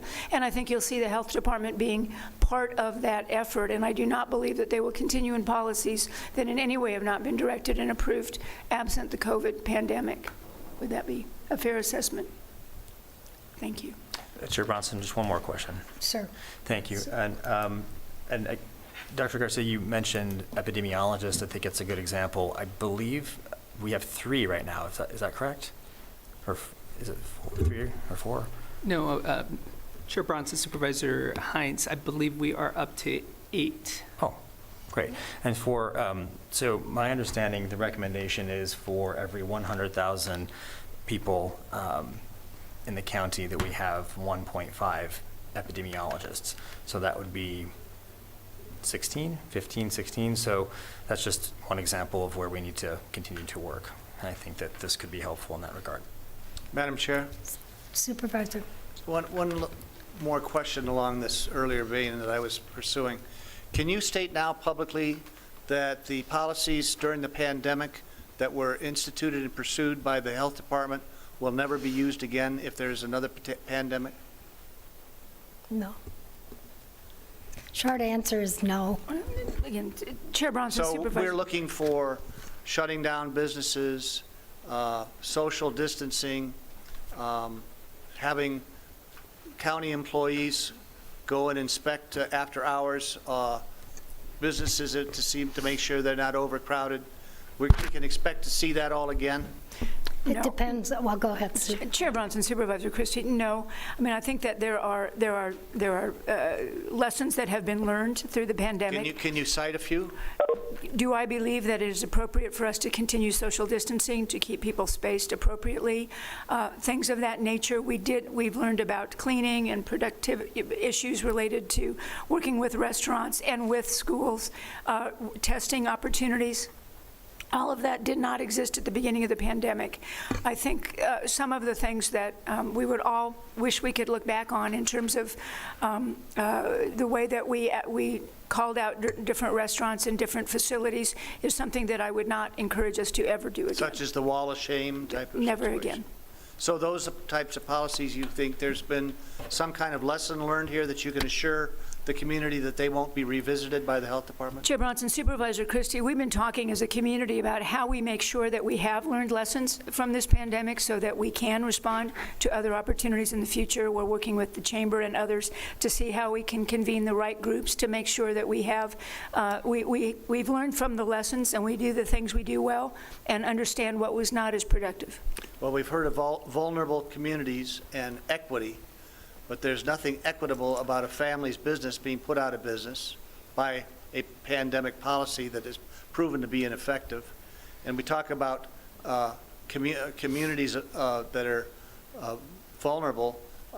No one stands up for them, and they're the ones that have suffered the most. And they need to be assured that as we move forward, that that type of situation won't happen again, and they certainly won't understand why their tax dollars are going for $6 million to expand a department that has been so damaging to such a great number of people and businesses in Pima County.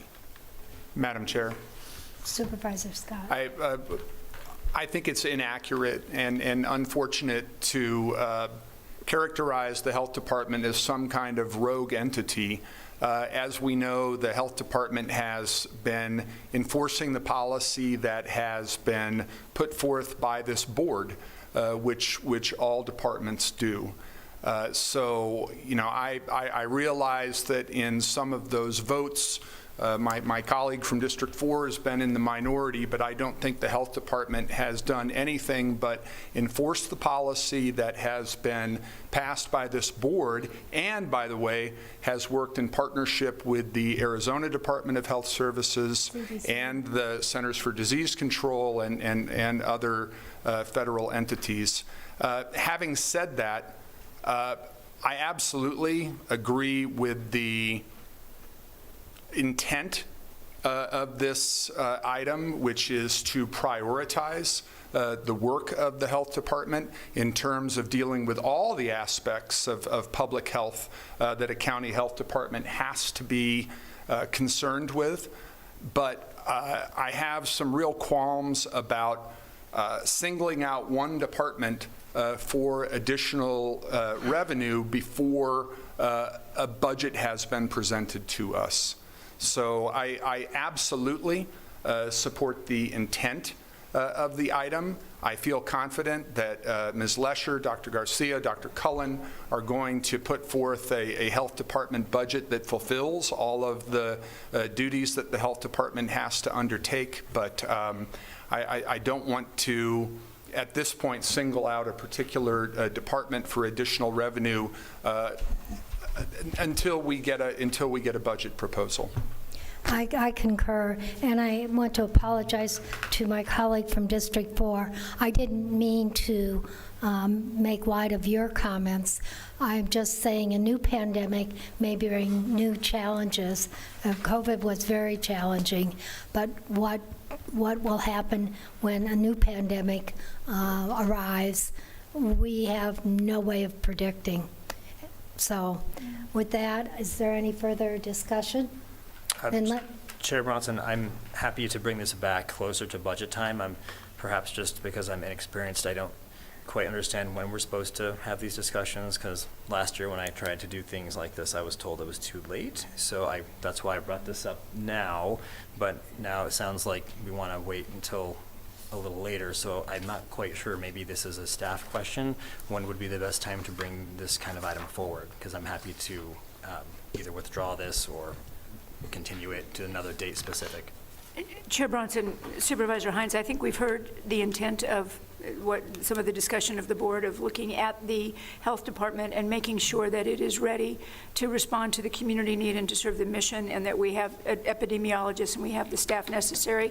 Let us go back and look at our current drafts of the budget and take in the discussion we've heard today to come back with additional drafts. And Madam Chair, if I may, along with those analysis that Ms. Leslie was referring to, and what the impact of the cost shifting has on our general fund in upwards of $23 million from the state, that needs to be analyzed as well, and how it will overall affect not just the health department, but our entire general fund budget. And Ms. Lesher, just as a follow-up, when are we going to see the preliminary budget? That will bring more clarity. Chair Bronson, at this point, I believe it's April 27th or 29th that we are looking at the budget transmittal. Okay, thank you. Thank you. All right, there is a motion on the table. Supervisor. I'll withdraw the motion. Okay. Thank you. All right, so then let's move on to item 5, fiscal year 2022-23 tax rate. Supervisor Christie. Thank you, Madam Chair. And the item is quite self-explanatory. I would just like to have various scenarios of the overall combined fiscal year 2022-23 tax rate, with the objective of preventing or minimizing any increase in the amount of property taxes paid by Pima County taxpayers. I don't know if I saw a preliminary analysis from your office, or what the status of responding to this issue from your office would be. Chair Bronson, Supervisor Christie, we're happy to provide additional granularity on this. What we have been moving forward with is developing a budget consistent with current board policy, which is under the 60-60 PAYGO formula and the formulas that would be moving forward. That is what we've been looking at as we built the budget. And then you can also provide scenarios, I'm certain, that would show where we would have to be in the 60-60 range on the PAYGO, or above or below that, in order to be revenue neutral in the tax rate. So happy to provide that. We were always receiving 2 or 3 different scenarios regarding this issue, and that would be very helpful on this discussion to get to that point where I'm looking for. Thank you. We'll be happy to provide that. And then we're up against an expenditure limit and a levy limit. Could you include those numbers in any of your analysis? Shall do. Thank you. All right. Did you want to, That was basically okay. Direction to the staff. Okay, got it. And when might you be able to have that analysis? Chair Bronson, Supervisor Christie, I would hope by the end of the week. What limits me is that a lot of our key staff is working on the RFP evaluation for our ERP service, and we got everybody working on that. I'm thinking, outside it would be a week from Friday. So it might be available at the next board meeting? Yes. Thank you. Thank you. Great, thank you.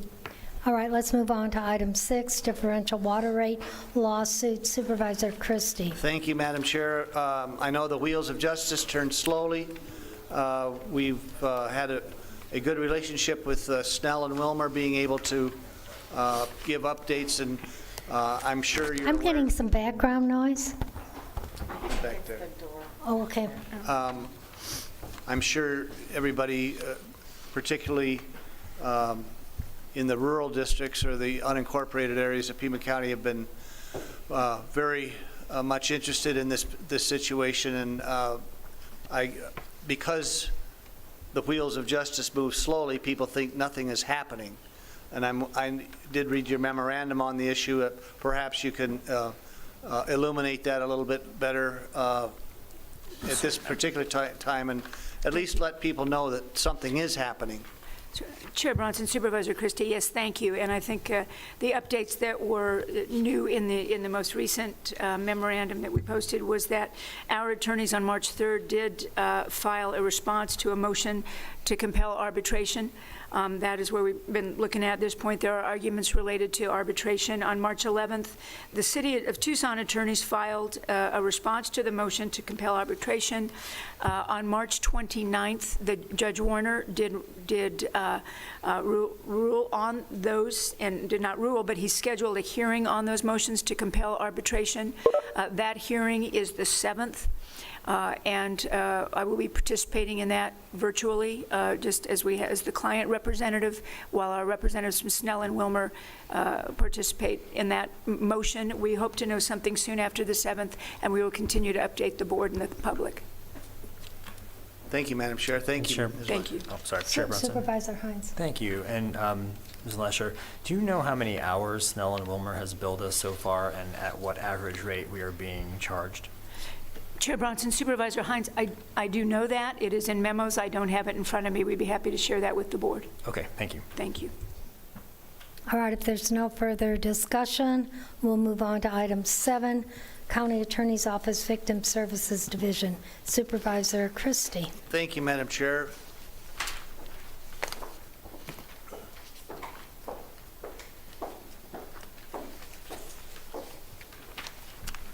Hello again. Greetings. Let me just give a kind of a scenario of what's transpired and what has been relayed to my office and the concerns that we're wanting to express today, and to find some either at least some answers, if not some resolution. There was talk that the Victims Assistance Grant Program was not going to be granted to the county attorney's office that would fund the Victims Assistance Department or program that your office administrates. Then it was discussed that that grant was received to the tune of roughly $2.5 million, and that since it was received, that their fears of the Victims Assistance Program were not going to be jeopardized. Then we received a memorandum from the County Attorney's Office and the Victims Assistance that even after the grant was accepted and was awarded to the county attorney, that the program was going to be scaled back even after the grant was awarded. And I'm certain that you've seen the article in the Green Valley News regarding the headlines that says county dialing back in-person support for rural crime victims. So there was obviously some concern in particularly my district, in the outlying areas, particularly that there would be no victim assistance program from the county attorney's office, even though it was learned that the victim service grant was awarded. Then there were a couple of scenarios that our office got involved with some victims that had some serious situations down in the Green Valley area that reached out to the Victims Assistance Program and received, let's say, at best minimal, if not delayed service. And these folks really required it and needed it and deserved it. So there's this idea that, well, that we weren't going to get the grant, we did get the grant, so even if we got the grant, we're going to scale back the program, and we're not going to scale back the program because all you got to do is call us in a couple days and we'll be down there. Basically, if you could just give us what is the situation with the whole Victims Assistance Program and its implementation. Chair Bronson, members of the board, Supervisor Christie, thank you for having me. Laura Conover, Pima County Attorney. And I do want to clarify that I am assuming we are talking about the Victim Services Division of the Pima County Attorney's Office. Thank you, Supervisor Christie. And it is a perfect day for this. I have to say that I am supposedly dressed in the color teal because my Victim Services Unit and 30 collaborative partners countywide started the morning early off this morning, working very hard on Sexual Assault Awareness Month. And then I came straight from here, from there to address this topic. I'll give a brief report as to the state of affairs, and then I would be most pleased to take any questions you might have. The Victim Services Unit was established decades ago. I call it the crown jewel of the Pima County Attorney's Office.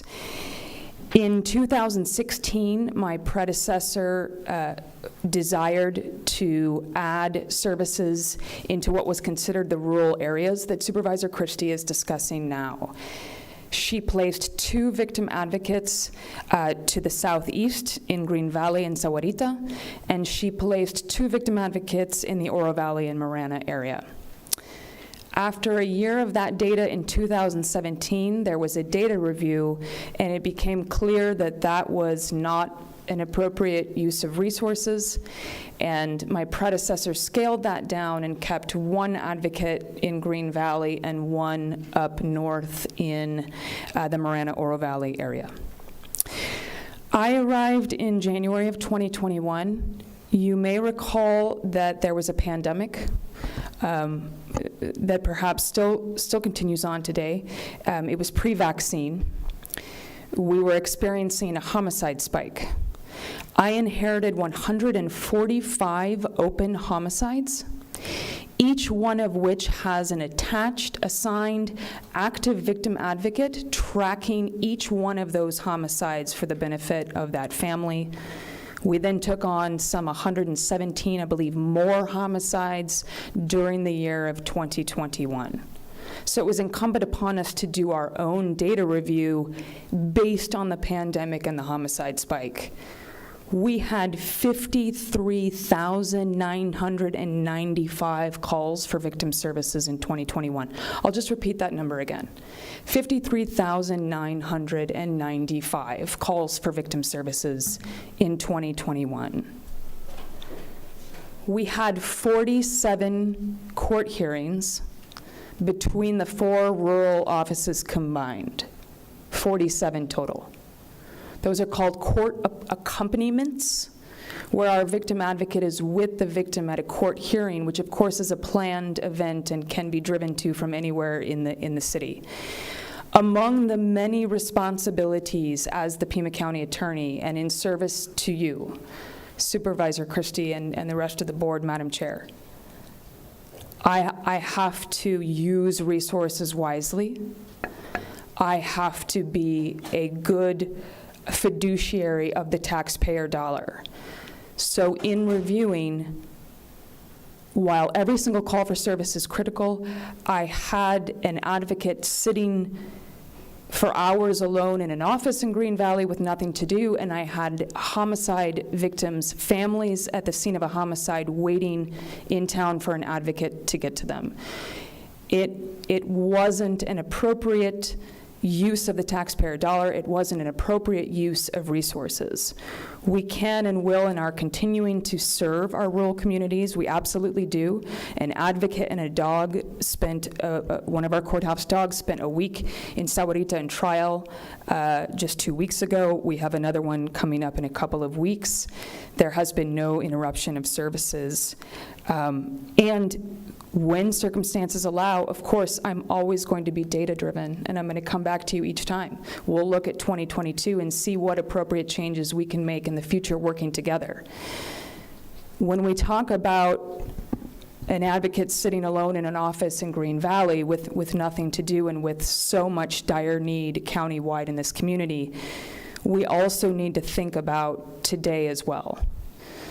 My family likes to say that I am far too accessible to the community than they would prefer. You all have my phone number. I work 60 hours a week, day and night. I am tremendously accessible to you. I will provide you with data at any time. But if a board member puts an item on the agenda and does not even give me notice, then the result is the Pima County Attorney herself sitting in this room for 4 hours and 36 minutes now, waiting for the agenda item to be called. Please pick up the phone, come see me. I'm going to extend that 11th invitation, Supervisor Christie, come see me. We're going to get to know each other better on this attorney-client relationship. And you'll see how accessible I am, and you'll see that with the full weight on my shoulders, you don't ever want the county attorney sitting in a boardroom for 4 hours and 36 minutes. There is other work to do.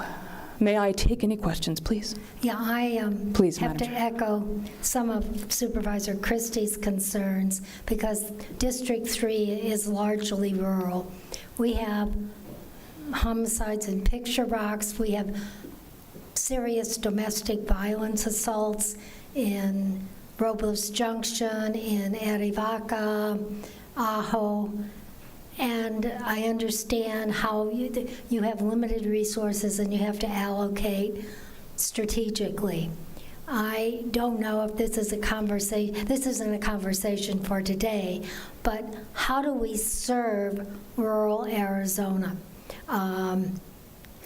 And because counties were originally, came into being to serve rural communities, and we spend our resources in urban centers. And so there's some kind of, it's not a cognitive disconnect, but the rurals seem to get less attention, and understanding that, we all have limited resources, and we need to be aware of our fiduciary responsibility to taxpayers. But so I don't know the answer. I just want to ask the question. Chair Bronson, I'm happy to take that question. I think there are two unique structures to the Victim Services Unit itself. Because these advocates are literally responding in the middle of the night to crises, that's actually more often than the daytime. We are able to make assignments, in fact, based on where the advocates are living. And so the advocates themselves are living all over the county, and we can make strategic choices on making sure that we get the fastest response time, if you will. We also need to recall that the beauty of the structure of the Victim Services Unit itself is that I have these professional advocates working with me in the office, and then we have this massive base of volunteers countywide. They're trained, they've been through extraordinary training, and they themselves, of course, are countywide. And we have been, coming out of COVID, trying to host these trainings and orientations, in fact, deliberately in the rural areas to increase that volunteer base. And Chair Bronson, Supervisor Christie, that's really where we can work together marvelously. We can partner, and we can host trainings and orientations and build the volunteer base right there in Green Valley and Sahuarita and Quail Creek and elsewhere. And of course, obviously, Picture Rocks, Ajo, right? Arivaca. Right. Robles Junction. Madam Chair.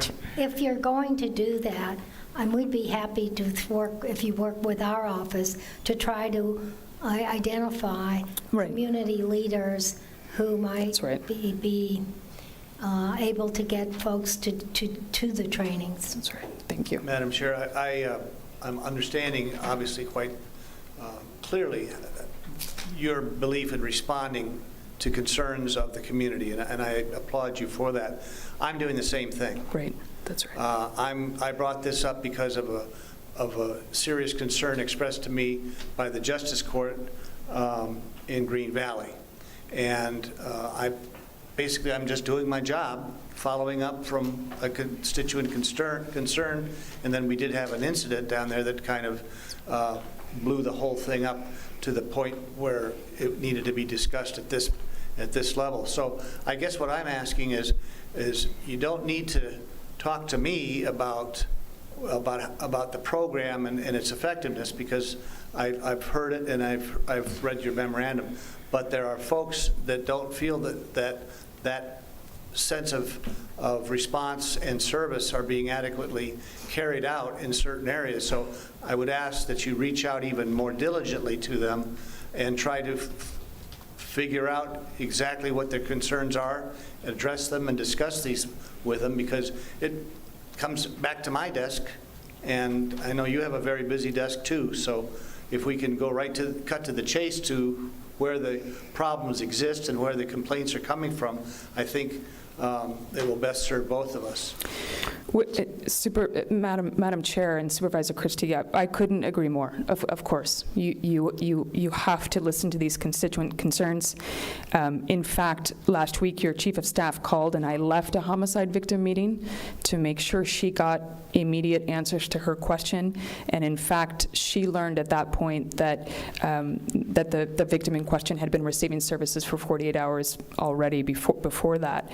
And that's the kind of rapid response we want to be able to give you in real time. I commend you on that, because I did hear the voicemails you left, and Thank I you. know you were in the middle of a lot of things, and I heard not only from you, but your assistant, and that is appreciative. Nonetheless, I do see an opportunity here to reach out to areas of concern in our community that you might be able to address much more effectively.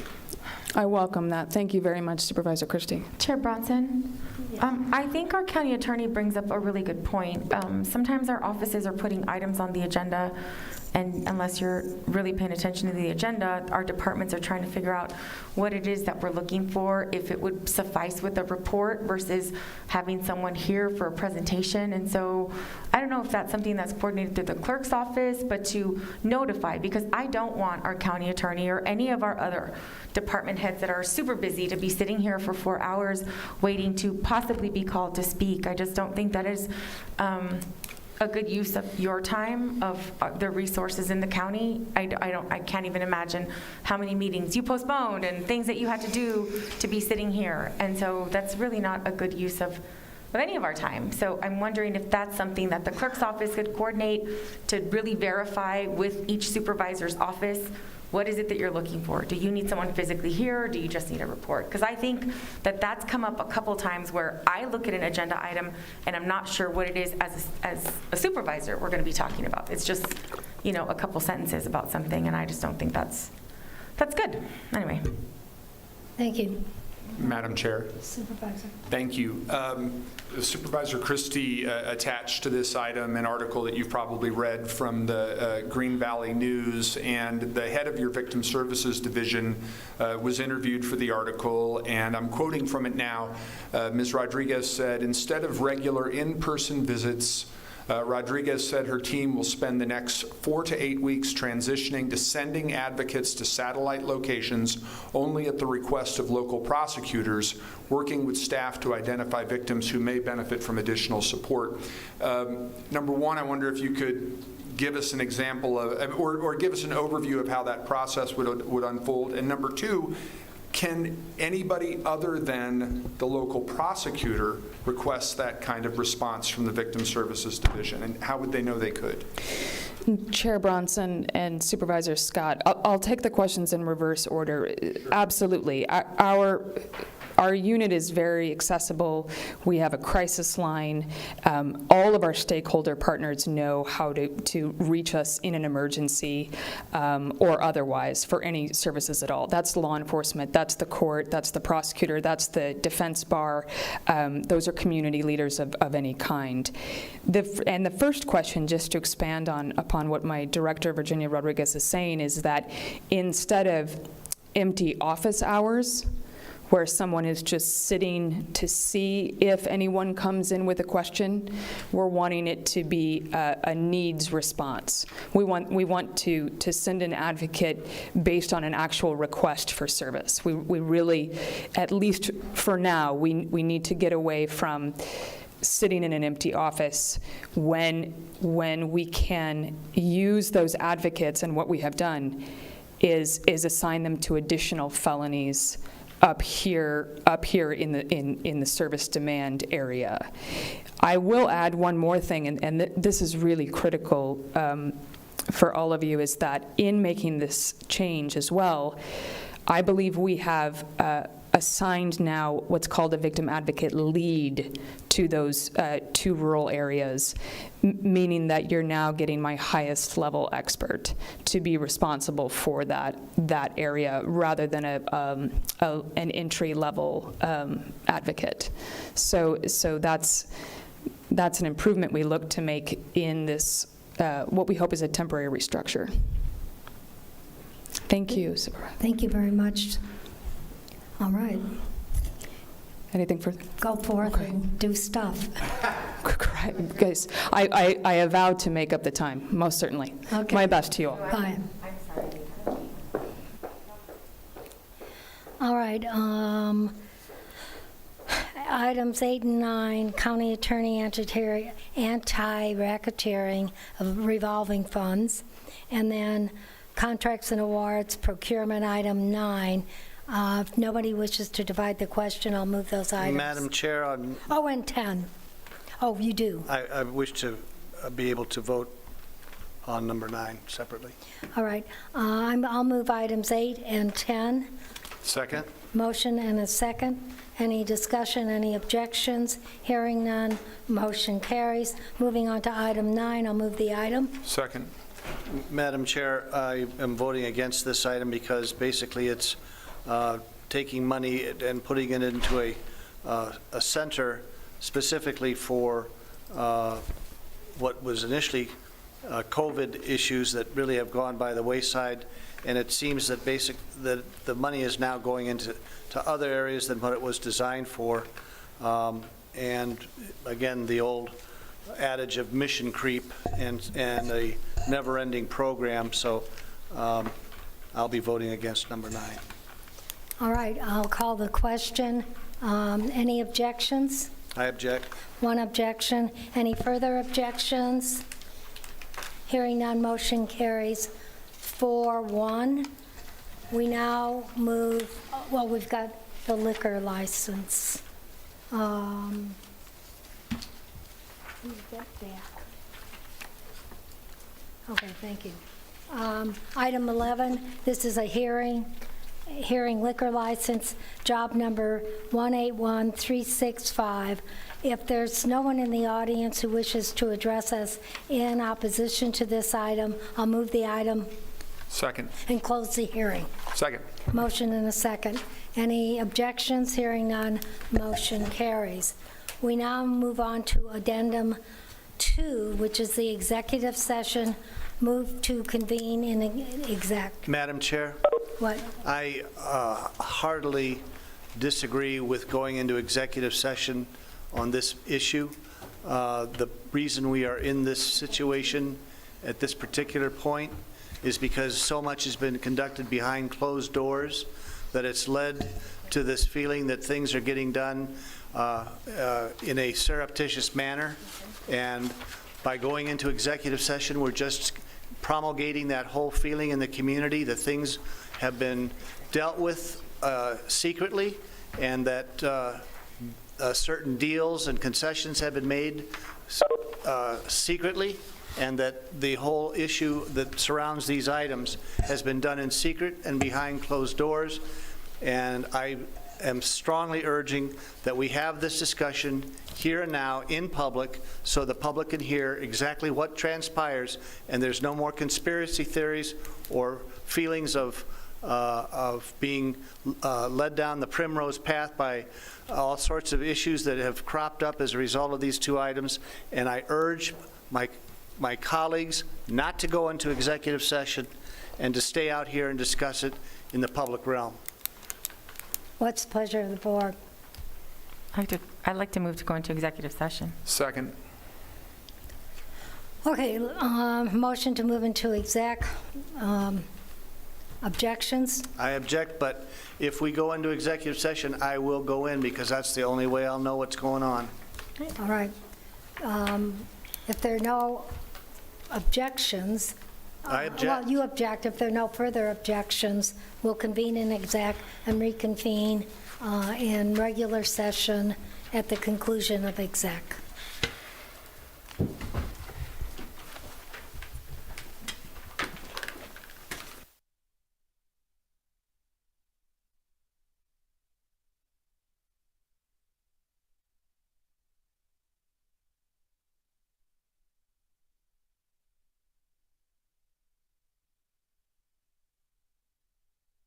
Thanks for using WebEx.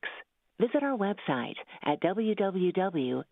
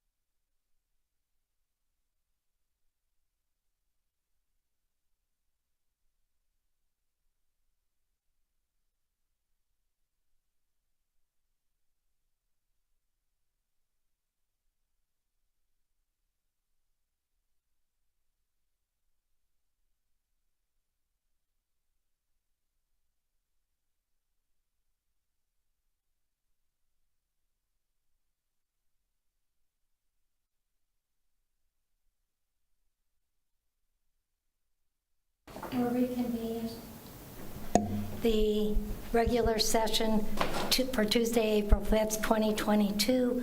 We had 2 executive session items. They were for information only. This is on addendum 2. So now we are going to addendum number 1, item 3. 3A is acceptance of the resignation of Chuck Huckleberry, County Administrator, effective immediately. What's the pleasure of the board? Madam Chair. Supervisor Scott. Thank you. We have received Mr. Huckleberry's resignation from Attorney Lawrence M. Hecker as authorized and directed by Mr. Huckleberry. I will move that we accept the resignation with the understanding that acceptance terminates the employment relationship, and that this action by the board, if approved by the board, terminates the employment contract. That would be my motion. Second. Okay, Supervisor Hines seconded. There's a motion and a second. Who did? You did? Oh, okay, I don't care who said. Make up your minds. Okay, Supervisor Hines, okay. All right, there's a motion and a second. Any discussion? Chair Bronson? Supervisor Grijalva.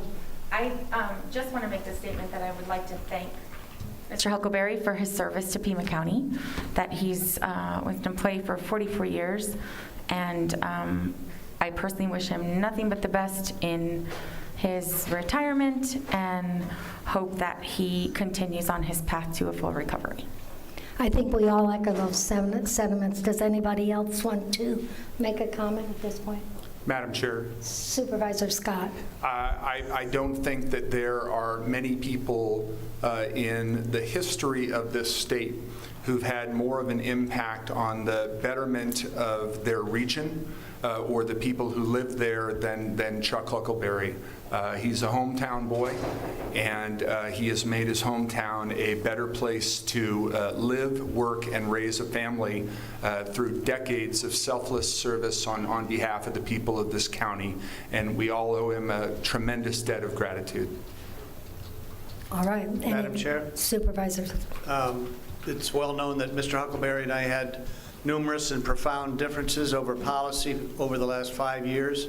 But one thing I must point out, I never had to knock on his door because it was always open to me. That very, very well spoken. And, you know, I come from the private sector, and Chuck would have made an excellent CEO of a private firm, but instead he chose Pima County, and Pima County is the better for it. All right, I'm going to call the question. Roll call. Supervisor Christie? Yes? Supervisor Grijalva? Yes. Supervisor Hines? Yes.